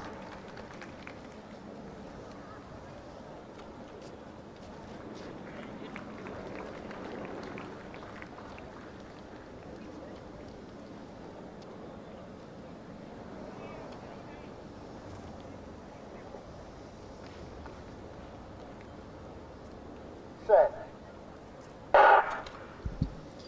So Louisu off well, Lane to the outside of her, also moving nicely. Hubbard now starting to wind it up. Top 3 to go through to the final, plus the next 2 best times. And it is our top 3 here is Lane, Louisu and also Hubbard.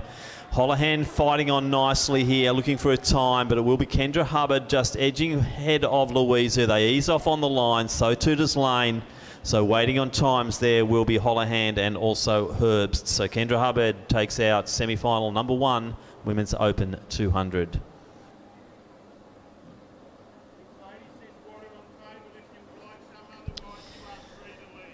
So a little bit slow to get out there, but once she got moving, Hubbard really was moving very nicely. Louisa just in control, though. You could tell that. Ebony Lane was the first to really take the foot off the pedal, knowing that she had an automatic spot through to that final. So Holohan and also Herbst will now be waiting on time. We'll try and get some updated times relatively soon. As we move through, there will be 8 starters in the next of the semi-finals.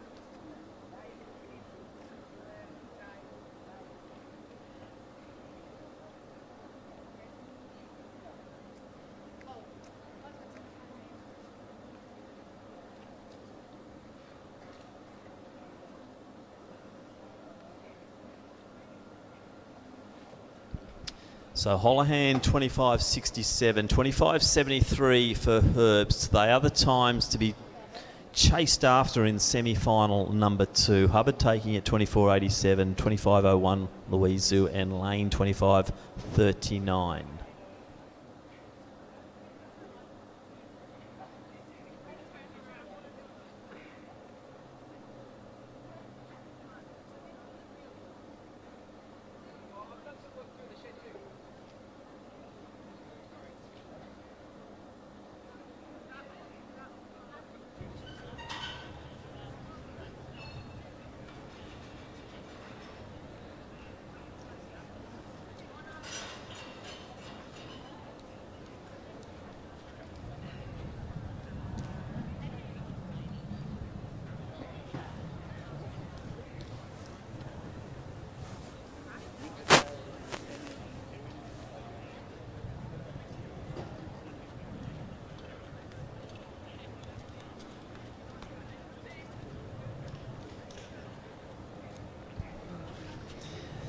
Semi-final number 2 of 2.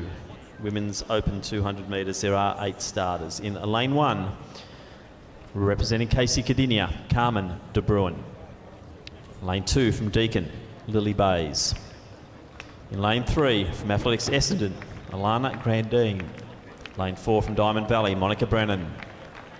In lane 5 from Ringwood, Jessica Payne.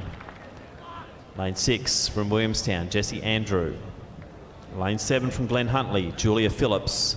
And in lane 8, also from Glen Huntly, Jennifer King. They're our 8 starters in their second semi-final of the Women's Open 200.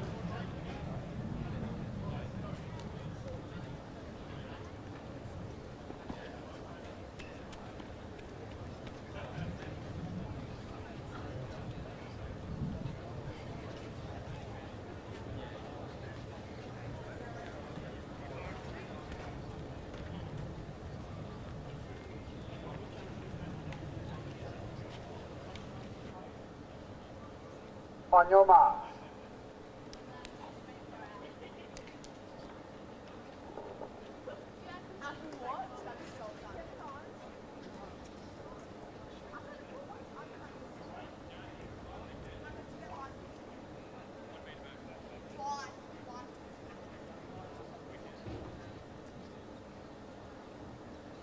Set. So Payne away nicely. To the outside of her is Jessie Andrew, but Payne leading it as they go round the bend. Brennan is chasing her. So Jessica Payne got the pink on once again, makes it easy for me to see. Monica Brennan really challenging. Top 3 to go through. Brennan looking powerful coming into the final stage of this 200. Close now for third. Andrew will take that auto qualifying spot. Grandini next, 24.17 unofficial. So I'd say that will be a good chance there for Grandine to be going through to that final as well. We will wait on times, but Monica Brennan very strong there. So 0.3 headwind. Not much out there today. Beautiful conditions here, Lakeside Stadium. And that concludes the semis for the Women's Open 200s.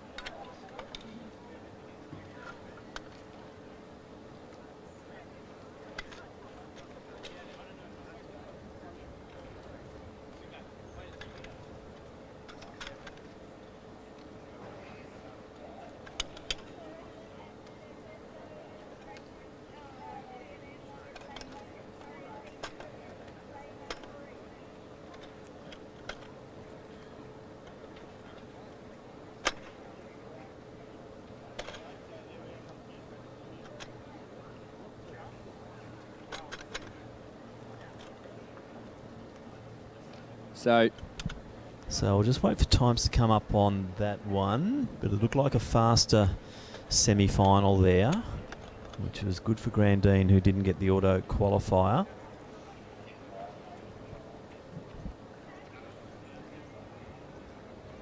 So down here,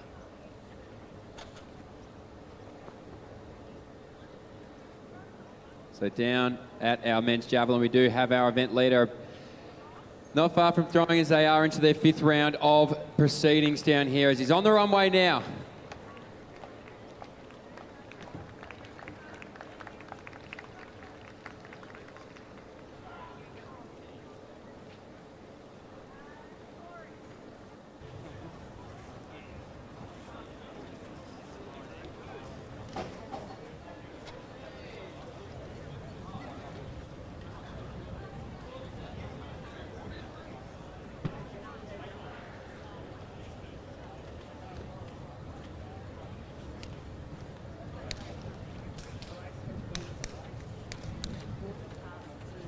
So over the 50-metre mark as we head into our 6th round here in men's javelin.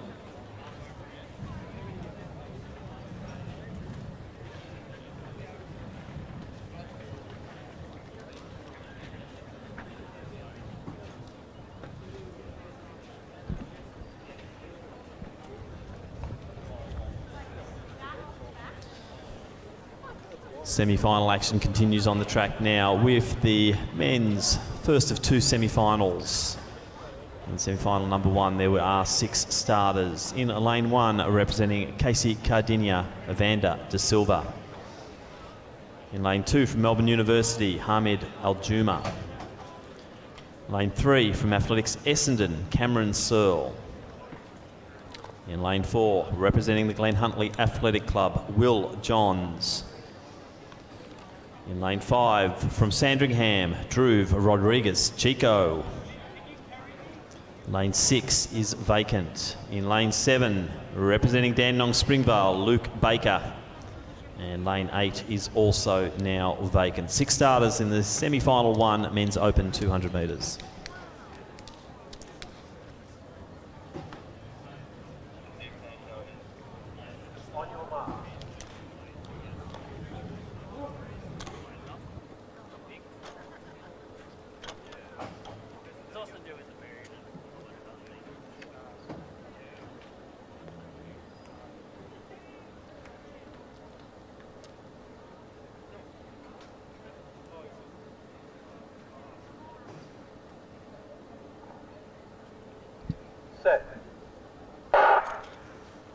Great start there from Rodriguez Chico. Also on the inside there, Cameron Sewell moving very nicely. Once again, top 3 to go through automatically. Next 2 best times. And our top 3 at the moment is Rodriguez Chico, Will Johns moving nicely. Searle easing up there, but still in the lead. Top 3 quite certain here. Searle, Johns, Rodriguez Chico. Baker will have to wait on time. So too Aljuma. And that is semi-final 1, men's open 200.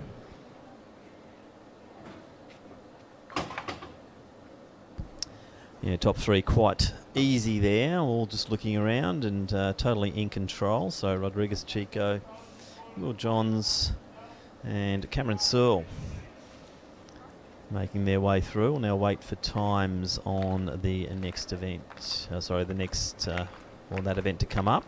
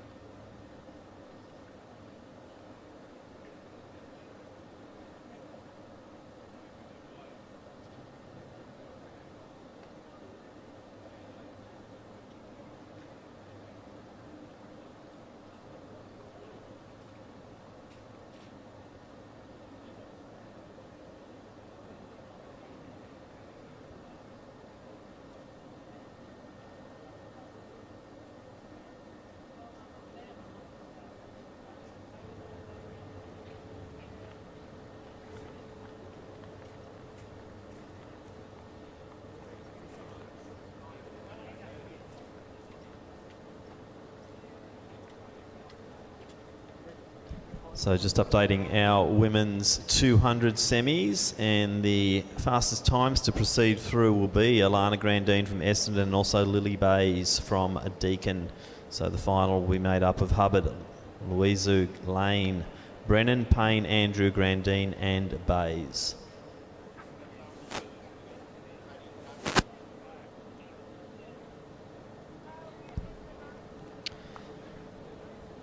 Semi-final number 2, men's open 200 metres. There are 7 starters. In lane 1, representing St Kevin's, Phil Borg.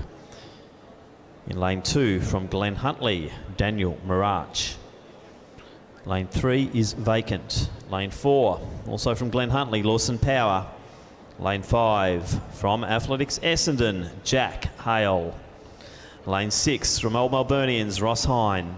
Lane 7 from Geelong Guild, Joshua Perdrasat. And in lane 8 from Athletics Nunawading, Corey Robinson.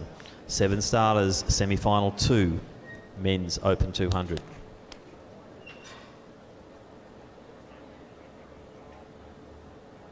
On your mark.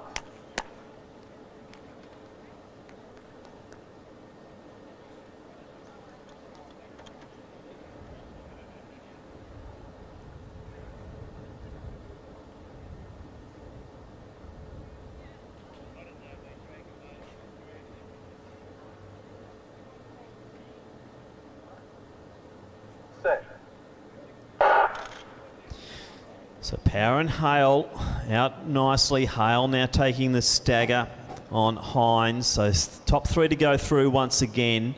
So Hale and Power looking good. Hine coming through nicely at the moment, leaving Perdrasat behind him. But challenging Hale now will be Power. Hine, I think, will take that auto spot. Perdrasat will have to wait on time with Mirach. And that concludes the action here in the men's 200 heats. So Power and Hale looking good there. We'll just wait for those consolidated times to see who proceeds through to that final this afternoon in the men's Open 200 metres.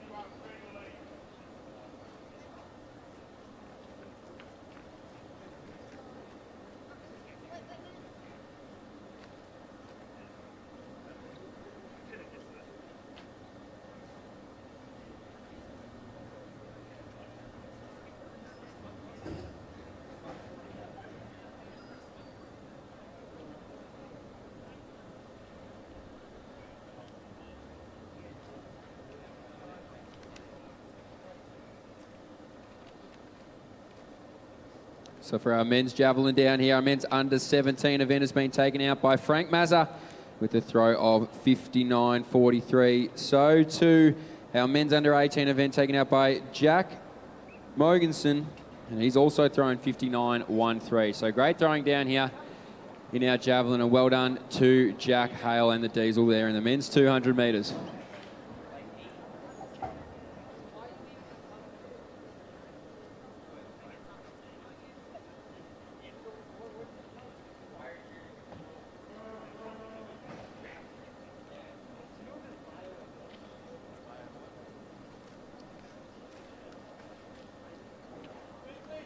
Also, over at our men's pole vault, we do have 3 metres 50 on the bar, so they are starting to get up there on the infield of the men's pole vault.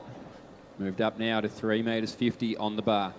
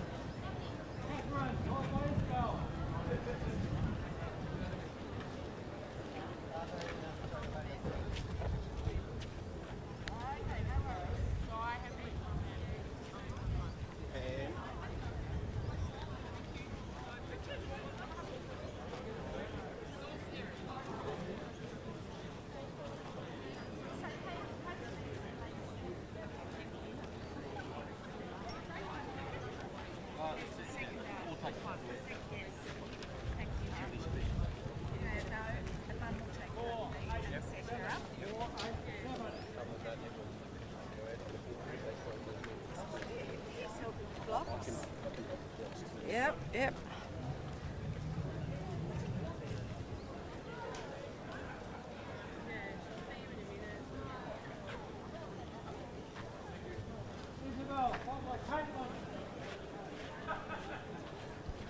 So we're just nervously anticipating the second set of results to come in from the men's semis in the 200. So just keep hitting refresh on AV Results Hub.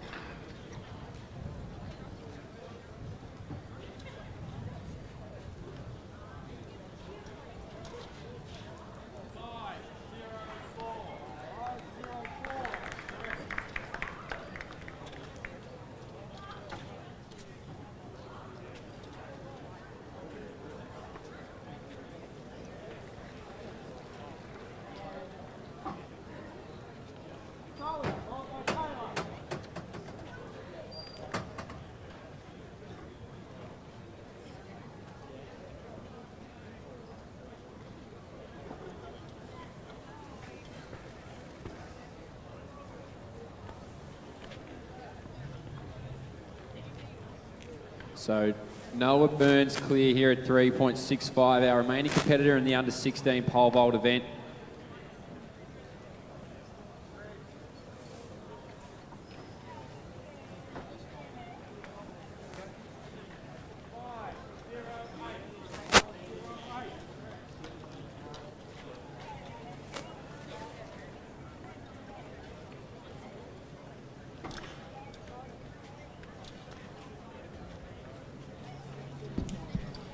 So let's go through the finalists who have made it through to the men's open at 200 metres, and they are from Cameron Searle, Will Johns, Drew Rodriguez Chico on automatic positioning. Also Jack Hale, Lawson Powell, Ross Hine based on top three.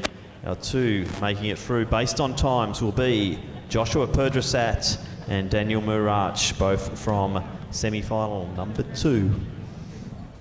So Searle, Johns, Rodriguez Chico, Hale, Powell, Hine, Perdrasat and Murach will be our 200 metre final later this afternoon here at Lakeside Stadium.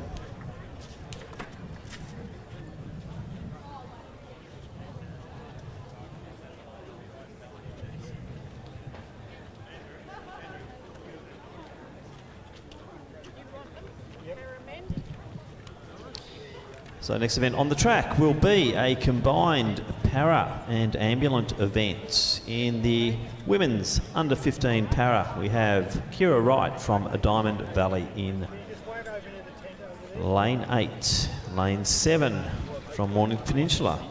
In the under 17 women's para 200, Kobe Lee Dyer.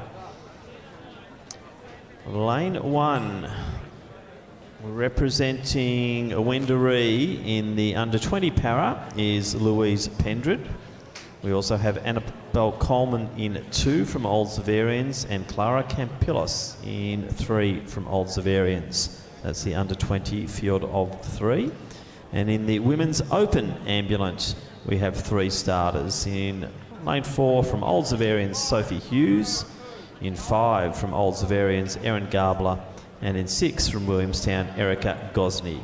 So they are the starters in the combined para and ambulant 200 metres.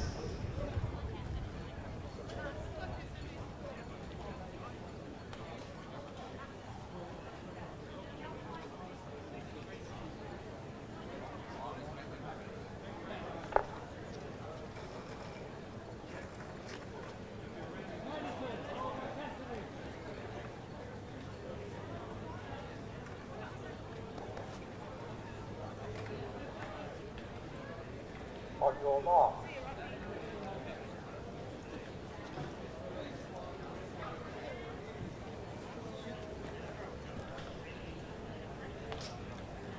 Just move back a bit, please.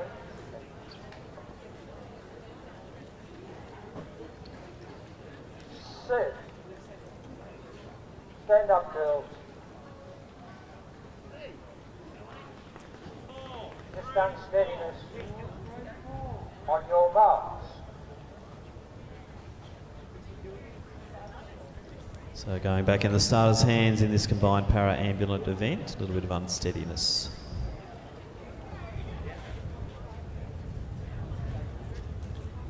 Sit. So away now. Looks like Gabler's off to a good start. In the outer lanes there, we've also got Kobe Lee Dyer. And to the outside of her, Kira Wright. So it's Dyer looking good as they come in. Now remember, they're all under different categories here, but it is Dyer. Also in lane 3 there, that is Campillis. So Dyer will take this out. Clara Campillos, then Wright, then Gabler. Then in 2 we've got Coleman. Gosney just coming over the top of Hughes there. And that is 31.66. Pretty smart running there. Kobe Lee Dyer, the fastest performer there in this combined para and ambulant 200-metre event. And let's get behind Louise Pendred. She'll greet the photo finish there, and she's happy, gives herself a bit of a clap. So Louise Pendred now finishing that 200 metres as well.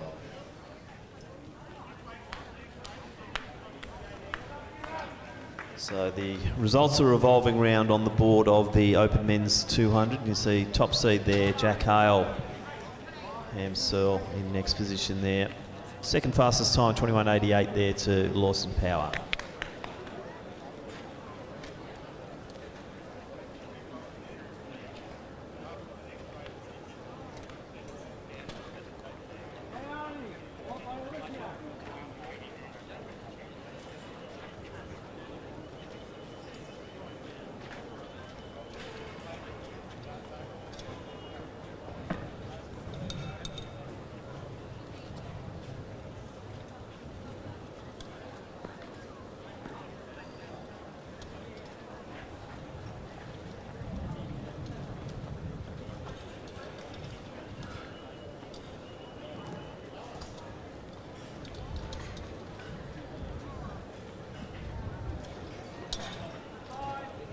The next medal presentation on the track is for the under-18 men's javelin.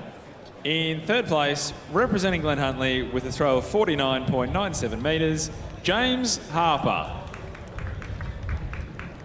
In second place, representing Mentone with a throw of 55.02 metres, Hadi Al-Shabagi. And your Victorian champion, representing Sandringham with a throw of 59.13 metres, Jack Mogensen. Congratulations, gentlemen.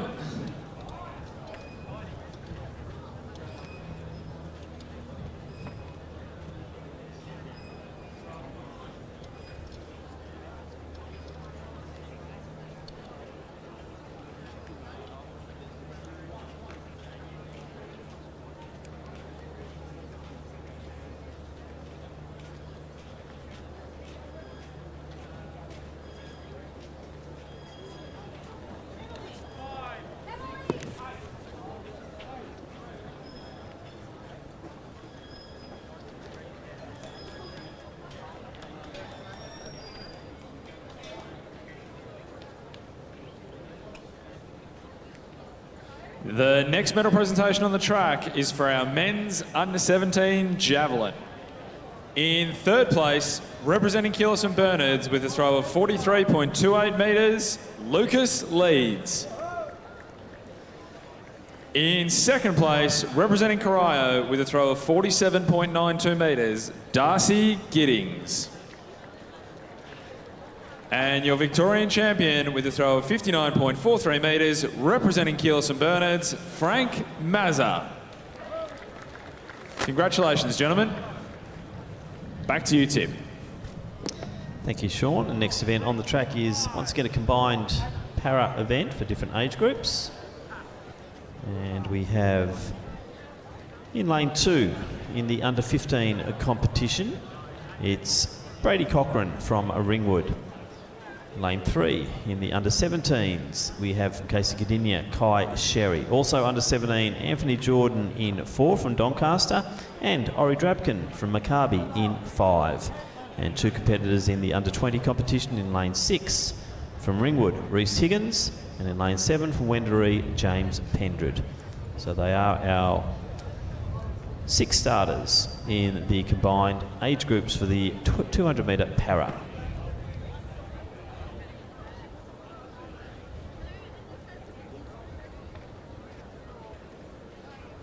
On your mark.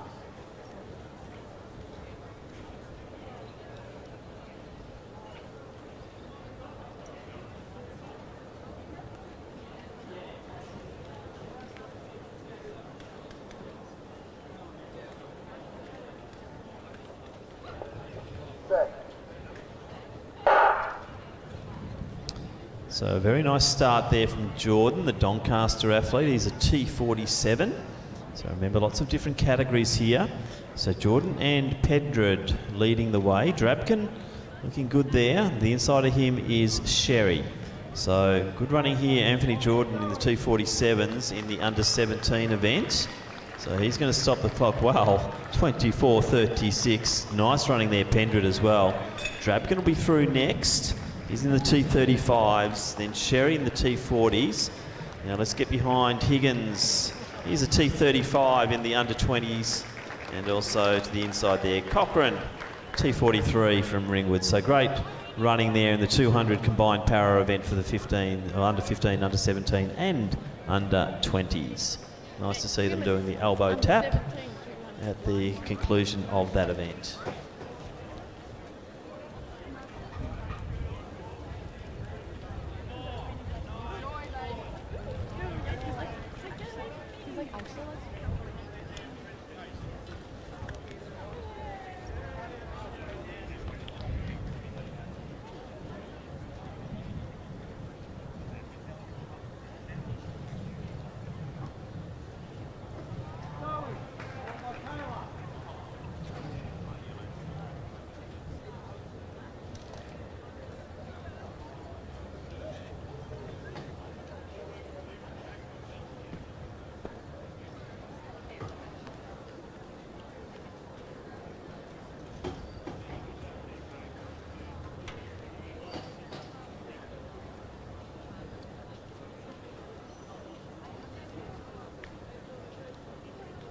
So on the runway down here on the back straight is our women's under 20 long jump into their second round of jumping, and the current leader of the event is Alessia Wynn of Doncaster with a 5.93. So they certainly are launching themselves on the back straight here. Keep your eyes peeled for the women's under 20 long jump event underway on the back straight.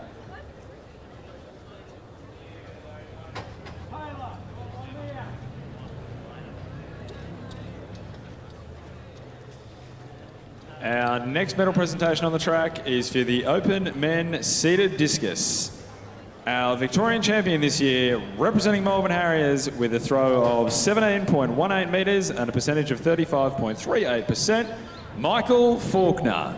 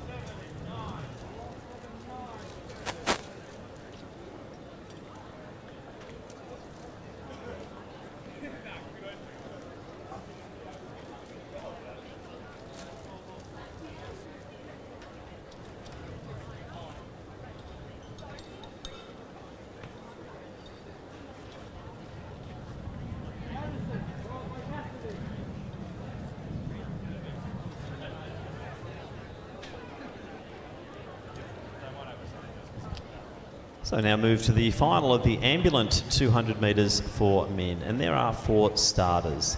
In lane 3 from Oldsvarians, James Brown. Lane 4 from Athletics Nunawading, Liam Koenig. Lane 5 from Keilor St Bernard's, Sean Scott. And in lane 6 from Athletics Chilwell, Ashwin Singh.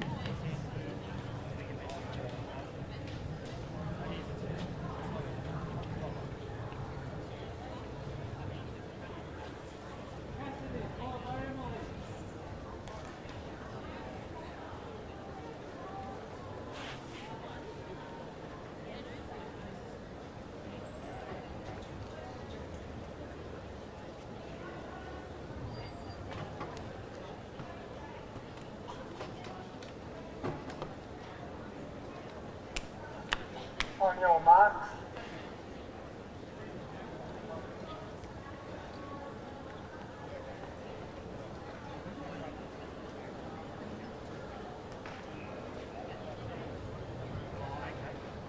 Set.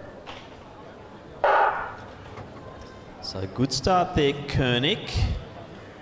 Also going with him, Scott from Keilor St Bernard's, and now it's the Oldsvarians runner in Brown. He's a T20. So Brown entering the straight first. So Brown leading this one. Koenig in next position. He's a T37. So looking strong. Good finish here from both of them. Koenig closing nice. A good dip there, 25.90.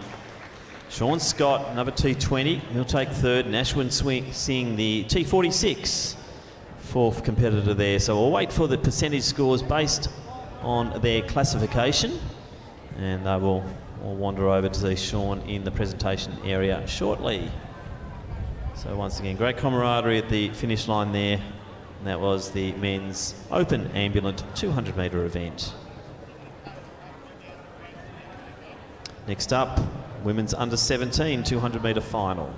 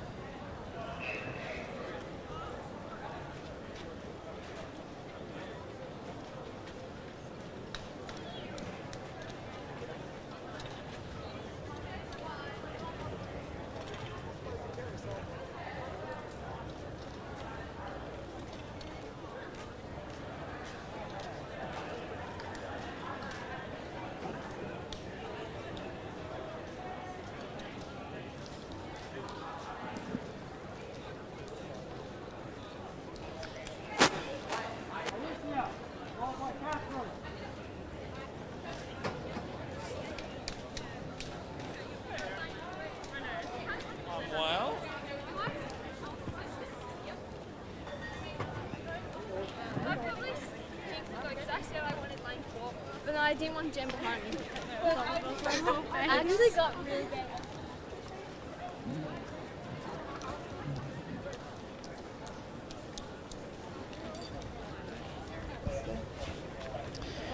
Women's under 17 200 metre final, and there are 7 starters. In lane 2 from Frankston Athletic Club, Nancy Agostino. In 3 from Sandringham, Zoe Billsborough. In lane 4 from Sandringham, Jessica Malat. Lane 5 from Box Hill, Holly Neuenhuizen. Lane 6 from Athletics Nunawading, Aranya Manchanaika. In 7 from Mentone, Alicia Ockerby. And in lane 8 from Athletics Essendon, Amanda Rout. 7 starters in the final of the women's under 17 200 metres.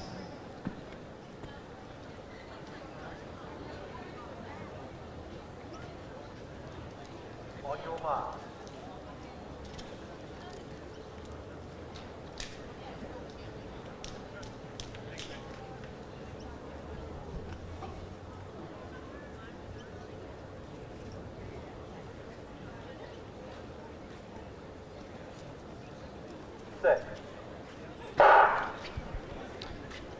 Billsborough away well, so too Malat on the inside and now starting to draw in on the stagger. The outer lanes there, Rout and also Ockerby moving well.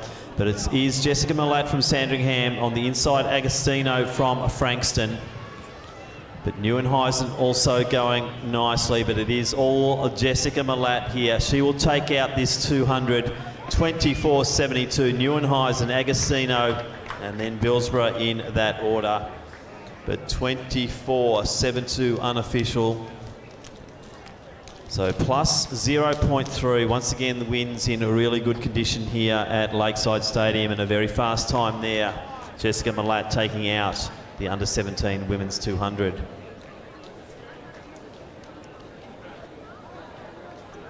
The next medal presentation on the track is for the Open Women's Ambulant Discus. Your Victorian champion representing Ringwood with a throw of 13.96 metres and a percentage of 31.99%, Chelsea Haag-Witherden. Congratulations, Chelsea.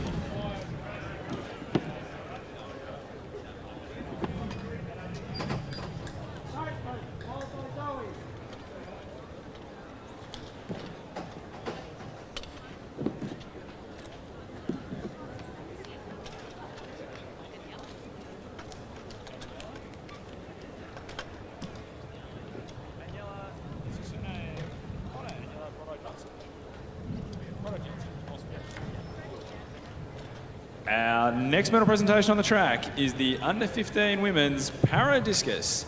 Your Victorian champion with a throw of 17.01 metres and a percentage of 50.16%, Aniela Brodder-Jensen. Congratulations, Aniela.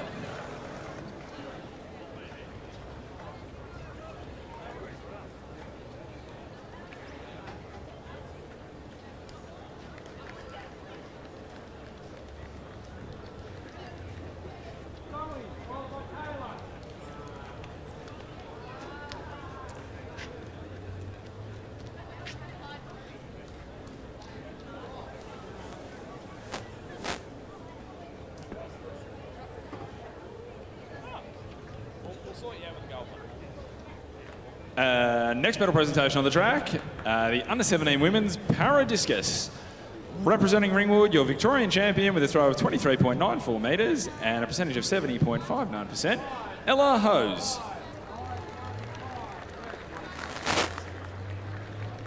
Congratulations, Ella.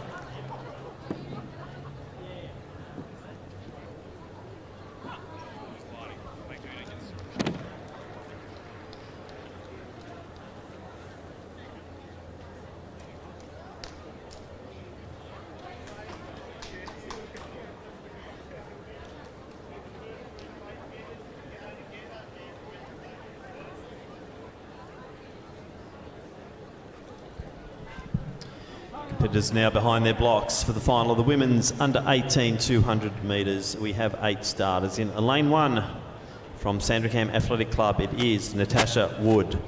In lane 2 from Box Hill, Eve Parry. In lane 3 from Geelong Guild, Nia Brown. Lane 4 from Wodonga, Jess Calvert. Lane 5 from Western Athletics, Ella Tobin. In 6 from Sandringham, Abby Francis. Lane 7 from Williamstown, Ashley Farah. And in lane 8 from Sandringham, Mika Barone. So 8 starters in the final of the women's under 18 200 metres.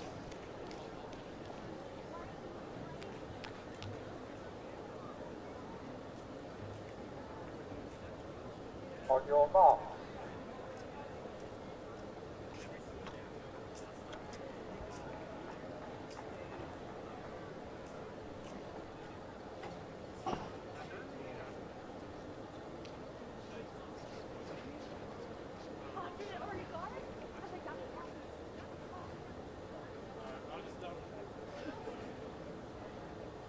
Set.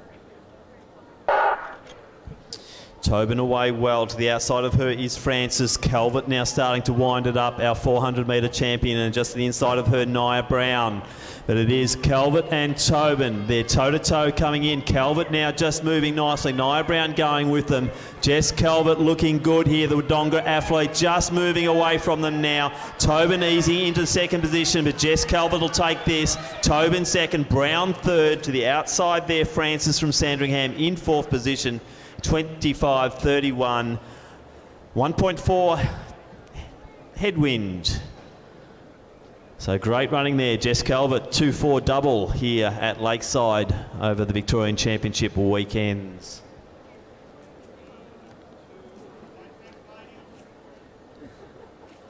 Our next... Another strong run there from Calvert. Just once she got moving through that 80 to 100 metre mark, she was just flying and coming into the straight, totally in control. So taking out a good double there in the 2 and the 400 in her age group. Our next medal present. Our next medal presentation on the track is for the under-20 women's para discus. Your Victorian champion, representing Wendouree with a throw of 5.54 metres and 12.69%, Louise Pendred.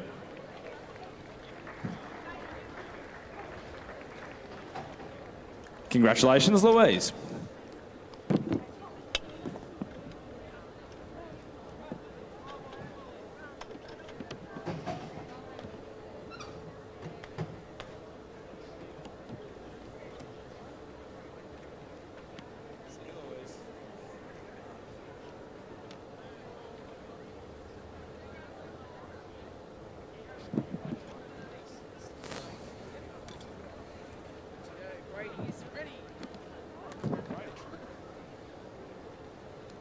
Our next medal presentation on the track is for the under-15 men's para discus. Representing Ringwood, your Victorian champion with a throw of 11.29 metres and 17.72%, Brady Cochrane.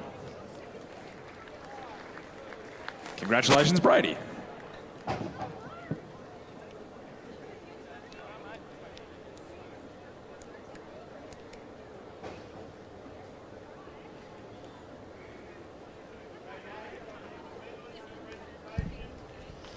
So introducing now the finalists.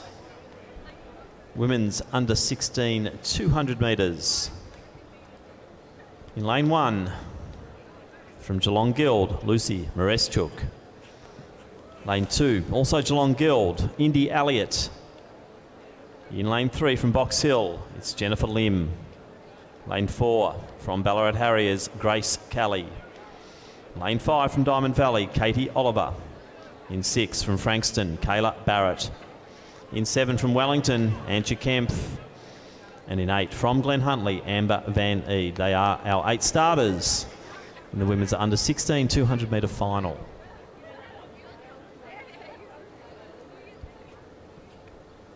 On your mark.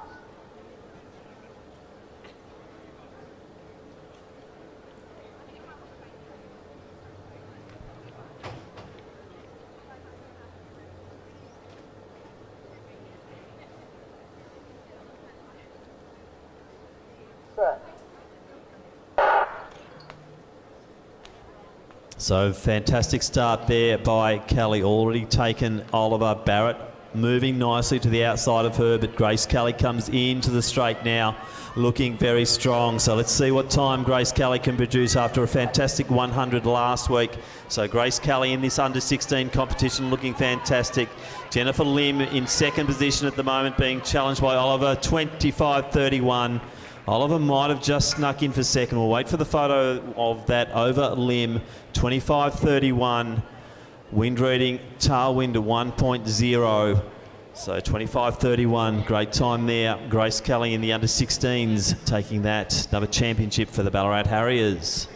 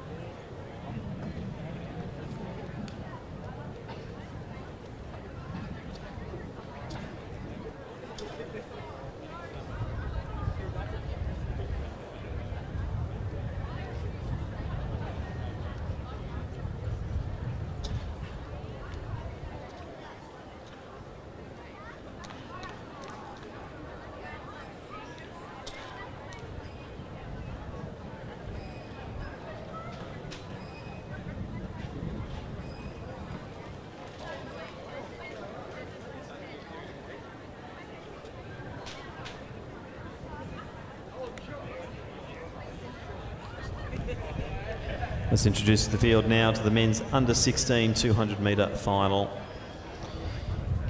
Representing Casey Cadinia in lane 1, we have Jared De Silva.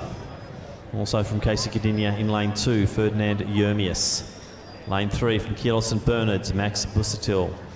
Lane 4 from Casey Cadinia, Joshua Sullivan. Lane 5, also Casey Cadinia, Jeremy Kariuki. Lane 6 from Western Athletics, Chilo Idris. Lane 7 from Athletics Essendon, Chanachai Kankratok. And in lane 8 from Frankston, it is Thomas Schaefer. They're the 8 starters in the final of the men's under-16 200 metres.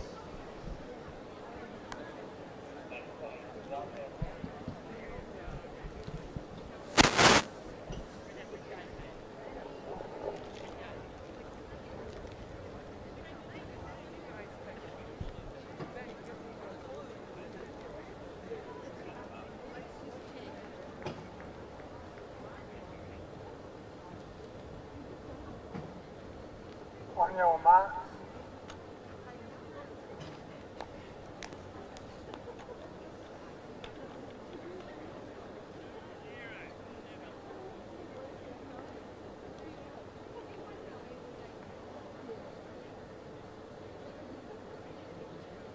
Set.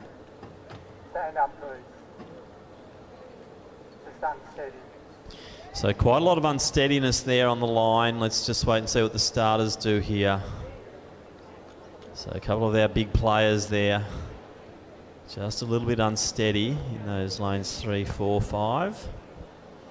On your marks. So full field restarting. Men's under 16 200.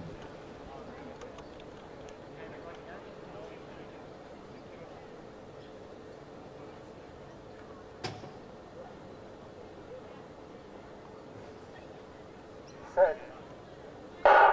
So away cleanly now, and was Kariuki off to a flying start. He's dragging Sullivan and also Busatil with him, but Kariuki looking good. Kankutok to the outside of him. So Kariuki leads it through. Idris starting to really wind up. We saw this in the heats as well.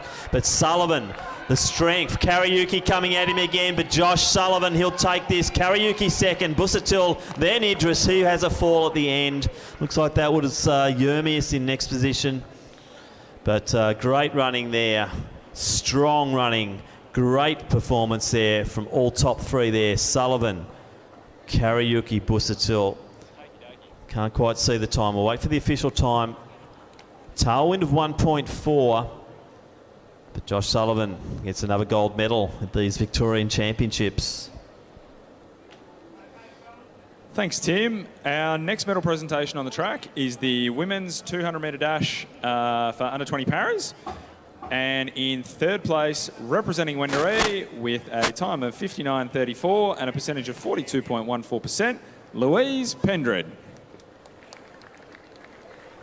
In second place, representing Old Zaverians with a time of 35.48 seconds and a percentage of 70.49%, Annabelle Coleman.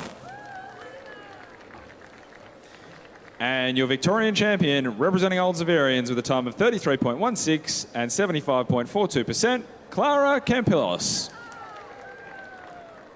Congratulations. Thanks, Sean. Just confirming official winning time there, Josh Sullivan down with his three teammates from Casey Gdynia, 23.01 to take the win there in the under 16 men's 200.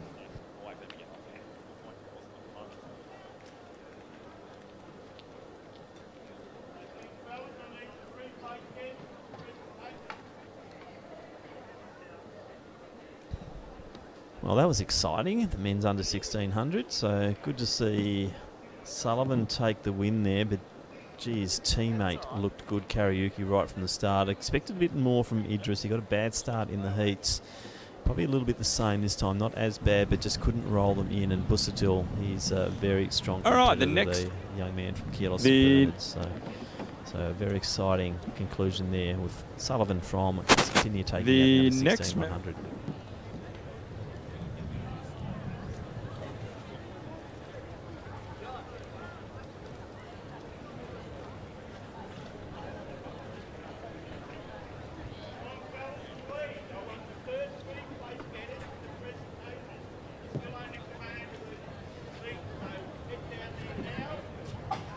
The next medal presentation on the track is for the men's open ambulant discus. Your Victorian champion with a throw of 11.94 metres and 19.98% is Nathan Loke from Keolis St Bernards.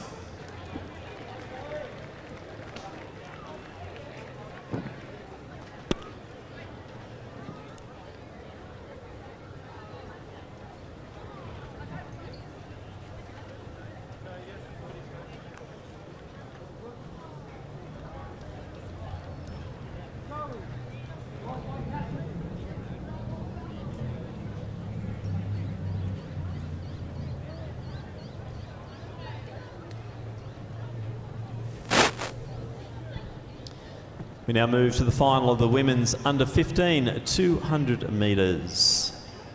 In lane one, representing Mornington Peninsula, Olivia Anderson. In lane two from Box Hill, Amelia Jerrick. Lane three, also Box Hill, Sienna McDonald. In lane four, also from Box Hill, Sienna Kurdian. Lane five from Geelong Guild, Isabella Tarr. Lane 6 from Albury Athletics, Michaela Talbot. Lane 7 from Glen Huntley, Charlotte Nielsen. And in lane 8 from Western Athletics, Chloe Portelli. They are the finalists in the women's under 15 200 metres.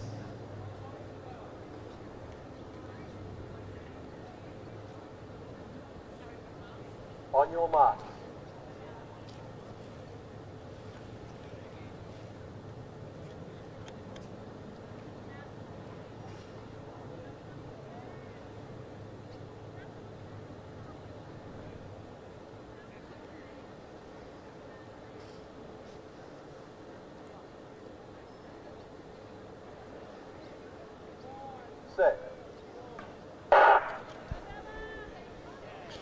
Good start there by Curdy, Tar to the outside of her going well. You've also got a Nielsen from Glenn Huntley, but Curdy leading the way as they come into the straight in this under 15 final.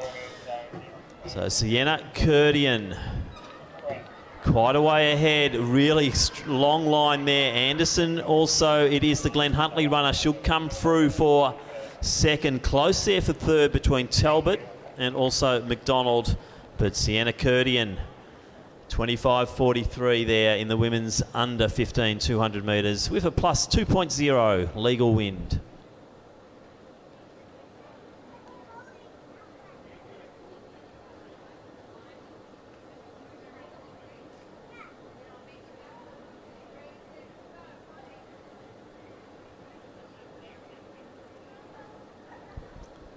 So back down to Sean Whip for our next presentation. Our next medal presentation on the track is for the under 15 women's para 200 metre dash. Your state champion representing Diamond Valley in a time of 33.89 seconds and 76.48%, Kira Wright. Congratulations, Kira.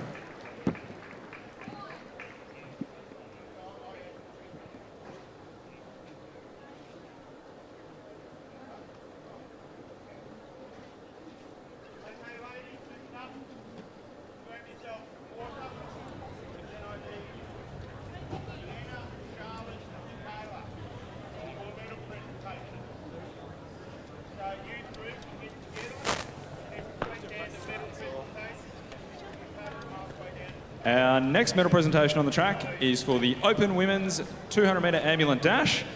Representing Old Zavarians in third place with a time of 36.48 seconds and 69.03%, Sophie Hughes.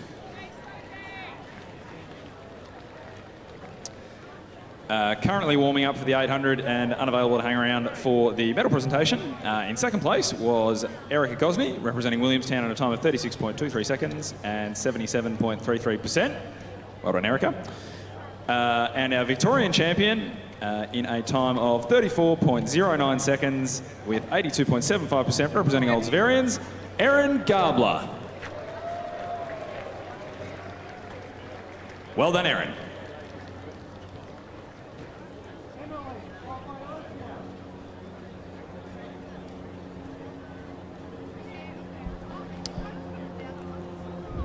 Men's under 15 200 metre final are behind their blocks. We have 6 starters. In lane 2 from Dandenong Springvale, Jeremiah Jeans. In lane 3 from Athletics Essendon, Arden Stevens. Lane 4 from Athletics Chilwell, Caleb Kilpatrick. Lane 5 from Casey Cadinia, Zion Great, Olanian. And in 6 we have from Western Athletics, Jiva Vijaya Gopal. In 7 from Ringwood, Eden Smith. So 6 starters in the final of the men's under 15 200 metres.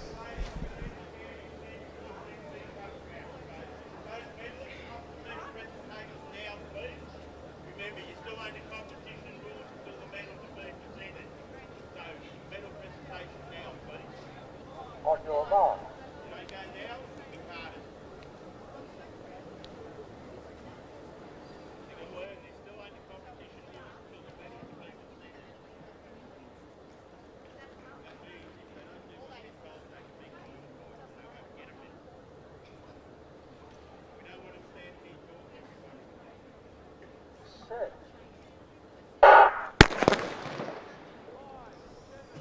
So we'll leave that one in the hands of the starter. We look at the pole vault comp at the moment, 4:30 on the bar. So field of 6 currently in this men's under 15 200.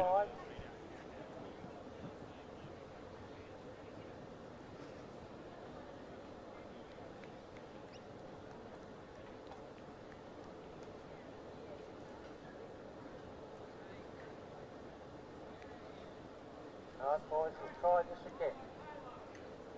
On your marks.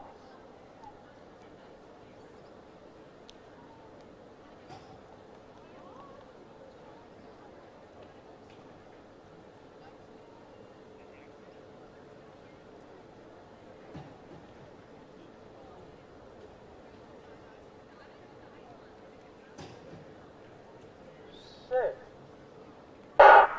So 5 starting now, Vijay Gopal out, and it is Olananian looking good from Casey Gardenia. To the inside of him is Kilpatrick from Chilwell. So as they round the bend, it is Kilpatrick who will be clearly in front. Stevens from Essendon winding up. Olananian from Casey Gardenia going too, but it will be all Caleb Kilpatrick here from Chilwell. Let's see what he stops the clock at. Good time there, 23.71. Olananian. And then Stevens to the outside, then Smith and Jeans in that order in the men's under 15 200s. So the tailwind now coming up to 2.1. So getting a little bit more blustery here as the sea breeze starts to come in from Port Phillip Bay. But good running there, Caleb Kilpatrick, dominant performance in the under 15 men's 200.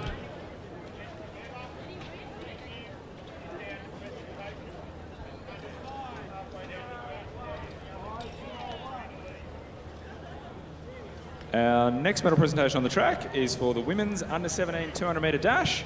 Our Victorian champion, representing Mornington Peninsula in a time of 31.63 seconds, Kobe Lee Dyer.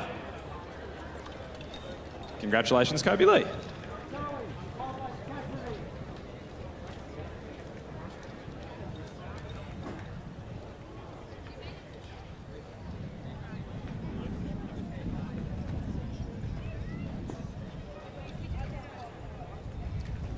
Our next medal presentation on the track is for the men's 200 metre dash for under 20 para.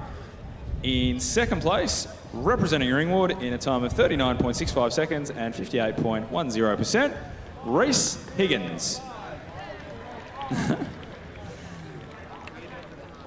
And our Victorian champion, representing Wendouree in a time of 26.58 seconds and 80.69%, James Pendred.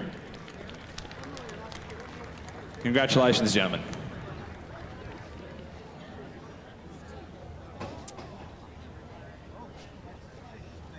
The discipline she gained from that was enormous.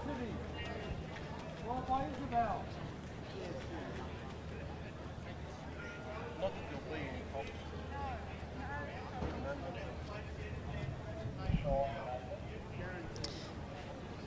Athletes behind their blocks now.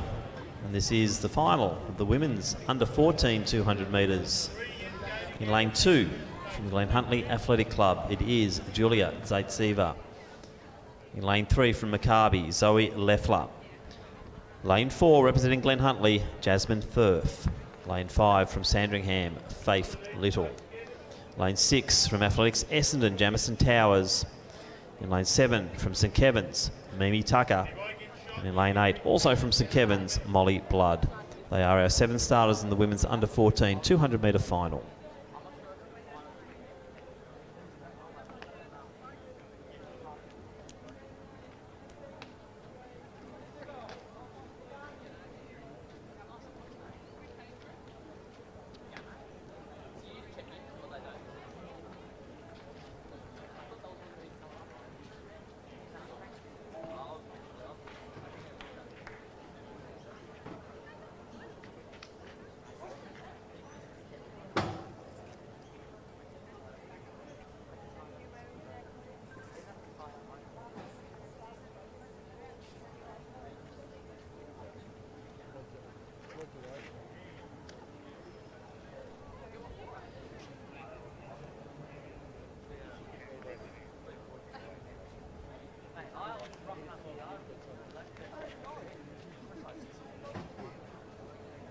I could hear her though, so I wouldn't have let it happen. I would have run over and thrown you off the stand.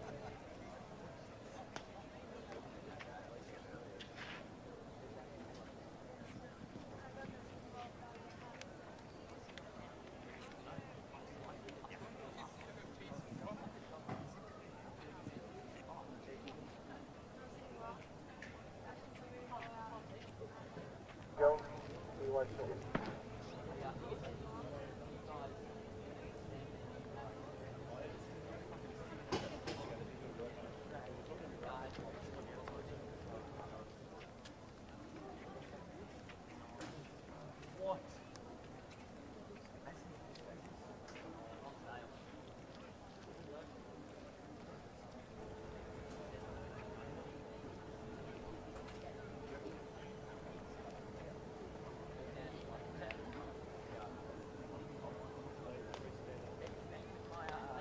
stand up, please. Stand up, girls. Lane 3. So it's Zaitseva, Leffler, Firth, Little, Towers, Tucker and Blood facing the starter here. Just a few little issues before they get underway in this women's under 14 200 metres.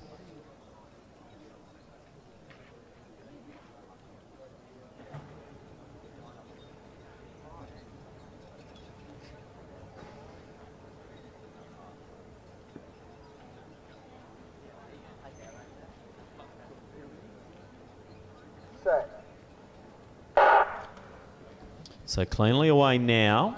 Towers off nicely. Little now starting to get her stride. And to the inside of her, it's Firth from Glenn Huntley. So as they come around and straighten up, it will be Towers and also Little, stride for stride at the moment. Little now starting to ease her way in front. So Little from Towers. On the inside there's Zaitseva coming through nicely. And it will be Faith Little who survived. Oh, gee, that's close. I think Little on the inside then. Zaitseva, I think, may have come through to claim the bronze. We will wait on the photo here. But very late charge there from Jamison Towers from Essendon. But did Faith Towers have enough? We'll just wait for the judge's decision. We'll throw down to Sean for the next presentation. Thank you, Tim. The next medal presentation on the track is for the under-17 men's para 200 metres. In third place, representing Casey Cardinia in a time of 31.97 seconds and 66.15%, Kai Sherry. In second place, representing Maccabi in a time of 30.80 seconds and 74.80%, Ori Drabkin. And your Victorian champion, representing Doncaster in a time of 24.32 seconds and 87.04%, Anthony Jordan.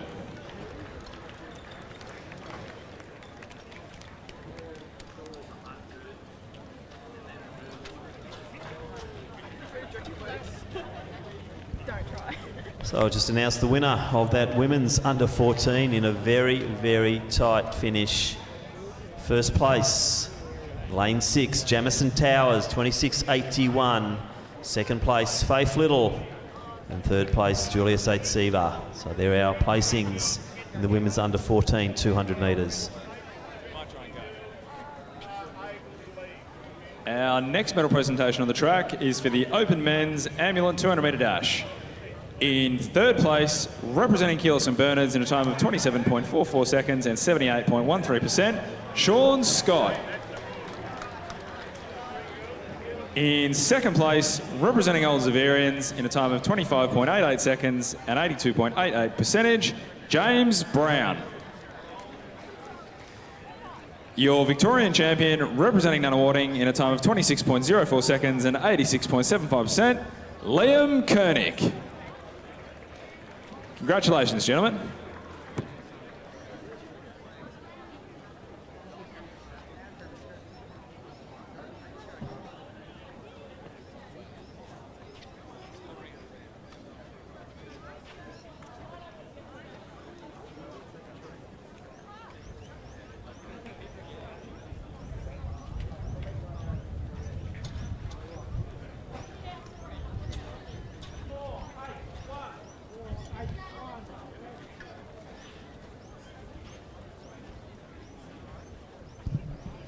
So next final on the track will be the men's under 14 200 metres. We have 4 starters. In lane 3 from Ballarat Harriers, it's Flynn Duggan. Lane 4 from Athletics Essendon, Joshua Jachenko. Lane 5 from St Kevin's, Joshua De Stephanus. And in lane 6 from Doncaster, Max McCool.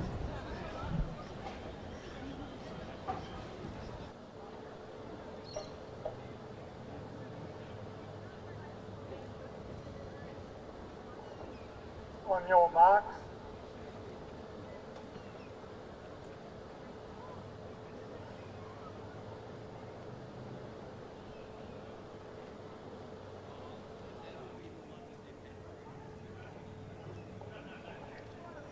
Set. So good start there, Jachenko. McCool going nicely in the outer lane as well, but it's Jachenko who's claiming them all on the stagger as they come around into the home straight. So Joshua Jachenko, Essendon, well ahead now. Max McCool in second position. Good fight on here for that third position between Duggan, also DeStephanis. But Joshua Jachenko, what a run this is. So stopping the clock, 25.39. McCool next, Duggan in third position, DeStephanis in fourth. Wind reading 1.0 tailwind. And let's go back to Sean for the next presentation. Thank you, Tim. Our next medal presentation on the track is for the women's 200 metres for under 17s. In third place, representing Frankston with a time of 26.60 seconds, Nancy Agostino. In second place, representing Box Hill in a time of 26.05 seconds, Holly Nieuwenhuizen. In first place, your Victorian champion in a time of 24.69 seconds, representing Sandringham, Jessica Malat. Congratulations.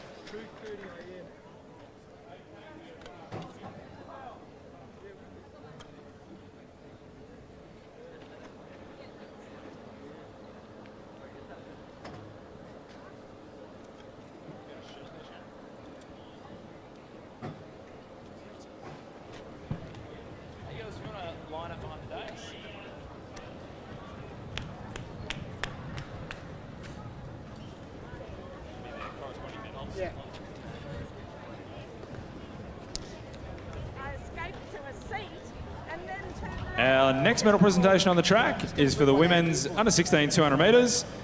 In third place, representing Box Hill with a time of 26.30 seconds, Jennifer Lim. In second place, in 26.28 seconds, representing Diamond Valley, Katie Oliver. And your Victorian champion in a time of 25.28 seconds, representing Ballarat Harriers, Grace Kelly. Congratulations, everyone.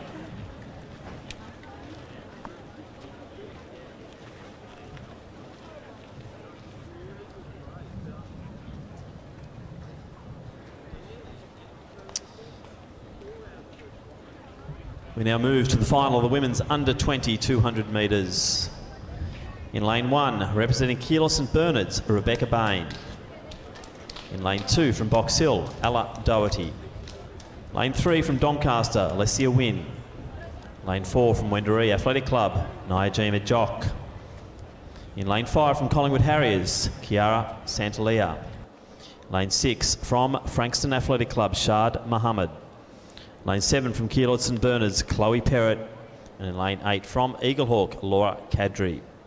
World under 20 qualifying time, 24.07.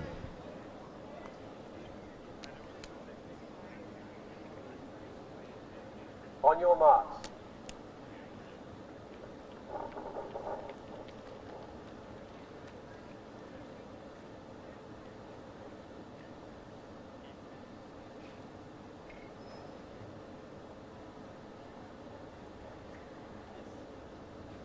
Set.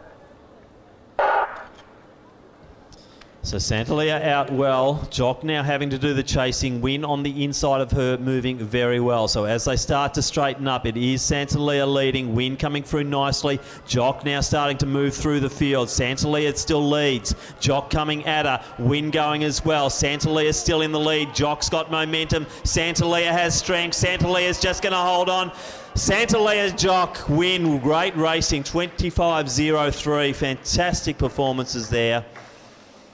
But I do believe we'll wait for the official photo. But for mine, it was Kiara Santalia, Collingwood Harriers. Nyajima Jock made the move, but just falling short. And Alessia Wynn, what a run from her from Doncaster.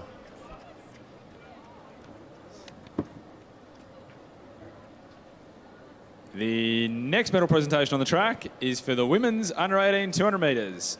In third place, representing Geelong Guild in a time of 26.16 seconds, Nia Brown.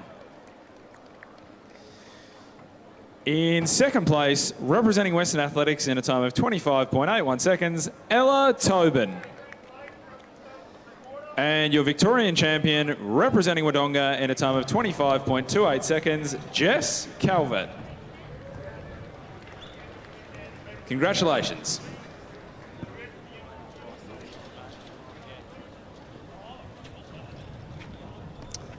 Thank you, Sean. Just confirming the results of the previous event, the women's under 20 200 metres. Winning time, 24.99 seconds. Lane 5, Chiara Santalia, Collingwood. Jock in second, Win in third.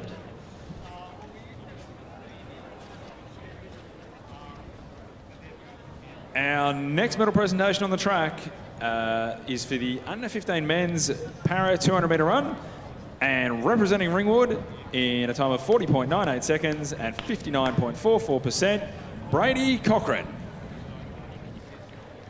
Well done, Brady. Been relatively busy on the medal dais today. Congratulations.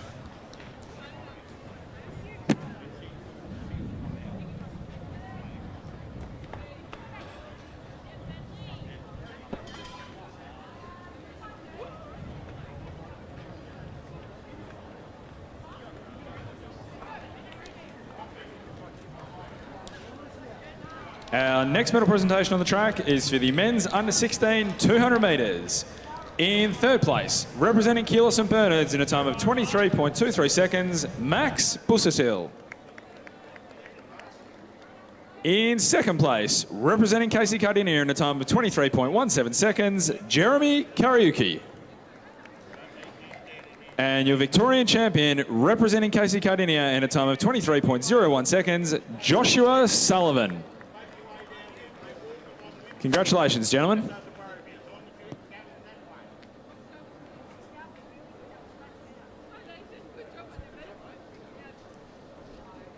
Introducing the field now for the men's under 20 200 metre final. In lane 1, representing the Eagle Hawk Athletic Club, Kai Mason. In lane 2, from Western Athletics, Braden Portelli. Lane 3, from Ivanhoe Harriers, Benjamin Eddings. Lane 4, from Ringwood, Taylor Willis. In lane 5, from Diamond Valley, Jack Clark. Lane 6, from Old Zavarians, Brody Hicks. Lane 7, from Sandringham, Sam Clark. And in lane 8, from Mentone, Noah Oliver. 8 starters in the final of the men's under 20 200 metres. World under 20 qualifying time, 21.28.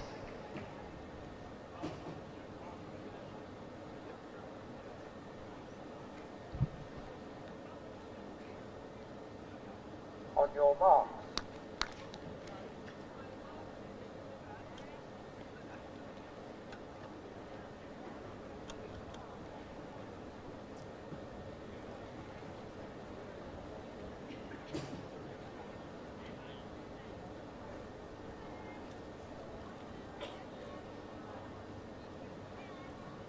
Set.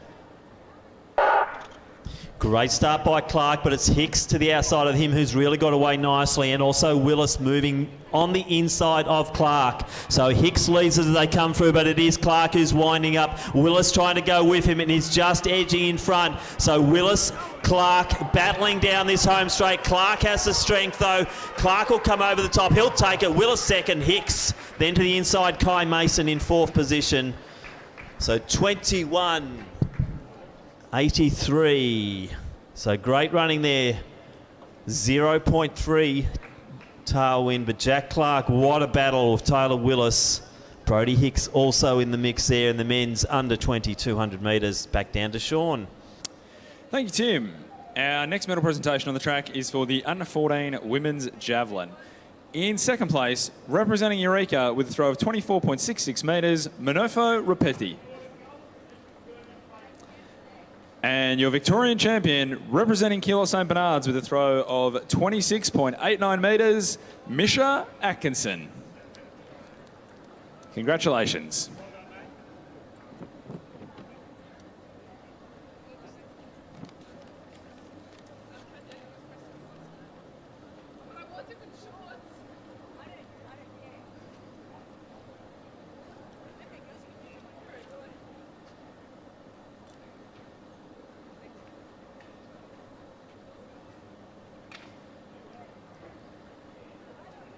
Our next medal presentation on the track is for the women's under 15 200 metres.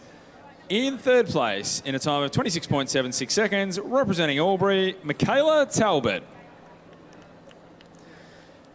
In second place, representing Glen Huntly, in a time of 26.62 seconds, Charlotte Nielsen. And your Victorian champion, representing Box Hill, in a time of 25.39 seconds, Sienna Curtian.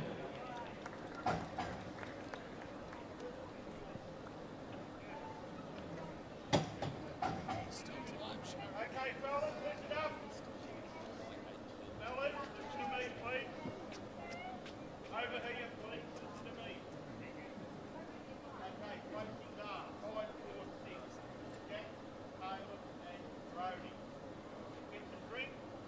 Then the three of you together head down to presentation areas to tunnel halfway down the straight. The rest of you are here to leave. Thank you.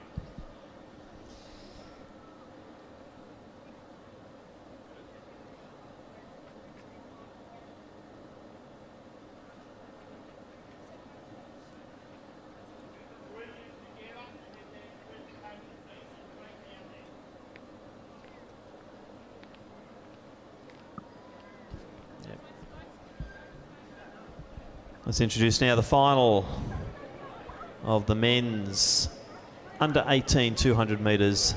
We have 7 starters. In lane 1 from the Eagle Hawk Athletic Club, it is James Bentley. Ryan Braithwaite from Western Athletics is in lane 2. In lane 3, Ryan Tarrant from Old Melburnians. Lane 4 is vacant. Lane 5, Thomas Reynolds, Doncaster. Lane 6 from Mentone, Thomas Byrne. Lane 7 from Dandenong Springvale, Craig Concesso. And in lane 8 from Albury Athletics, Alexander Colgan. There are our 7 starters, the final of the men's under 18 200 metres.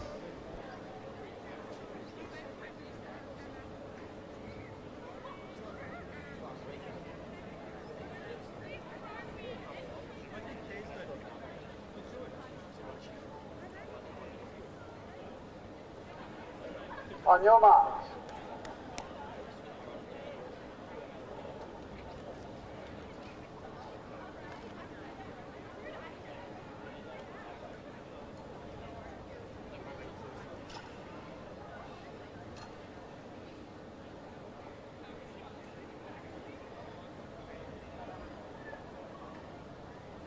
Set. So Reynolds off well, also Byrne to the outside of him. Tarrant separated by the vacant lane as they start to move. Concesso also moving nicely. As they start to straighten up though now, it's Reynolds and also Tarrant. Tarrant starting to move forward here. So the Old Melburnian into the lead. So it's Tarrant, Reynolds, Byrne in that order. 22.42. 0.4 tailwind. And we'll go back to Sean Whipp for our next presentation.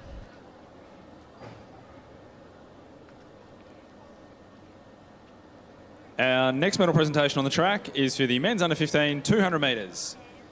In third place, representing Athletics Essendon in a time of 25.21 seconds, Arden Stevens.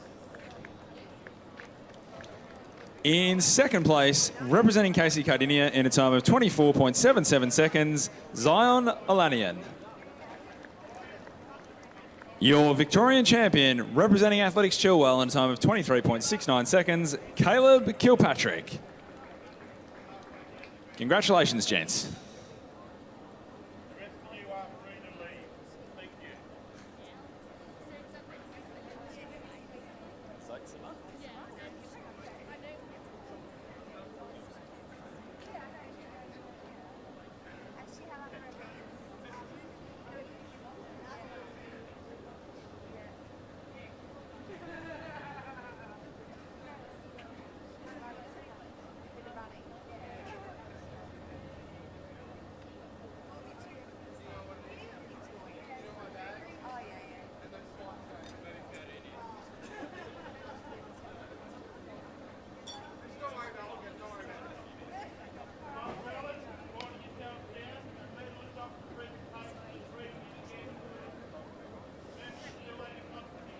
The next medal presentation on the track is for the women's under 14 200 metres. Representing Glen Huntly in a time of 27.64 seconds, Julia Zaitseva. In second place, representing Athletics Essendon in a time of 26.81 seconds, Jamison Towers. Oh, sorry. I've made a grand error there. In equal first, both our Victorian champions, not split by the photo finish, is Jamison Towers. And in equal first from Sandringham, in a time of 26.81 seconds, Faith Little.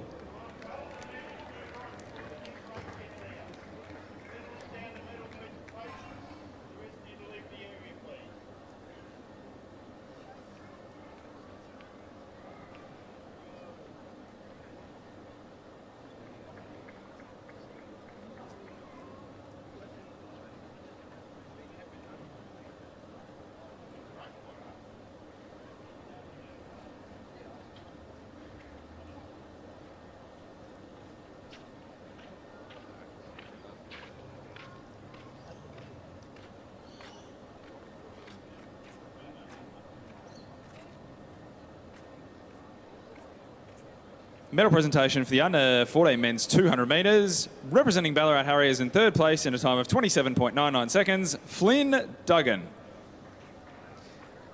In second place, representing Doncaster in a time of 27.49 seconds, Max McCool. And your Victorian champion, representing Athletics Essendon in a time of 25.37 seconds, Joshua Jashenko. Congratulations, gentlemen. Thank you, Sean. Let's now go to the next of our finals, which is the men's under 17 200 metres. In lane 1 from Western Athletics, Franklin Niwa Jarfoy. In lane 2 from Glen Huntley, Lachlan Mariner. Lane 3 from Diamond Valley, Charles Allurans. Lane 4 from Box Hill, Connor McDonald. Lane 5 from Geelong Guild, Patrick Poulter. Lane 6 from St Kevin's, James Kerr. In 7, Matthew O'Brien from Ballarat Harriers.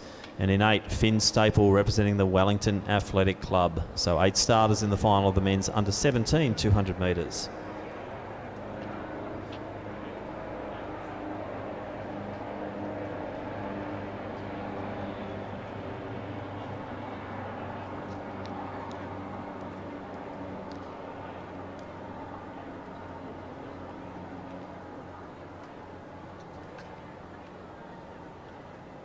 On your mark.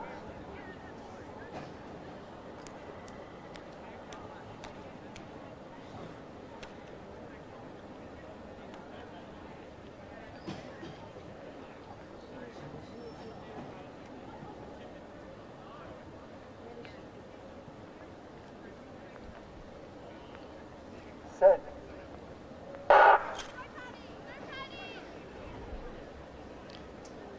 So Mariner away nicely, but Franklin Niwa Jarfoy already taking the stagger there. Poulter moving nicely. McDonald's got a bit of work to do, and it's on the outside there. It's James Kerr, but the inside lane it is Niwa Jarfoy. McDonald coming through like a steam train now. McDonald will take it. I think it'll be Poulter for second. Third place will be Kerr. Tight there also with Niwa Jarfoy. But gee, where did he come from? Very slow early, Connor McDonald, but came through with the goods at the end there to claim that under 17 200 men's final.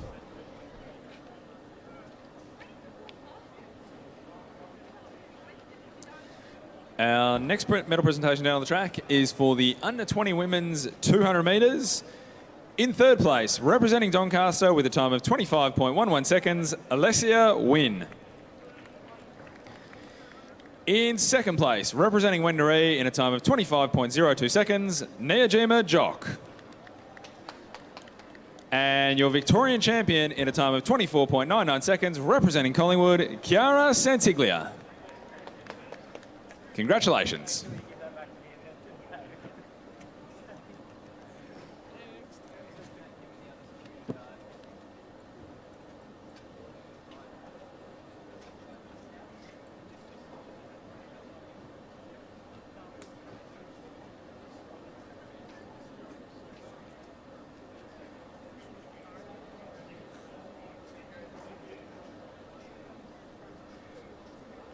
Alrighty, gents, if you want to jump onto the podium. Okay, fellas, listen to me. Postings are 4, 5, 6. Connor, Patrick, and James. So I need you 3 Our next medal presentation on the track is for the men's under 20 200 metres. Representing Old Zavarians in a time of 22.18 seconds, Brody Hicks. In second place, representing Ringwood in a time of 21.90 seconds, Caleb Willis. And your Victorian champion, representing Diamond Valley in a time of 21.81 seconds, Jack Clark. Congratulations, gents.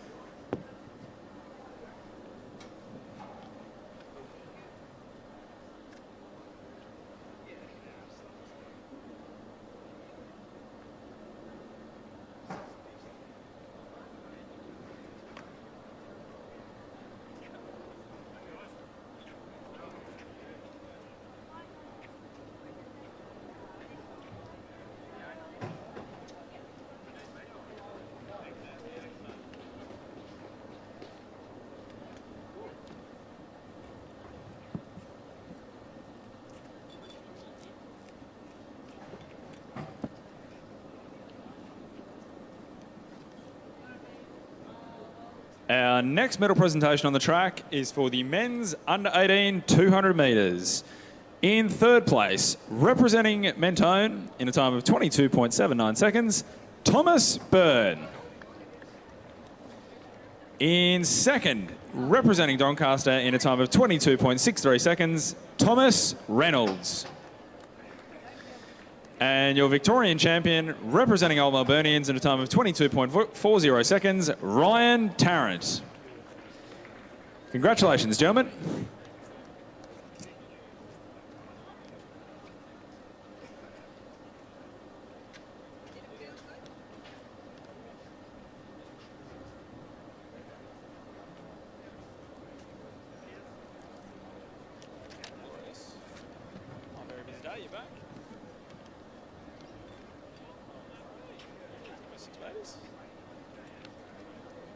Has that happened yet?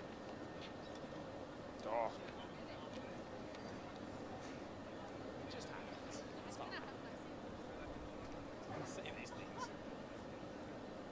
Our next medal presentation on the track is for the under 20 women's long jump.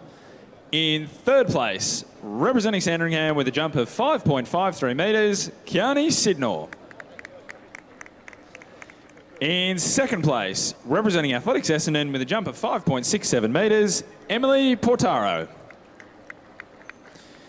And your Victorian champion with a jump of 5.93 metres, representing Doncaster, Alessia Wynn. Congratulations.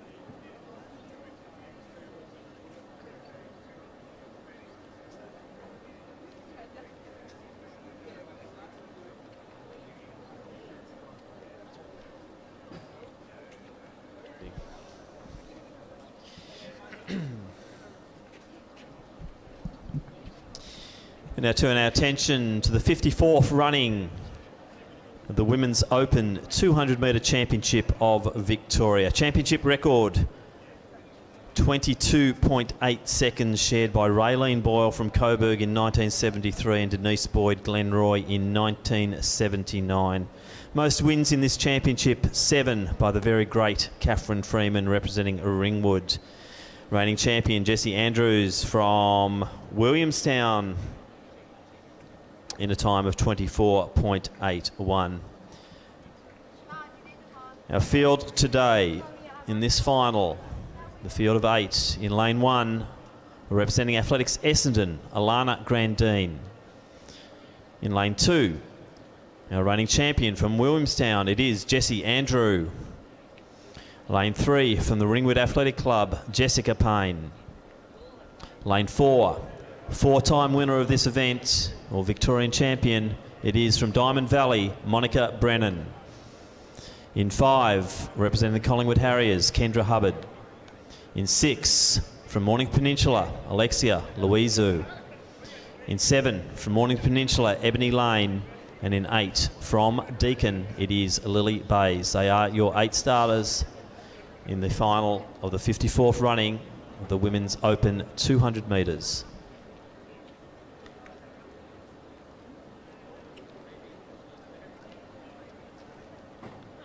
On your mark.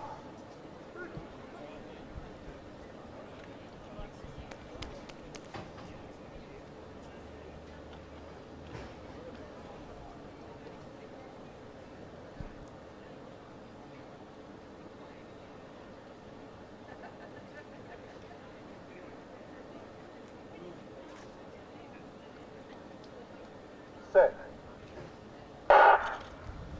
So even start, lane out very well though. Louisa being dragged along with her. Kendra Hubbard also going, but it's Monica Brennan now starting to wind up with Jessica Payne. So lane's off to an absolute flyer. Louisa trying to run her down. Payne's coming through nicely and is on the shoulder of Brennan. Brennan now starts to move. Louisa, Brennan into the lead now. It's going to be close though. Lane's late charge, I'd say Brennan, Lane, Louisa. How close was that? 24-1-0. A great running. Let's wait for the official times and positionings. But it looked like Monica Brennan claiming Victorian title number 5 in the Open 200 metres.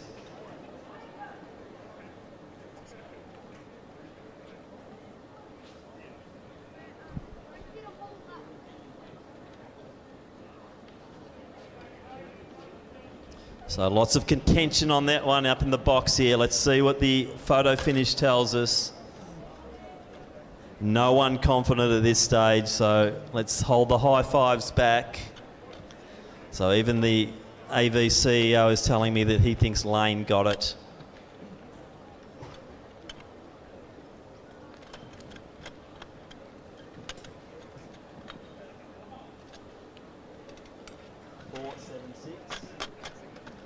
But once again, the commentator is right. Monica Brennan, winner of the Women's Open 200.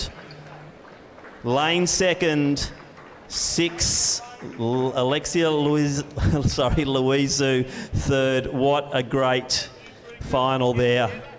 And Glenn Turner, stop texting. Thanks, Tim. The next medal presentation on the track is for the men's under 17 200 metres. In third place, representing St Kevin's in a time of 22.74 seconds, James Kerr.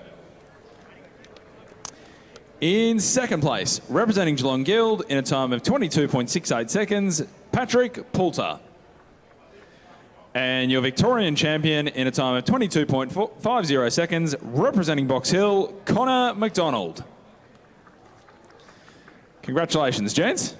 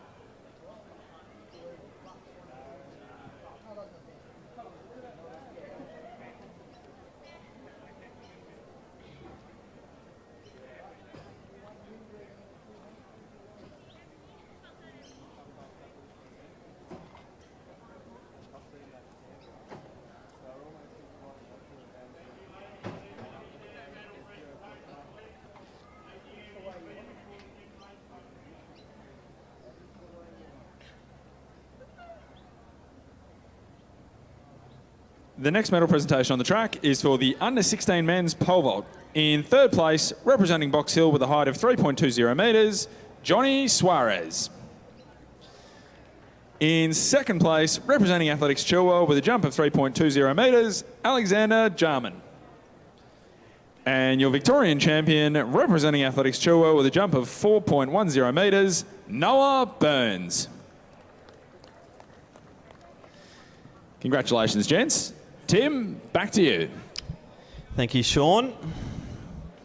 We now move to the 58th running of the Men's Open 200 metre Championship of Victoria. Championship record is a handheld time, 20.7 by Colin McQueen back in 1978. Most wins in this event, and he's recognised out the front of this stadium. The late and great Peter Norman from EMH has 5 wins in this championship. Reigning champion, Drew Rodriguez Chico. And he is back to defend that title. He won it in time of 21.34. And our finalists are, in lane 1, representing Geelong Guild, Joshua Perdrasat. In lane 2, from Old Melburnians, Ross Hine. Lane 3, from Glen Huntly, Lawson Power. Lane 4, from Athletics Essendon, Jack Hale. In lane 5, also from Athletics Essendon, Cameron Searle. Lane 6, representing Glen Huntly, Will Johns. In 7, our reigning champion from Sandringham, Drew Rodriguez Chico. And in lane 8, from Glen Huntly, Daniel Mirach. They are your 8 starters in the final of the Men's Open 200 metres.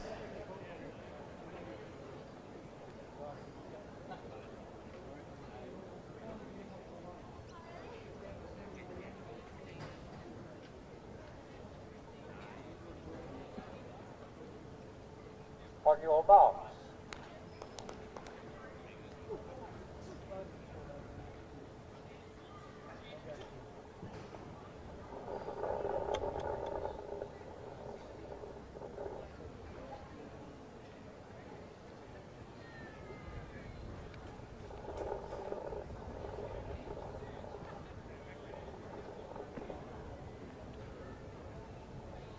Set. So field cleanly away. Drew Rodriguez Chico already taking the stagger there. Hale starting to move nicely and take in Searle with him. So it's Hale and Searle. Rodriguez Chico leading at this stage, but it is Hale starting to move, but Rodriguez Chico could take the double. It'll be close. He will. 1-2 double. Hale second. Power comes through for third. But the reigning champion takes it again and takes the prestigious 1-2 double here at the Victorian State Championships. Drew Rodriguez Chico. So 20.89 unofficial, 0.9 headwind. So 28.5 official there. Drew Rodriguez Chico taking out the 2020-2021 championship over 200 metres.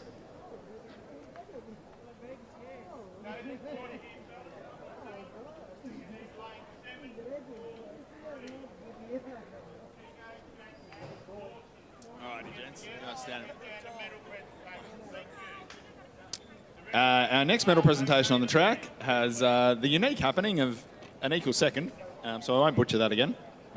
In equal second, representing Athletics Chilwell with a jump of 3 metres 50, Campbell Braddon. There's some doctor's handwriting on the form, so I do apologise for everyone's names.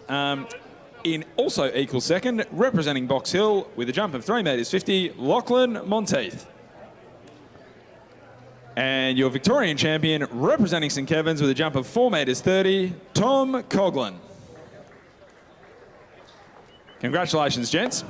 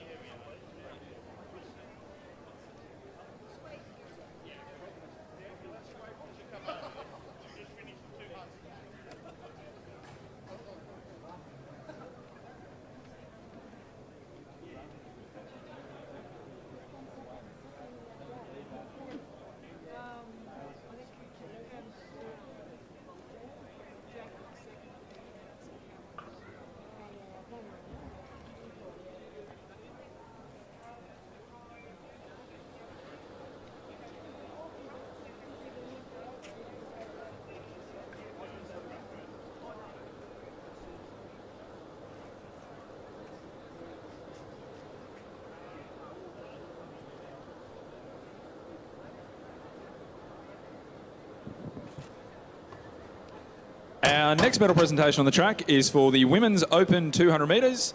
In third place, representing Mornington Peninsula in a time of 24.10 seconds, Alexia Louisu. In second place, representing Mornington Peninsula in a time of 24.09 seconds, Ebony Lane. And your Victorian champion, representing Diamond Valley in a time of 24.07 seconds, Monica Brennan. Congratulations, everyone.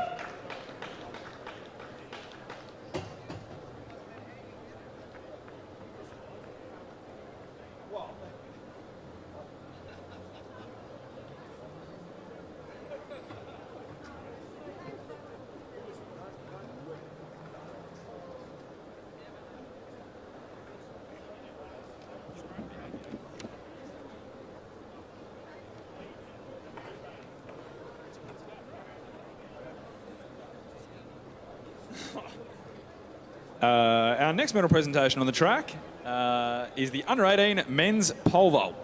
Our Victorian champion, representing Box Hill with a jump of 4 metres 30, Andre DeMedio. Congratulations, Andre.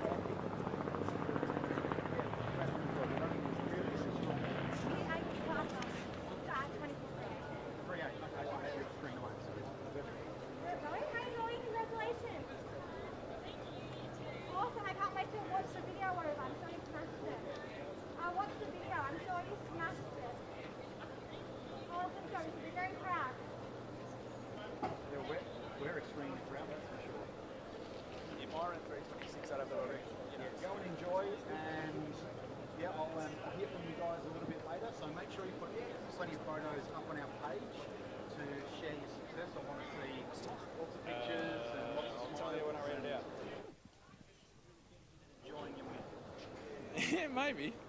Well done, and look forward to seeing you guys. Our next medal presentation on the track is for the men's open 200 metres. In third place, representing Glen Huntly in a time of 21.51 seconds, Lawson Diesel Power. Congratulations, Lawson, for qualifying for nationals. In second place, representing Athletics Essendon in a time of 20.96 seconds, Jack Hale.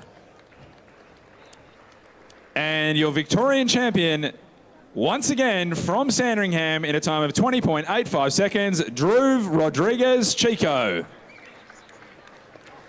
Congratulations, gents.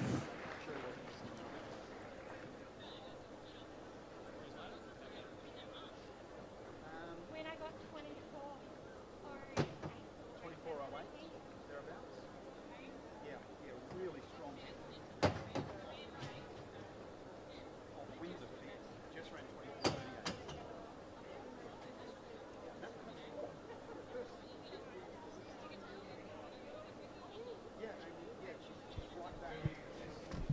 So, with the conclusion of some very exciting 200-metre events, I'm still taking my breath after that Women's Open 200.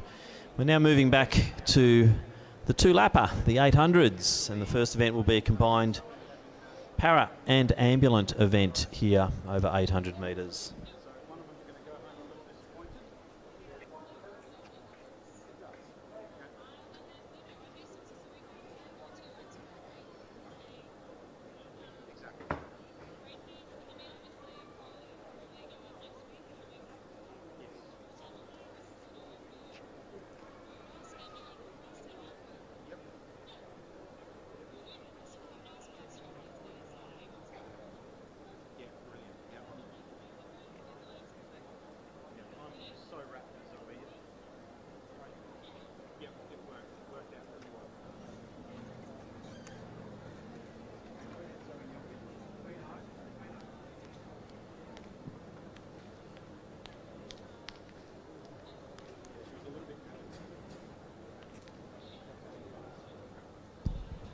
So let's introduce our field here in this combined para and ambulant event. It is the women's 800 metres in The under 17, we have Emily Legg from Old Zavarians in 1. In 2, in the under 20 competition from Old Zavarians, Annabelle Coleman. Joining her in the under 20s in lane 3 is Clara Campillos from Old Zavarians. In the open ambulant competition, we have 3 starters. In lane 4, Kirsty Newcomb from Ballarat Harriers. In lane 5, Alicia Burt from Geelong Guild. And in lane 6, from Williamstown, Erica Grosny. On your marks.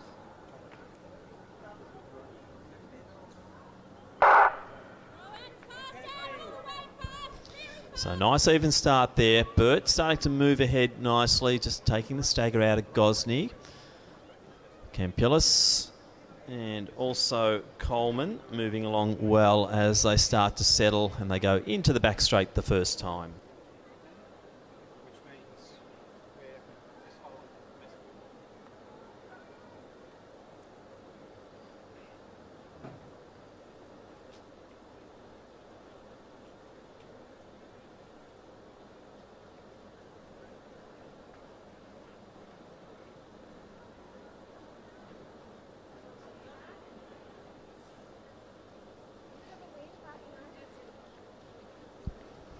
So Burt and Coleman looking good at this stage. Bear in mind, lots of different categories here. So it all gets down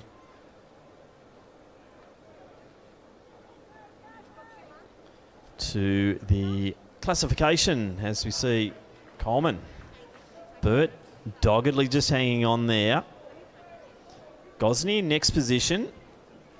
So we know that her world record for the classification's around the 3-minute mark. And gee, Erica's going through the 400 very strongly, about the 123 mark. So if she can hold strong on this second lap in the good conditions here at Lakeside today, we could see a world record attempt here by Erica Gosney. Campillos, Newcomb, and then Legg in next order. But down the back, no real change there. Coleman and Burt going stride for stride down the back straight.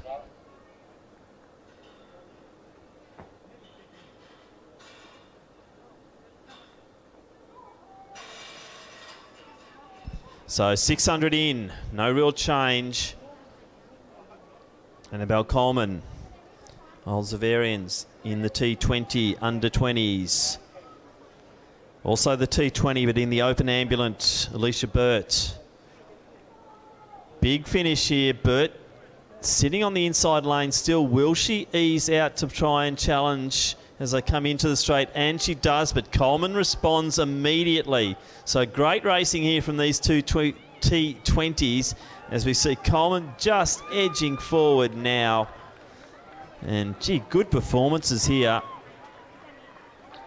So Annabelle Coleman takes the under 20. Burt, first finisher there in the open ambulant. And Erica Gosney, let's get behind her.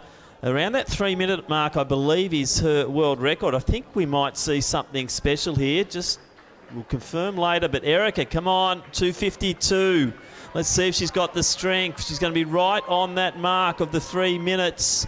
And just under, I believe, Campillos. We'll wait for confirmation on that. Boy, she's put, look at Erica now. She's given this absolutely everything. Kirsty Newcomb from Ballarat Harriers in the T38. She's next across the line. And let's get behind Emily Legg here, T20 from Old Zavarians in the under 17 competition. So inspiring stuff here in this combined para and ambulant 800 metres. Seen some very special running out the front and right through the mid stages. And Emily Legg closes that one off. So awesome performing there in that 800. As we now move to a similar event for our men.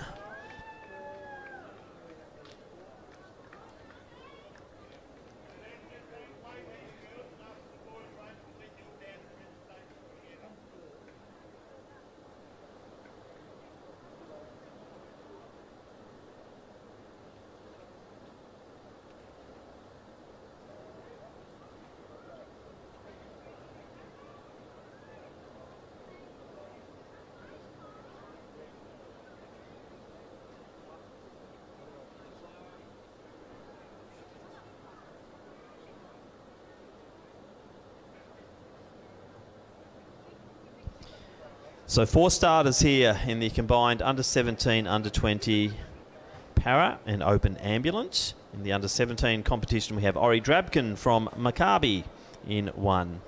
In the under 20 competition, 2 starters, James Pendred from Wendouree in 2 and Reece Higgins from Ringwood in 3. And in the open ambulant competition, Daniel Malone from Knox, he is in lane 4. So they're the 4 starters for the open and under 17, under 20 para and ambulant event.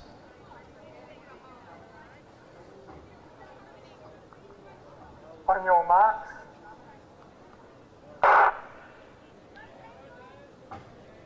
So just confirming a 2:58.75 there for Erica. So if she could let us know how that rates amongst the records. As we see Daniel Malone and James Pendred getting out fast here. So Malone a regular at Milers Club. Pendred moving very nicely. Goes well over the 4s as well, does James Pendred. And just look at that stride pattern for both of them as they're approaching the 200 metre mark. So Drabkin in next position. And then we have Higgins. See him drifting across into the inside lane now.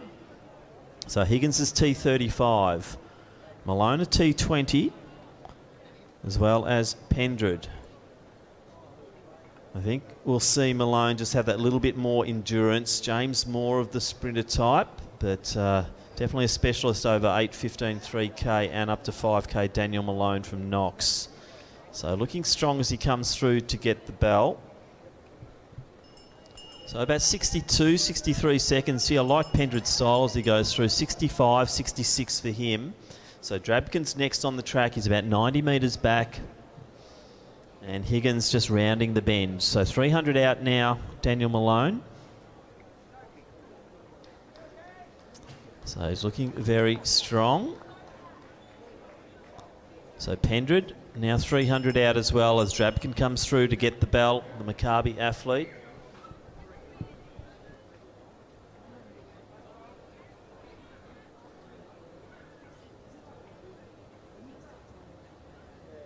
So rounding the bend last time, Daniel Malone.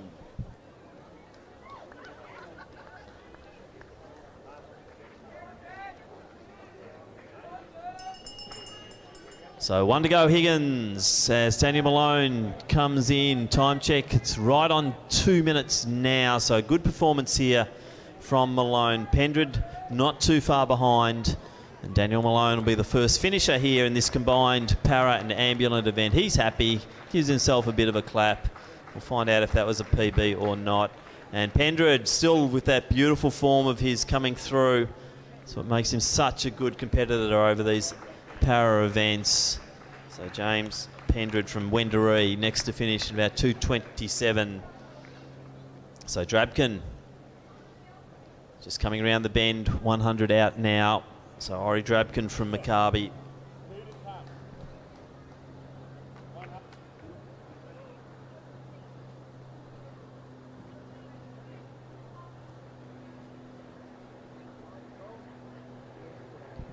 So Ori Drabkin, nice finish. So he'll be crossing the line right on 3 minutes. I reckon he broke the 3 minute mark there. So good running there, Ori Drabkin. As we look 200 metres out now, it is Reece Higgins from Ringwood. And I expect a lot of support as he goes around that top bend and into the home straight to finish his 800 metres here at Lakeside this afternoon.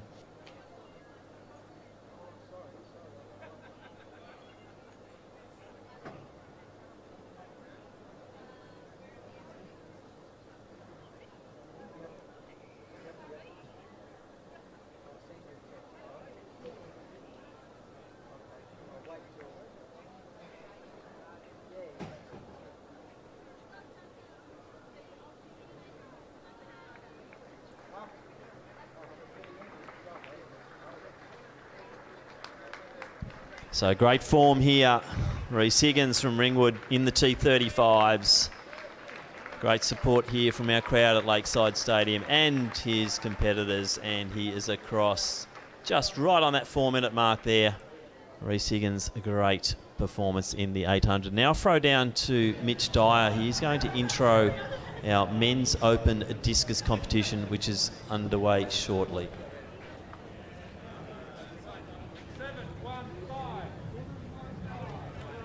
Yeah, thanks for that, Tim. We do have 8 men competing down here in our men's open discus throw. The 96th running of this event. Warwick Selve at Box Hill has the most wins here with 9. 62.64. So these men are currently underway through their first round and heading into their second here in the open men's discus. So keep your eye out on the infield here with 8 men competing.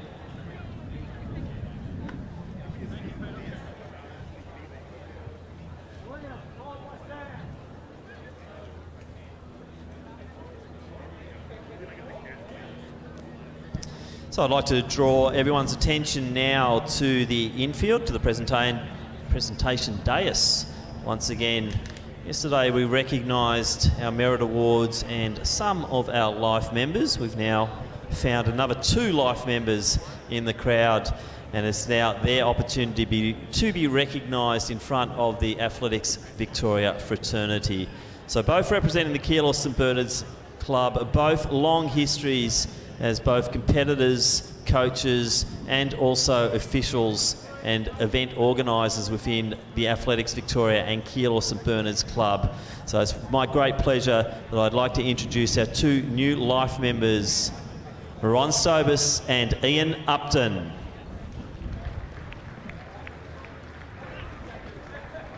So they will be given their Athletics Victoria Life membership pins, and on behalf of Athletics Victoria, I'd just like to congratulate both men on many years of great service to our sport.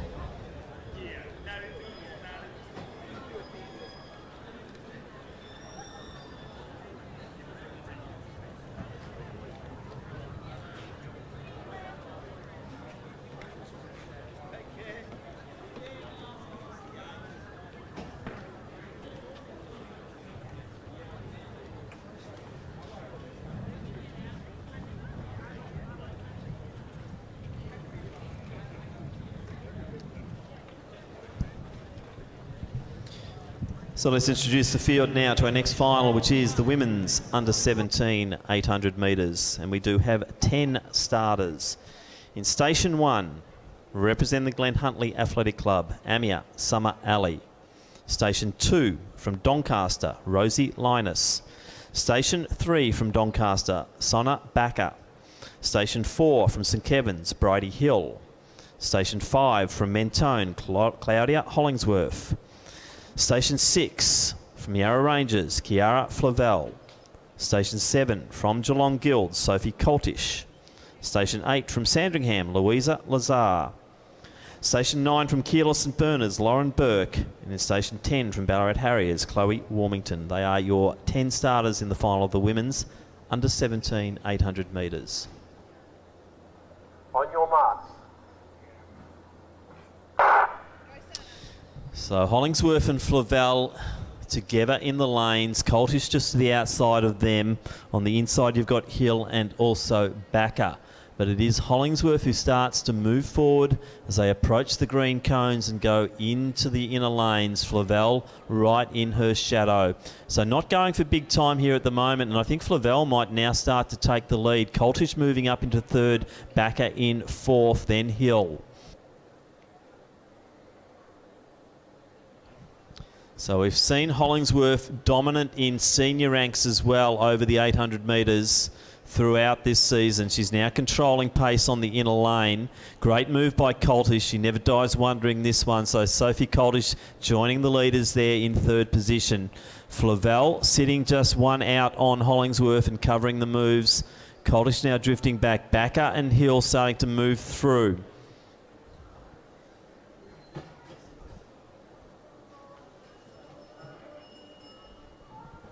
So Lazar also up there. So it is Hollingsworth and Flavel 1, 2. Coltish in 3.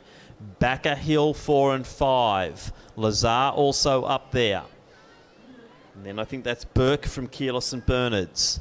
But down the back straight now, and this is where we're going to see Hollingsworth just holding that great form of hers. Look at that poise, look at the style as she just starts to ease away from Flavel, the long striding Kiara Flavel.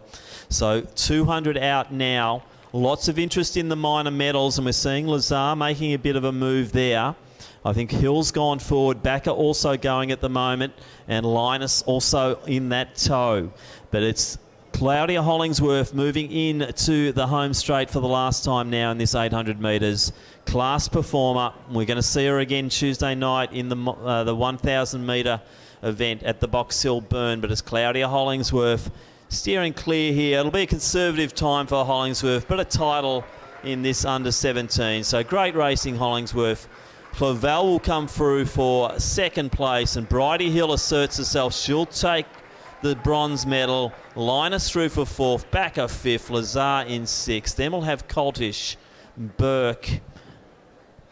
Then it'll be Summer Alley. And then Warmington, and that's our field there in the women's under 17 800 metres. And let's go down to Sean with the next of our presentation. I have the great honour of presenting the women's under 17 para 800 metre medals, or medal in this case. Our Victorian champion in a time of 3:28.16 with a percentage of 61.36% is Amelie Legou. Congratulations, Amelie.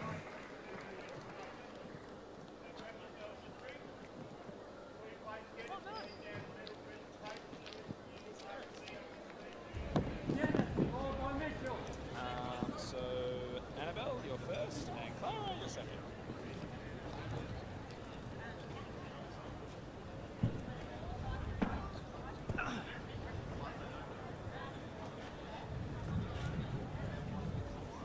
The next medal presentation on the track is for the under 20 women's para 800 metres. In second place, representing Old Zaverians in a time of 3 minutes, 0.60 seconds with 70.73%, Clara Campillos. And your Victorian champion, also representing Old Zaverians in a time of 2:36.70 with a percentage of 81.51%, Annabelle Coleman. Congratulations. So we'll now go to the next event, which is the final of the men's under 17 800 metres, and we do have 8 starters. In station 1 from Mornington Peninsula, it's Charlie Kybird. In 2 from Doncaster, Remy Williams. 3 from New South Wales, we welcome Michael King. In 4 from Old Scotch, Liam Keneally. In 5 from Collingwood Harriers, Wolfgang Kotra Namisi. In 6 from Knox, Spencer Storen. In 7 from Athletics Waverley, Raymond Jansen. And in 8 from Old Scotch, Alex Shears Jones. On your marks.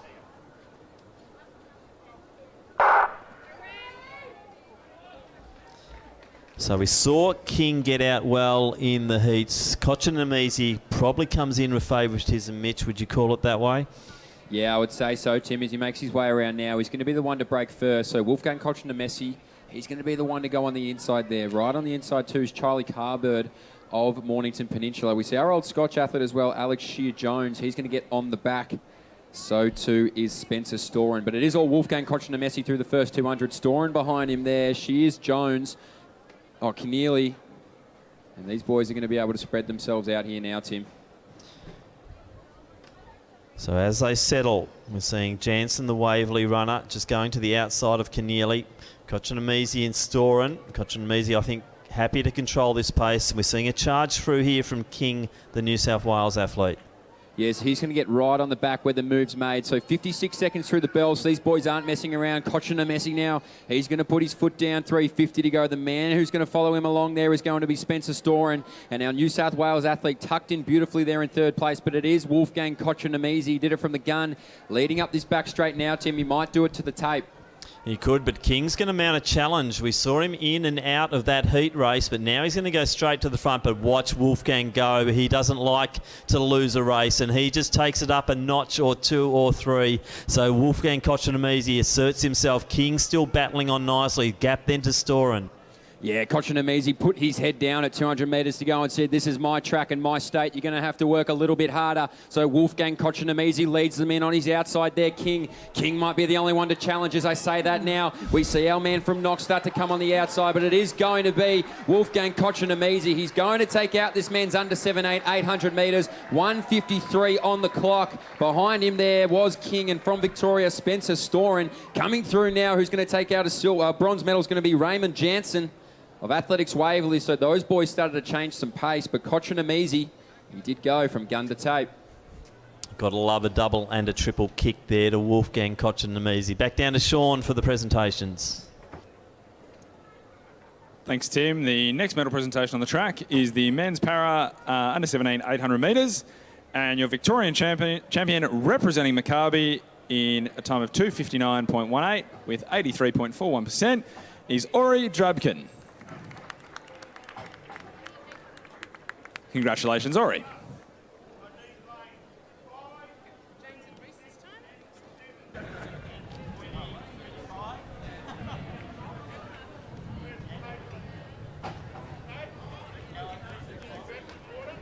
Our next medal presentation on the track is for the under 20 men's para 800 metres. In second place, representing Ringwood with a time of 4 minutes, 0.78 seconds and 62.07%, Reece Higgins. And your Victorian champion representing Wendouree in a time of 2:26.55 and 74.99%, James Pendred. Congratulations, gentlemen. Women's under 18 800 metre final. There are 9 starters. In Station 1 from Athletics, Essendon, Audrey Savage. In 2 from Doncaster, Kiara Backer. In 3 from Box Hill, Ruby Marr. Station 4 from Sandringham, Amber Lowe.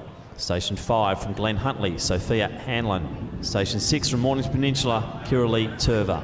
Station 7 from Sandringham, Matilda Strugnall. Station 8 from Knox, Claudia Eibel. And Station 9 from Corio, Ella Rayson. They are your starters in the women's under 18 800 metre final. On your marks.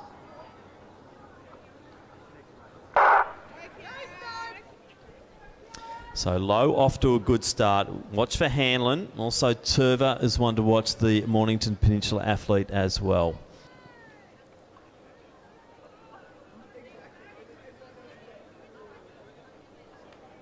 So as they now hit that bend, they're going to make their way into lane 1. It's going to be interesting to see who's going to get the lead there, as these girls are going to sort themselves out along the back straight. Nicely bunched as we see a move made from the back, so nobody wants to be too far away from the front through this first 200 metres. And I believe on the outside there it is Kiralee Turver. And on the inside of her is Sophia Hanlon. So Hanlon and Turver are the two that are going to lead this race out. Now Turver might start to come over the top of Hanlon. So through the first 300 metres here, they're nicely bunched. And it might be a kick as a fair, I think, Tim. Certainly will be. And I think Strugnall's getting herself in a good position there as well. So just sitting nicely. Eibel to the outside there. So Hanlon just to the inside.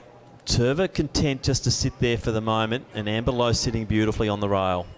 Yeah, I think Strugnall on the outside there, just behind, is looking incredibly comfortable. As I say that, Kiralee Turver says, what about me? So she moves to the front now. Kiralee Turver running wide on that lane 1. She can't quite get to the inside. Our Glen Huntley athlete and Sophia Hanlon saying, you can't have that position. You're going to have to work for it. So these ladies now, they're starting to separate. It seems to be a race in 3. The run behind them there is going to be our Sandringham athlete on the back. So now, Tim, up the back straight, it looks like it might be these 3 pulling away. Yeah, it looks like a race in 3. I'm not sure if Lowe can pick it up. And Strugnall makes a big move there. So about 220 out, Strugnall decides to go, but she's got to get past Hanlon, and Hanlon says, no, the inside lane is mine.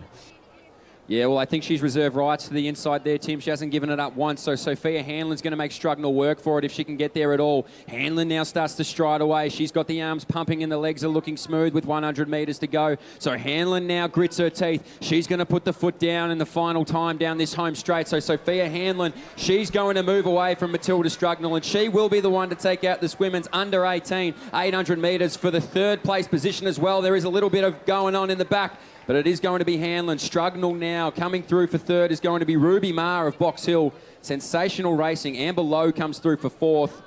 We see Kiralee Turver, as well as, I believe, Claudia Eibel, as Ella Rayson comes down now. And the final one to the line here will be Kiara Backer of Doncaster.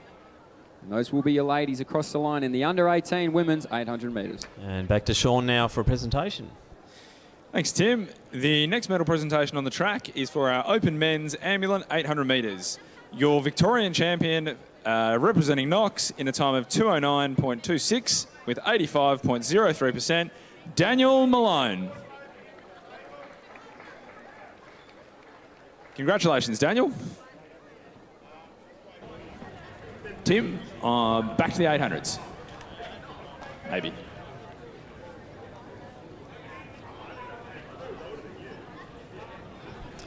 Men's under 18 800 metre final. In starting position now, 8 starters in Station 1 from Doncaster, Luke Sin. Station 2 from Mornington Peninsula, Finian Russell. Station 3 from Geelong Guild, Oliver Armstrong. In 4 from Collingwood Harriers, Joshua Tram.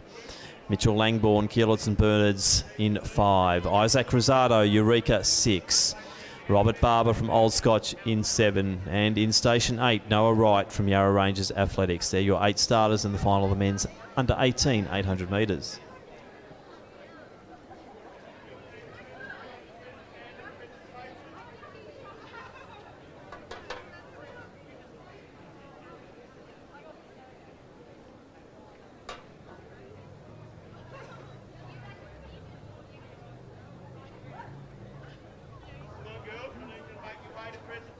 On your marks.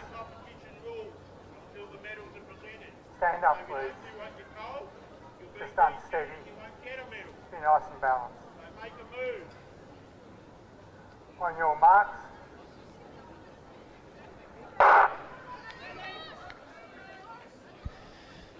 So Luke Sin expected to surge through the inner lanes, and that's what he seems to be doing. Mitch Langbourne also what you would call a natural leader in this 800.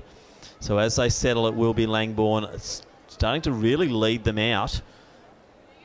Tram will be up there early, but looks like it's Robert Barber from Old Scotch taking the second position. So Langbourne's gone through in about 25-26 on the clock, so he's not messing around. Barber going to be the one to try and lead this chase back right up to him. So too behind him there is Isaac Rosado. So Rosado behind Barber, and the rest of the field is tightly bunched, so it's hard to call. Throw a blanket. The one you can't throw a blanket on is Mitch Langbourne. He is still continuing to move away. A beautiful stride on Mitch Langbourne coming down this home straight. He has about 15-20 metres on the rest of this field, so he's going to make it an honest race, if a race at all. So right now, as we go through in about 54-55 on the clock, it's Langbourne, Geelong Guilds, Oliver Armstrong there behind him, and so too is going to be Isaac Rosado. But this field now starting to get moving to chase Langbourne, Tim.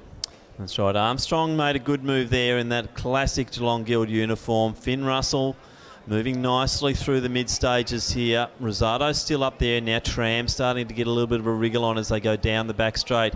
But they're not getting into that lead at the moment. But a lot can happen over the last 200 metres, Mitch. Yeah, the last 200 couldn't have anything happen, as you mentioned, Tim. But right now it is Mitch Langbourne. He still has 10-15 metres. Tram going to put the rest of the field on his back now. So he's going to say, let's go get it, boys. Let's get the goal. But Mitch Langbourne currently has it around his neck. 110 metres to go. Langbourne is still out in front. Tram chasing. Finian Russell behind him there. So too is going to be Isaac Rosado. So Tram going to try and chase down Langbourne. Langbourne's done a lot of the work. On the outside there, Finian Russell. Langbourne starting to tire. Coming from the clouds is going to be Isaac Rosado. Tram, Rosado, Langbourne. Langbourne's going to keep it. Tram behind him. Rosado, so too Finian Russell. Oliver Armstrong there for Geelong Guild, but Langbourne, he did a lot of the early work, and he, in the end, gets that gold medal around his neck for the men's under 18, 800 metres. Got to love a front runner, so a might and power performance there to Mitch Langbourne to take out that under 18 men's 800. And back now to Sean for our next presentation. Thank you, Tim. The next medal presentation on the track is for the Women's Open Ambulant 800 metres. In third place, representing Ballarat Harriers in a time of 3:13.64 with 76.45%, Kirsty Newcomb. In second place, representing Geelong Guild in a time of 2 minutes and 37.13 seconds and 81.29%, Alicia Burt. And your Victorian champion, representing Williamstown in a time of 2:58.75 with 100.21%, Erica Gosney. Congratulations.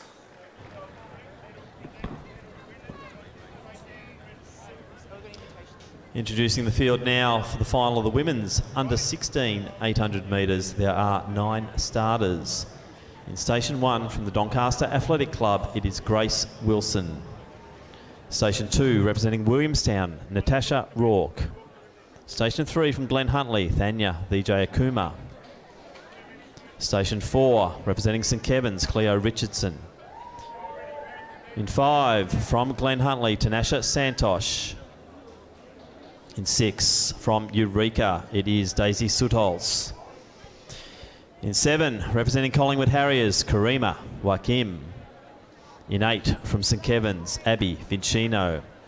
And in 9, representing Athletics Essendon, Emily Mifsud. 9 starters in the final of the women's under 16 800 metres.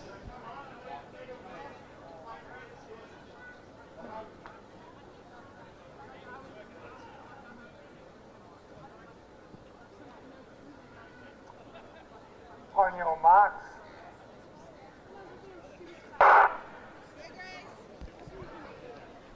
So the tipsters in the booth of picking 3 different people here. That's how close this field is. As they settle, I think Sutholz will try and make a move early. And going down the back straight. It is Sutholz who's leading. Looks like it might be Santosh in that next position there. Yeah, and it will be, Tim. That will be Santosh right there on the shoulder now. So these ladies going to work themselves out, and I believe leading that chase pack is going to be Karima Wakim. So Wakim now starting to bridge the gap back to these 2 early race leaders. As this field sort of separates through the first 300. We have a lead pack here, but anything can change over the 800-metre event, as we know, as we've seen in the last few races. But now we start to see Santosh now come on the outside.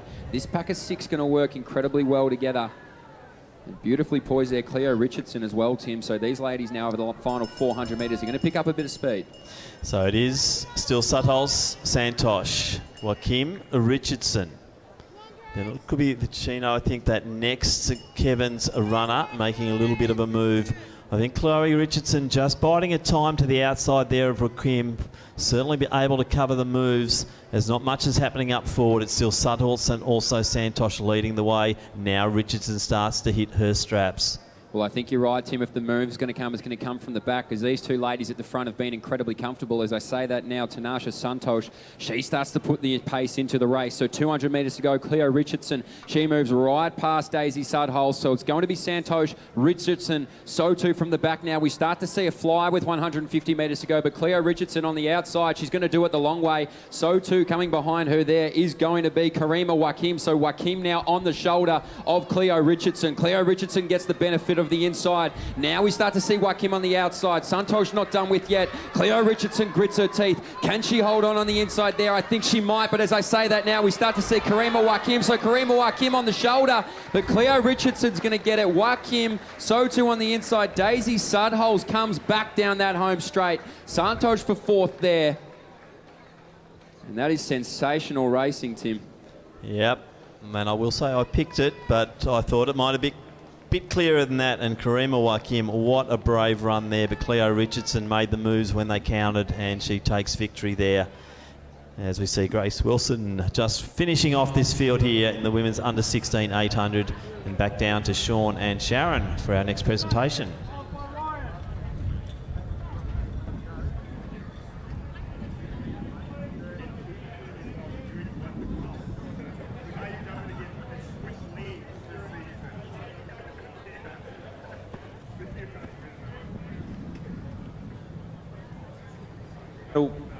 Our next medal presentation on the track is for the under 17 men's 800 metres.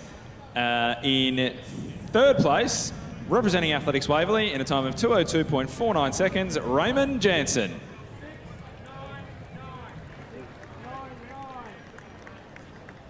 In 2nd position in the Victorian title from Knox Athletic Club in a time of 1:54.99 seconds, Spencer Storen. And our interstate visitor from New South Wales with the Invite Silver in a time of 1:54.39 is Michael King. And your Victorian champion representing Collingwood in a time of 1:53.75, Wolfgang Kotranamisi. Congratulations, gentlemen.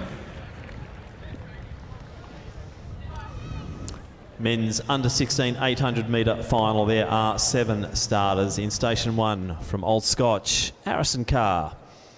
Station 2 representing the Wendouree Athletic Club, Zach Granger. Station 3 from St Kevin's, Jack Bowen. Station 4 from Knox, it's Harvey Anderson. Station 5, also from St Kevin's, it's Patrick Rechko. Station 6 from Keilor St Bernard's, it's Dylan Egaduarte. And in Station 7 from St Stephen's, Daniel Chiba Lynch. So 7 starters in the final of the men's under 16 800. On your mark.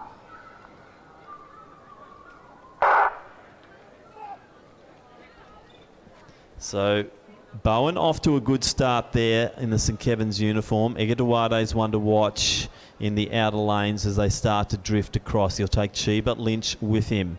So Bowen, in that normal style of his. Rechko, the other St Kevin's athlete, drifting into third.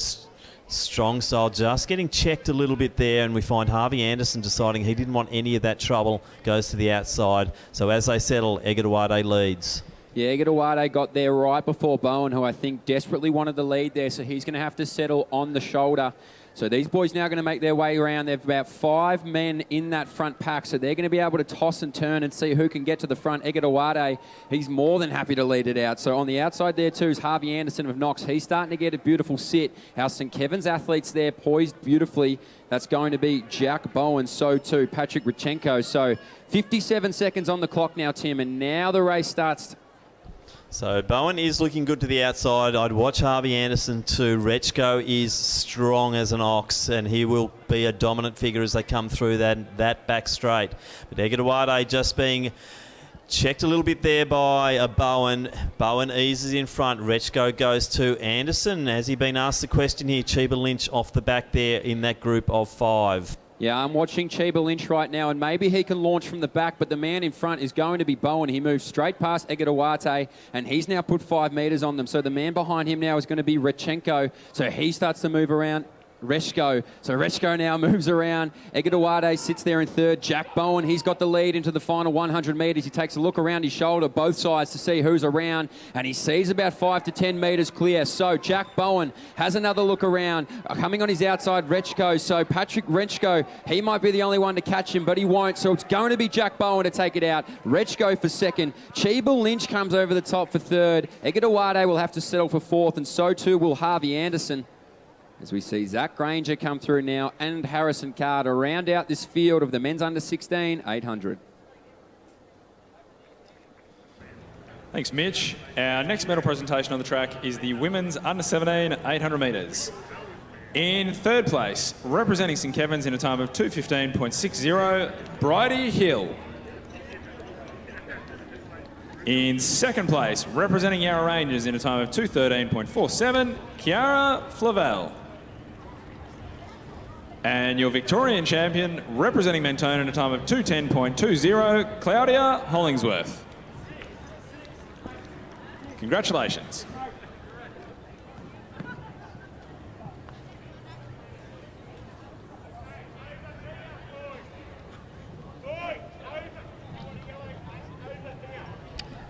Thank you, Sean. I just want to acknowledge that we do have the men's long jump underway at the moment. This is the 122nd conducting of that event. Gary Honey has the most wins with 11, and he also has the championship record at 8 metres 17. So we will try and get some updates from our spies over at the men's open long jump, and we'll also try and get an update soon on the men's open discus.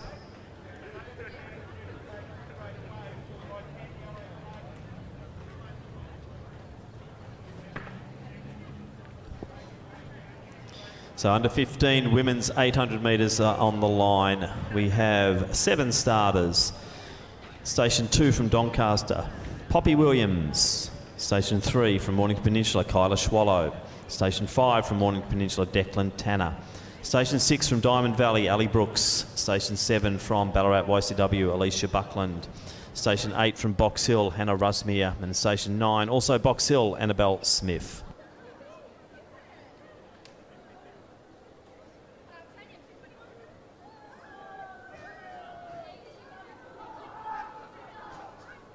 On your marks.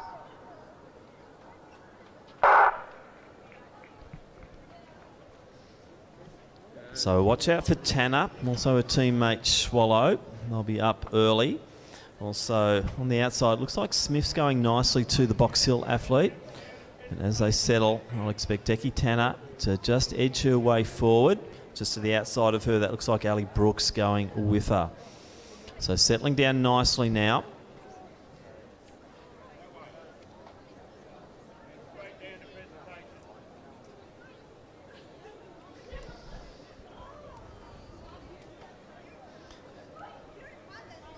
So Brooks from Diamond Valley. Tanner also up there. Starting to settle down now. The pace is pretty decent as they move through the 300 metre mark. So coming down the home straight now, and they're going 3 wide. Tanner's got that lovely sit on the inside there. Brooks just to the outside of her.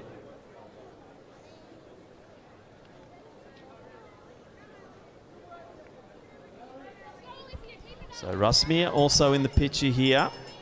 Alicia Buckland from Ballarat YCW also, as that group of 4 starts to stride it out, and it's Brooks to the outside, allowing Tanner just to control the pace. Brooks looks like she's trying to edge forward. Buckland now going with them. So Rusmere just easing back. So 300 out, it's Tanner, Brooks, then Buckland. Now a gap to Rusmere. Gap back then to Smith and also Swallow. So out front, it looks like it is now a race in 3. Tanner just winding up a little bit and asking Brooks if she can go with her. Answer to that is it looks like Declan Tanner might have that superior speed. Buckland's looking good too as they come round the bend, but Decky Tanner leading it. Tanner out by 2 metres now to Buckland, then Brooks, and it looks like it's all Decky Tanner coming into this home straight. So the Mornington Peninsula runner looking strong. Let's get behind all 3 competitors here. Buckland's run well, but she's going to be challenged again for that silver medal.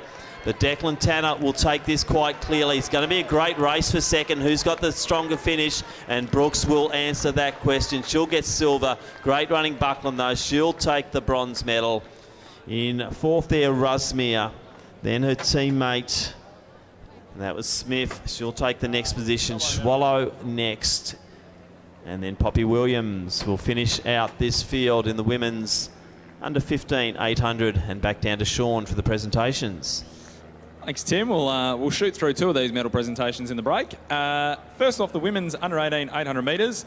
In 3rd place, representing Box Hill with a time of 2:20.43, Ruby Ma. In 2nd from Sandringham in a time of 2:18.52, Matilda Strugnall. And your Victorian champion representing Glen Huntly in a time of 2:16.75, Sophia Hanlon. Congratulations, girls.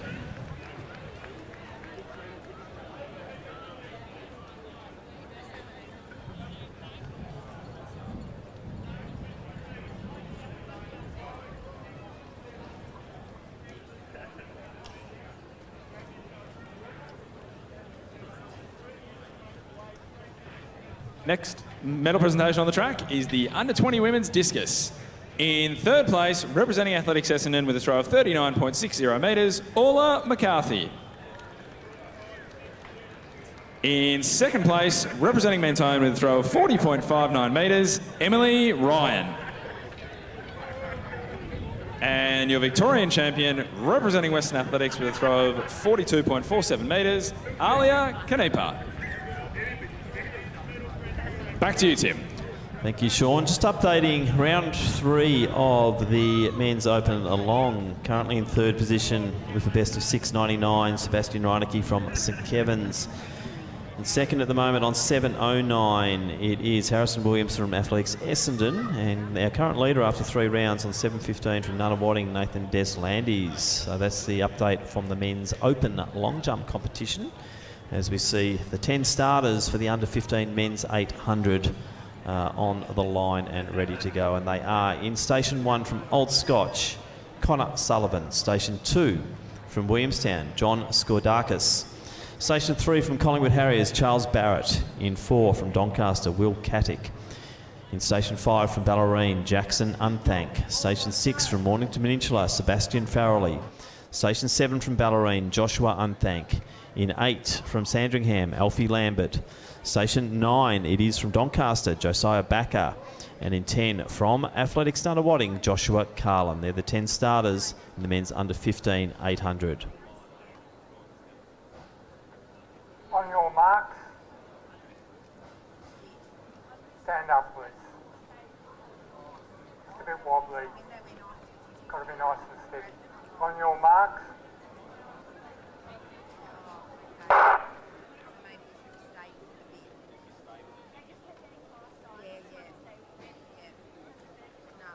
So good start here. Now the way to tell the Unthank twins is usually Joshua, I think, has the yellow socks on. So nice start here. And the Doncaster runner out there early is Katic. Farrelly has taken the lead. Gee, good opening 200, Mitch. Yeah, they're not messing about, Tim. 28 seconds on the clock there for Farrelly. So Sebastian Farrelly is more than happy to put the pace inside this race. Will Katic the one to go with him? And one of our Unthanked twins, actually try both of them there, are going to lead number 3 and 4, Jackson in front there. So we're going to see our man from Mornington Peninsula, Sebastian Farrelly, through the first 300. Has about a 3-4 metre lead over Will Katic. Jackson Unthanked there in 3rd position. Joshua Unthanked in 4th position. So good luck to the Unthanked parents. And now with 400 metres on the clock, 59 seconds. So they're under the minute, Tim, and now they're going to start moving again, I think. Yeah, this is a great pace early for this under-15s, and Farrelly's just put the foot down. Katic has got a good finish, so I think he'll stay strong here. And then it is Joshua Unthank, no, sorry, it's Jackson Unthank in that 3rd position.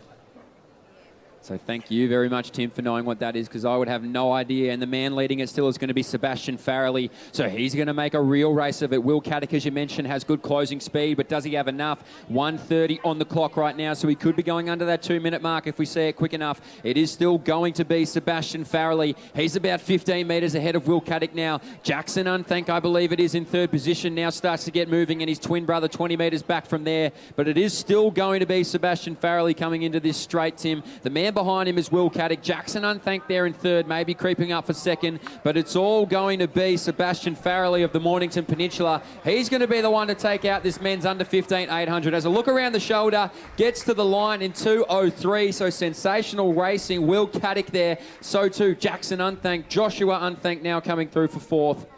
As we see now, Charles Barrett comes through, so too Joshua Carlin. And Alfie Lambert of Sandringham now crosses the line with John Skordakis, or Skordakis from Williamstown now across the line. Josiah Backer, and now rounding it out is going to be Connor Sullivan.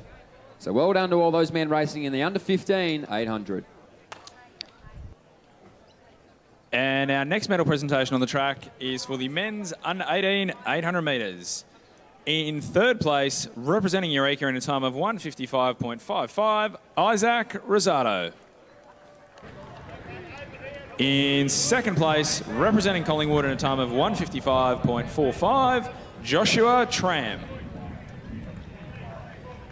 And your Victorian champion, representing Keeler St Bernards in a time of 1:55.09, Mitchell Langbourne. Congratulations, gents. So before we move to the next event, I'd just like to acknowledge the Victorian officials. We usually do this at the end of the day when no one's here. So just a big, big thank you to our Victorian officials who have laboured hard over the last 2 weekends to make sure that this championship goes pretty much to time. As he says, we're about 5 minutes late, but we've done an extremely good job over the past 2 weekends, and our Victorian officials behind all of this. Also to our club helpers who have pitched in. As we know, it's very hard to get the numbers here at an athletics stadium to get things moving, but our club helpers have done an amazing job. But a big round of applause. Thank you for our Victorian officials. So let's now go to the under 14 women's 800 metres. There are 9 starters. In station 1 from Doncaster, Lily Purcell. Station 2 from Glen Huntly, Charlotte Senior. Station 3 from Athletics Chilwell, Isla Bradshaw. In 4 from Western Athletics, Ella Frahovac. In 5 from Eureka, Lucy Jones. 6 from Nunawading, Chloe Johnson. In 7 from Western Athletics, Honor Tobin. Station 8 from Western Athletics, Lucy Cleveland. And in 9 from Williamstown, Piper Gay. So 9 starters in the final of the women's under 14 800. On your marks.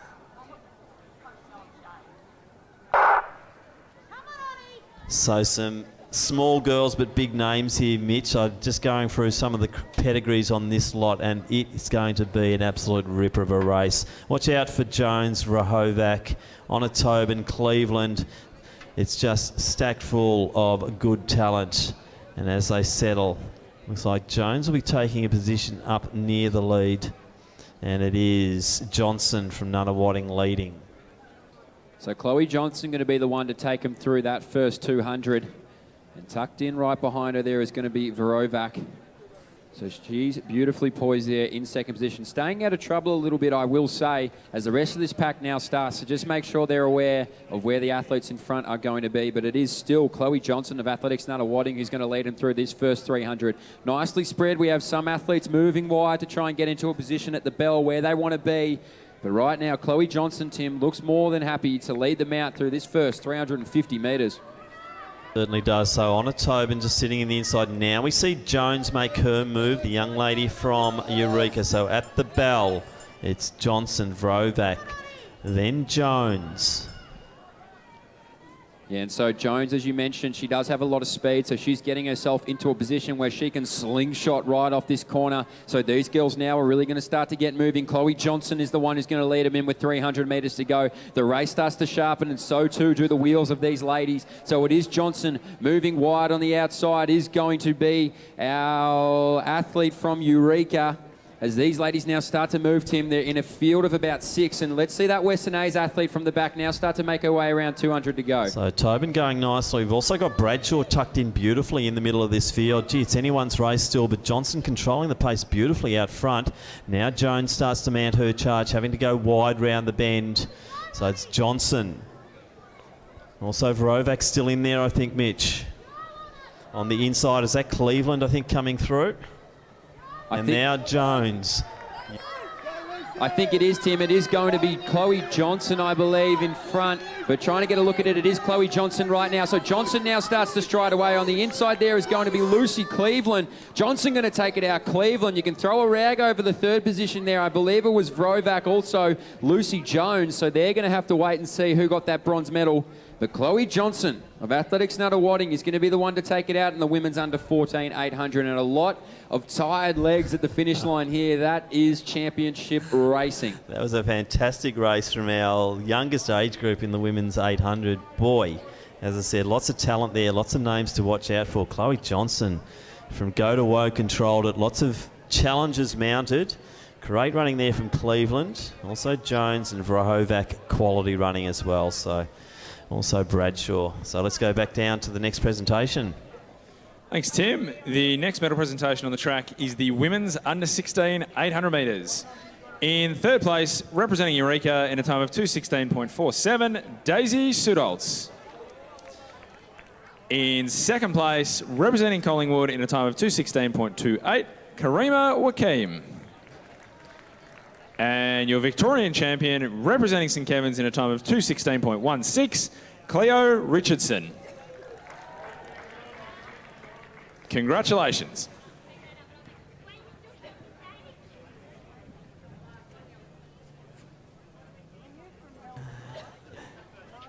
So from a very entertaining women's under 14 800, let's switch focus now to the men's under 14 800 metre final. 11 starters, and they are in Station 1 from Doncaster, Elijah Backer. Station 2 from Doncaster, Aidan Marasco. In 3 from Williamstown, it's Finn Kane. In 4 from Sandringham, Ethan Miller. Station 5 from Old Melburnians, Angus Ashworth. Station 6 from Old Scotch, Bart Leighton. In 7 from St Kevin's, Ben Forster. In 8 from Albury, it is Alec Fransky. In 9 from Athletics Nunawading, it's Oscar Wright.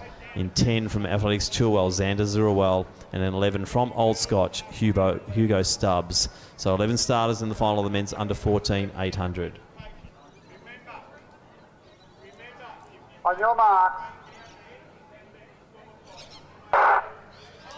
So the question here, Mitch, what will Bart Leighton do? Well, I guess he's going to have his man on the outside, which is Ben Forster. He's going to lead him through. So Leighton now, he's going to tuck in behind him. So it'll be interesting to see how these boys break.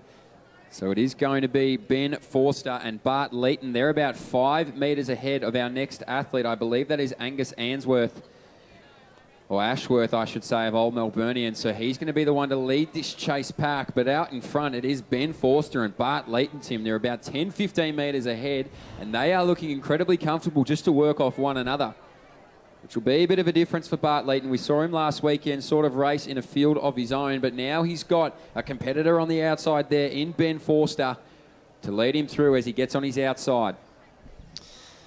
So it's good to see Leeton having to do a bit of chasing here. Forster is a brave runner. We saw his brother looking so good earlier in the afternoon. Angus Ashworth just moving along nicely, leading the next bunch. So I didn't get the time check there. About 63, was it, Mitch? Yeah, about 63, 64 on the clock right now. So Ben Forster's going to remain on the inside, which is fantastic tactical racing. He's going to force Leeton to go wide. If he can get around him, he's going to have to do it on this back straight or wait till the next one. So it is going to be Forster who's going to grit his teeth and dig deep. Bart Leeton on his outside. So too right behind there, still leading out is Ashworth. So Ashworth's got a little bit of work to do. I don't think he can quite get there. Our man's still leading with 200 metres to go, though, Tim, is going to be Ben Forster. Bart Leeton has to do some work here.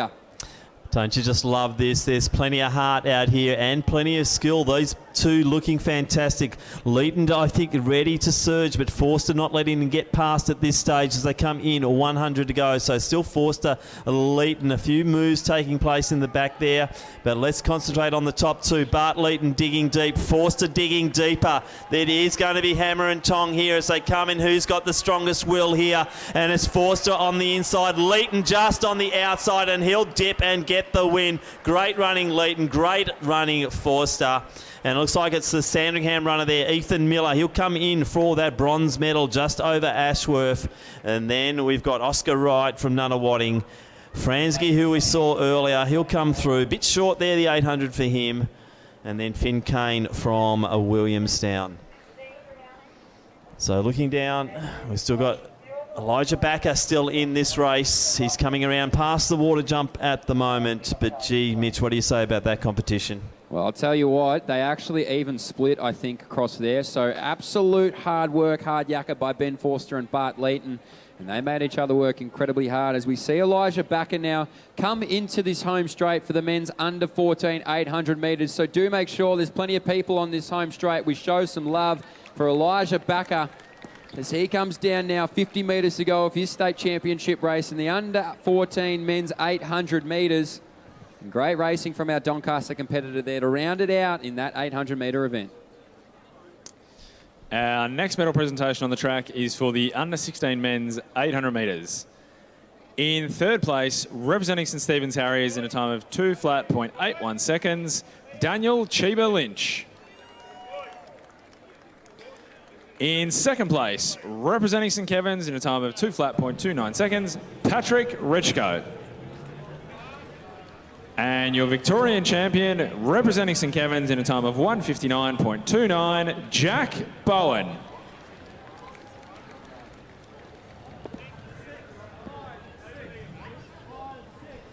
Thank you, Sean. Before we go to the next track event, just an announcement from the pole vault competition.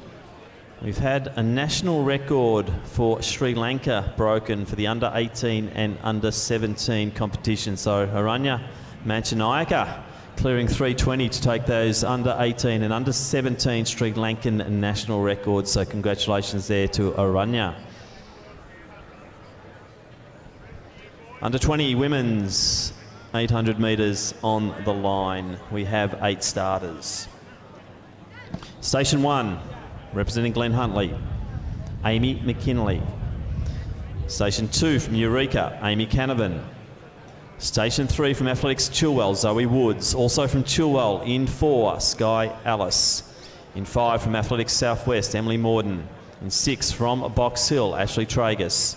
In 7 from Box Hill, it is Stella Crawford Rust. And in 8 from Western Athletics, Abigail Thomas. So 8 starters in the women's final of the under 20 800 metres. World under 20 qualifying time, 2:06.80. On your marks.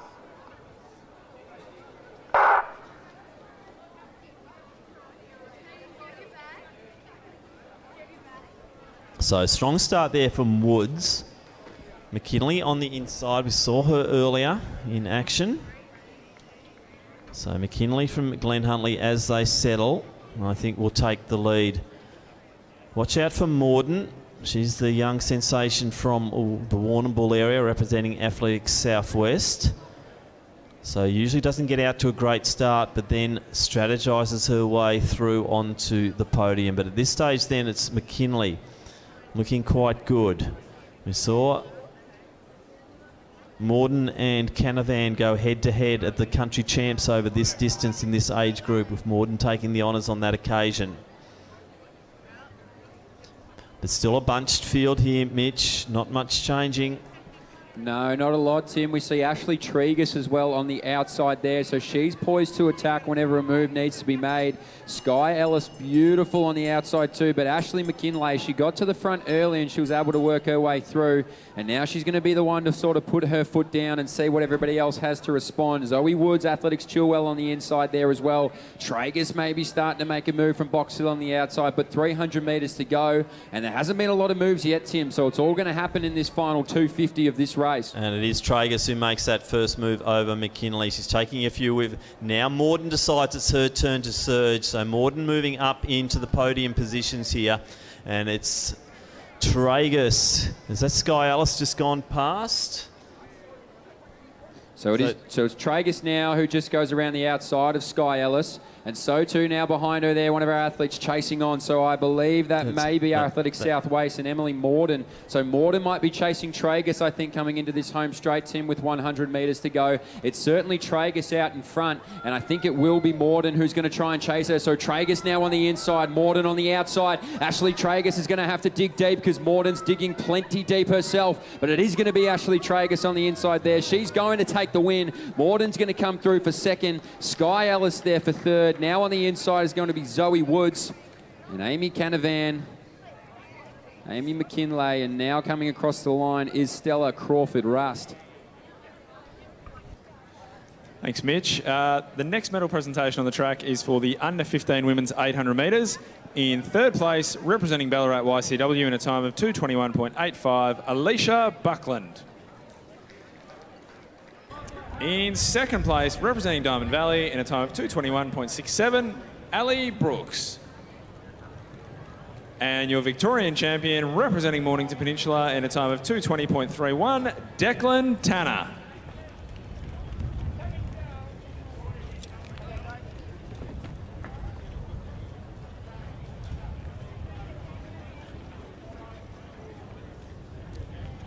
And we'll squeeze one more in here. One of our field events. The presentation for the Open Men's Discus Championship. In third place, representing Athletics Waverley with a throw of 44.19 metres, Shane Carstairs. In second place, representing Doncaster with a throw of 45.91 metres, Declan Carmen. And your Victorian champion, representing Ringwood with a throw of 48.89 metres, Nicholas Dyson. Congratulations. Thanks, Sean. Now back onto the track. We go to the men's under-20 800 metre final, and there are 7 starters. In Station 2, representing Glen Huntley, it's James Hatton. Station 3 from Glen Huntley, Jack Forer. Station 4 from Oldsavarians, Benjamin Sherman. Station 5 from Mornington Peninsula, Nathan Corbett. In 6, Jaron Hobbs, representing Geelong Guild. In 7, Harry Shaw from Ivanhoe Harriers. And in 8, from Geelong Guild, Oscar Mazaraki. They're your 7 starters in the final of the men's under-20 800 metres. World under-20 qualifying time, 1:50.00.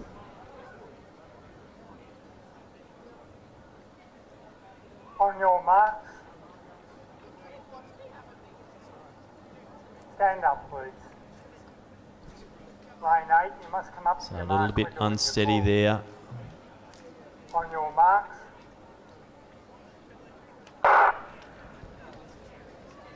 So clean start, 7 starters now. Hatton on the inside moving nicely. He's got his teammate Forer just to the side of him. Mazaraki, one of the quick movers on the outside, and it is Nathan Corbett from Mornington Peninsula who's moving well and will take the lead. So Corbett, then Hatton, Forer.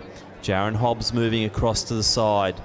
Watch out for Ben Sherman here. He's one to watch as they get into the deep, dark ends of this 800 metres. He does have a big engine on him. But it is Nathan Corbett who's taking the pace, and that pace at the moment, Mitch, is quite swift.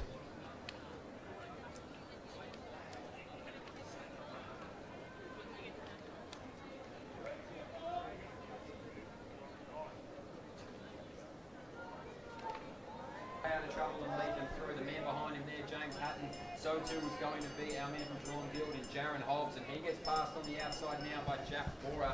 So these boys now going to start moving. Mazaraki on the back there. He can't quite get attached to that group in front. So it is going to be Nathan Corbett who's going to lead him through at 300 metres to go, Tim, and James Hatton's going to be the one chasing on the back. Yeah, interesting to see that Shaw's already off the back. I'm not sure if he's feeling that good today. He looked great yesterday, but it is up front. It is the two Glenn Huntley boys, Hatton and Forer, challenging on Corbett. I don't know if Hobbs will be able to break or bridge that gap, and I'm a bit worried about Sherman at this point, 200 out. So now it is Hatton with 200 metres to go. He starts to put his foot down. The only person going with him there is going to be Jack Forer. So Forer behind him there. Our man who did the work early, Nathan Corbett, he's going to sit there in third position. So right now, it is... So Hatton is taking the lead now. So Hatton and Forer, Corbett in next position. So it looks like a good win here from Hatton. A 1-2 for Glenn Huntley.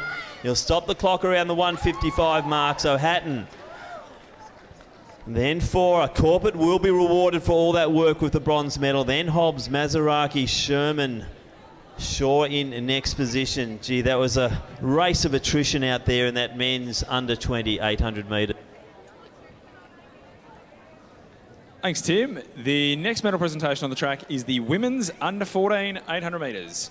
In third place, representing Western Athletics in a time of 2:21.01, Ella Vrovac.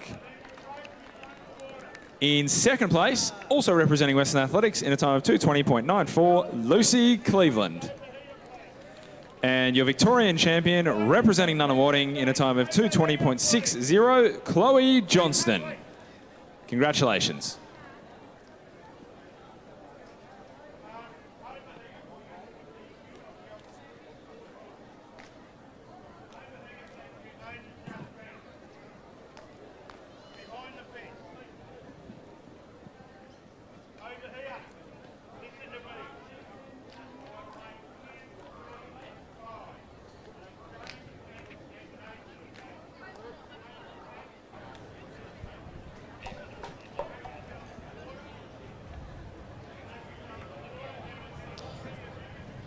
We now introduce the field. In the 53rd running, the Victorian Open 800 metre championship for women. Championship record 1:59.0 set by Charlene Rendina in 1976. The most wins, 5 by Tamsin Lewis Manu representing Sandringham. Reigning champion Katrina Anderson, Melbourne University in a time of 2:12.19. And our field of 8 is in Station 1, representing the Deakin Athletic Club, Brigitte Humphrey. Station 2 from South Melbourne, Gigi McAnini. Station 3 from Western Athletics, Rochelle Kennedy. Station 4 from Maccabi, Shani Landon. Station 5 from Geelong Guild, Tess Kersop Cole. Station 6 from Wellington, it's Rachel O'Brien. In 7 from Box Hill, Ali Sanford. And in 8 from Box Hill, Julie Fitt. They are your 8 starters in the final of the Women's Open 800 metres.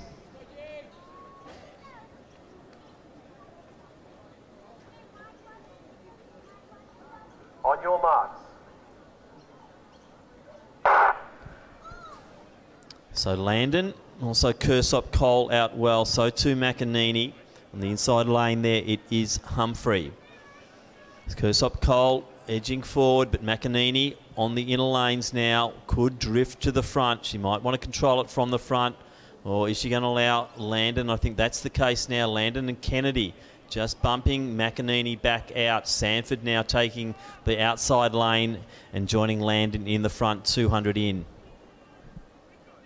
So they're going to let Landon lead it through. Oh, and we've got a tumble there as well in the middle of that pack, so we will try and see who that is. She gets right back up, though. She's going to try and latch on. So O'Brien now going to have to do a little bit of work there. Unfortunately, gets checked in the pack. It is Landon leading us out. McEnany behind her there. Sanford on the outside. Kearsop Cole further out from that. And Rochelle Kennedy tucked in at the back of this pack. So this pack of 5 going to work their way down, heading to the 400-metre mark. Ellie Sanford looks really good on the outside there. Landon done a lot of the work. McEnany on the inside. Rochelle Kennedy behind them there. Tess Kearsop Cole, the 400-metre specialist. 380 to go, Tim, and now these kickers are going to start kicking. They certainly are. It's a good bunch. I can't see Fit moving her way up or Humphrey at this stage, and unfortunately O'Brien is now right off the back due to that fall. So it's Sanford looking good with Landon out front. McEnany, if anything, is boxed in there. She's got Rochelle Kennedy just to the outside, and we're seeing a good move there down the outside. So that's Tess Kearsop Cole now down the outside. She's going to get right on the shoulder of Ellie Sanford. McEnany now finally gets out of that box position. So McEnany clear in third position. Tess Kearsop Cole, who won a Victorian Milers Club 800 metres not so long ago. She's on the outside of Ellie Sanford, who has speed in her own right. So coming down to this last 100 metres, Ellie Sanford made a move early, and she's going to try and hold them off. On the outside now, Gigi McEnany. So McEnany, the one who's going to challenge Sanford. Sanford on the inside, McEnany there. So too Kearsop Cole. Sanford now, they're all tightening up. Sanford on the inside, McEnany on the outside. It looks like it's going to be Sanford. McEnany on the outside. Kearsop Cole for third. Landon there for fourth. Rochelle Kennedy for fifth place. Bridget Humphrey now comes through, and so too does Julie Fitt. But Ellie Sanford just from GG McEnany. We can all take a deep sigh now. What an exciting race that was. Chest to chest as they went across the line. But Ali Sanford just having that little bit of distance on McEnany. Kearsop Cole battled on very, very nicely. Didn't even see the time. We'll wait for that later. Doesn't really matter. That's a championship race. And that was championship racing there in the Open Women's 800. Congratulations, Ali Sanford. Now joins that list of winners. Thanks, Tim. The next medal presentation on the track is the under-15 men for 800 metres. In third place, representing Bellarine in a time of 2:07.05, Jackson Unthank. In second place, representing Doncaster in a time of 2:05.78, Will Kadich. And your Victorian champion, representing Mornington Peninsula in a time of 2:03.77, Sebastian Farrelly.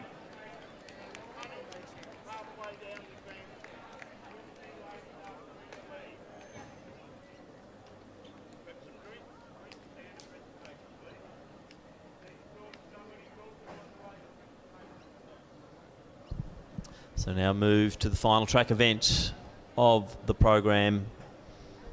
This is the 61st running, the Men's Open 800 metre Championship of Victoria. Championship record time 1:46.04, set by Michael Hillart from St Stephen's Harriers.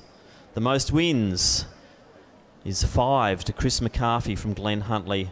Reigning champion Grant Muir from Athletics Chilwell in 1:52.98. And our field of 8 is in lane 1, representing Doncaster, Yuan Chow Louis. In lane 2, from Mentone, Geordie Hoare. Lane 3, representing Old Scotch, Harrison Carr. Lane 4, from Old Melburnians, it's Alex Gruen. Lane 5, representing Casey Cadinia, Lachlan Hurd. Lane 6, from Mornington Peninsula, Jake Stevens. In 7, we welcome from Tasmania, Lachlan Bonney. And in 8, from Melbourne University, Sam Williams. They are your starters in the final of the Men's Open 800 metres. On your marks.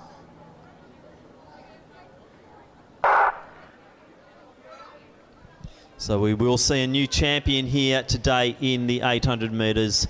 And it is Hoare who's charging out early. Also to the outside there, it is Bonnie the Tasmanian. But it's a long line across, and Lockie Hurd wants a piece of the action as they start to settle. So it is Hurd. On the inside there, Hoare. To the outside, it's the Tasmanian there in Bonnie. And it's a real bunch, Mitch, going through 200.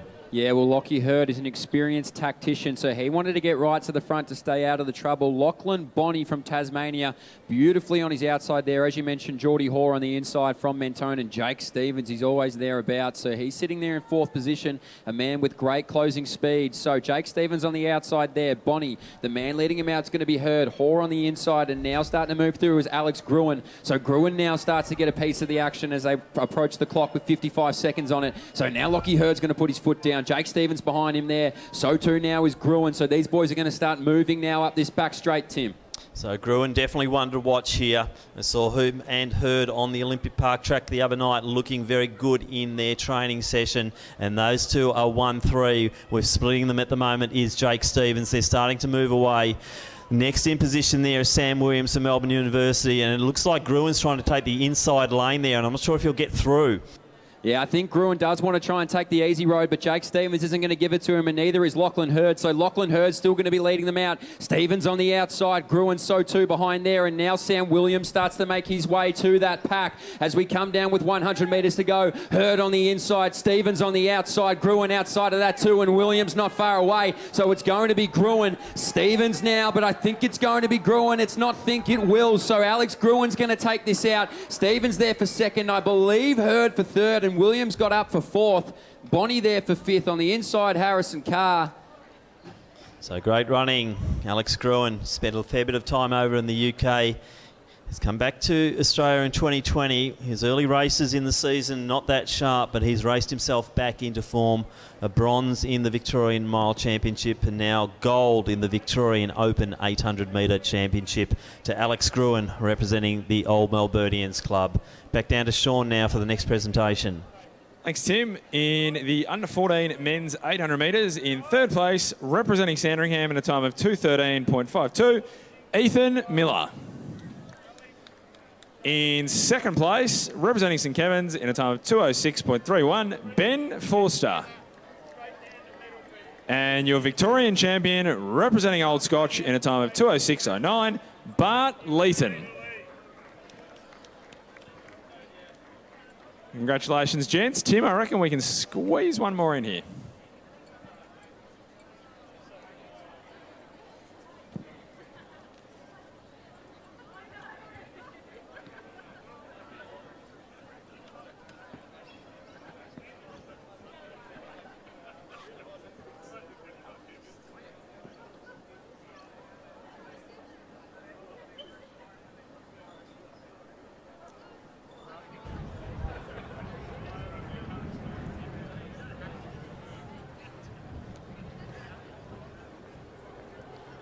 Our next medal presentation is for the under-20 women's 800 metres. In third place, representing Athletics Chilwell in a time of 2:14.78, Sky Ellis. In second place, representing Southwest Athletics in a time of 2:13.48, Emily Morden.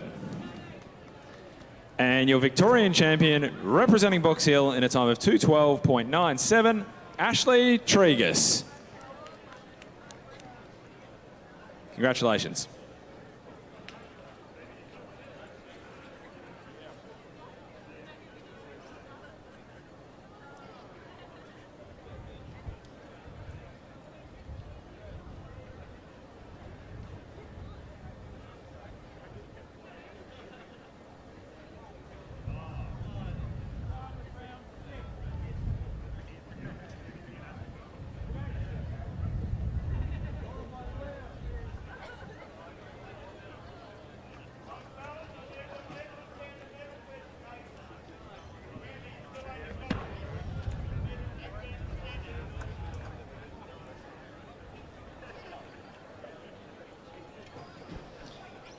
So into the fifth round now of the men's open long jump, and no change to our leaders, apart from jumping into third in the third round, I believe was Benon Otsuran from Essendon with a 7:02. So Desland is still leading that men's open long jump, which is still underway on the far side of the track.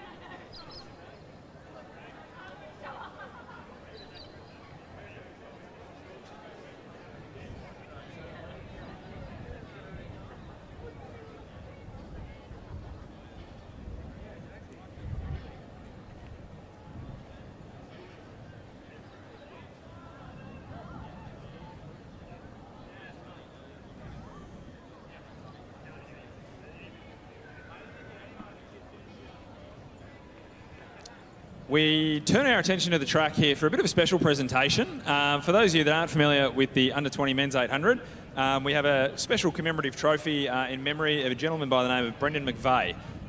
Brendan McVeigh joined the Richmond Harriers in 1954 and remained a committed clubman and Athletics Victorian member until his sudden passing in 2008.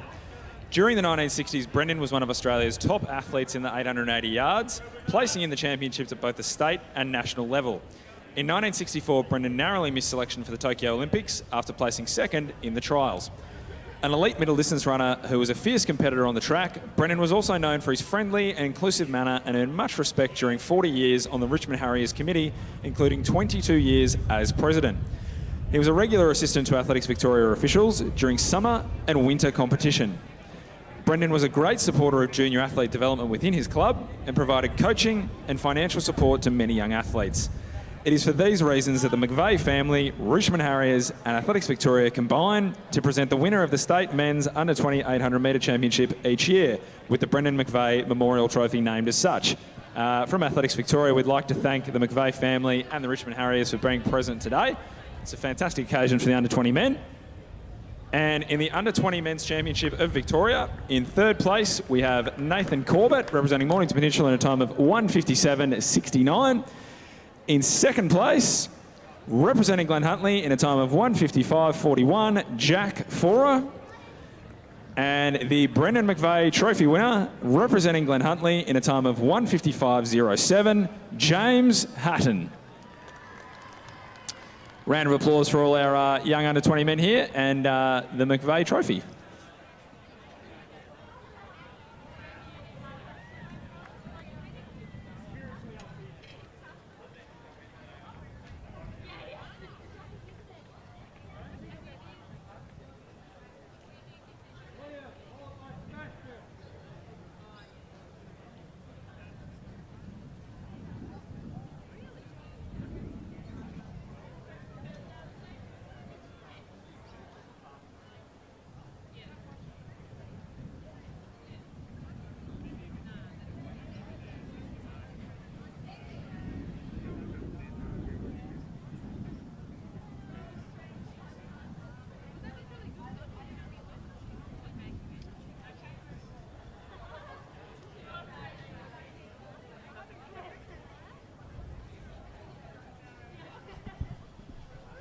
So a couple more presentations to go on the track at the moment. We are still covering the men's open long jump, so fortunately lots of information coming up on the screen.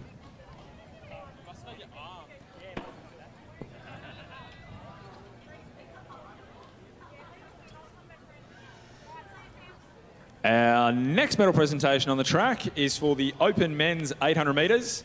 In third place, representing Casey Cardinia in a time of 1:52.58, Lachlan Hurd. In second place, representing Mornington Peninsula in a time of 1:52.45, Jake Stevens. And your 800 metre Victorian champion, representing Old Melburnians in a time of 1:52.14, Alex Gruen. Congratulations, gents, and thank you to everyone who came out today. I think that might almost be a wrap. Oh no, we still have pole vault. I take it all back. And some long jump. Always good to have Alex back from the UK. And long jump.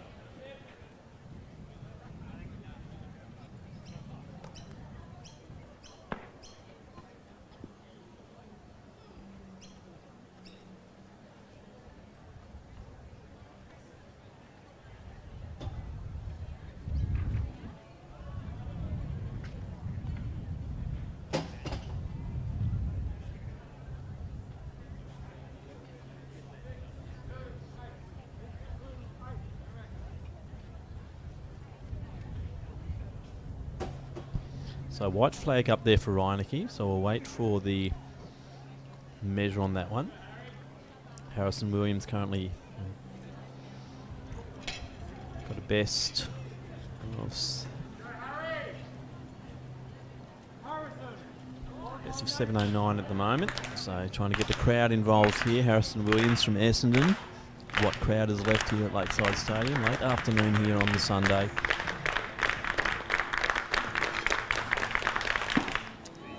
And a nice jump there. Let's watch. Oh, red flag up, unfortunately, for Williams on his 6th attempt.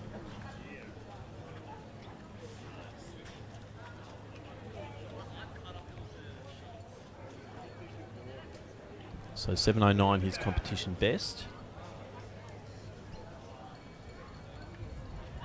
As we see Deslands going down to the end of the runway. This will be his 6th and final attempt. Testing. Hello. If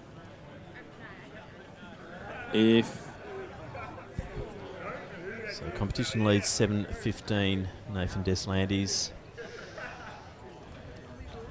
So has the we're just calling over our championship in the bag, I believe.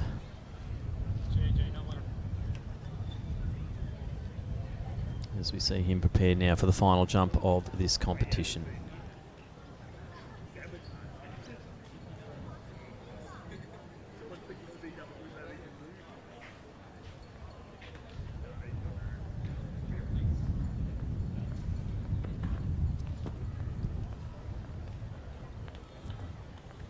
So white flag up there for Deslandes. So we will wait for that measure.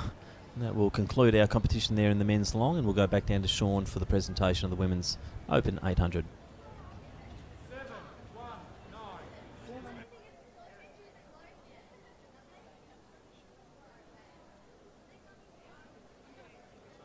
For all those inquiring, yes, medalling does qualify you for nationals. Top 3. Answering Gavin Burren's question whilst he takes a photo. Up next for our medal presentation on the track is the Women's Open 800 metres. In 3rd place, representing Geelong Guild in a time of 2:06.72, Tess Kersop-Cole. In 2nd place, representing South Melbourne in a time of 2:06.48, Gigi McEnany.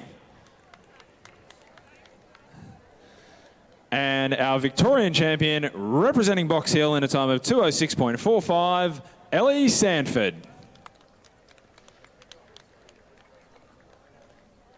Congratulations.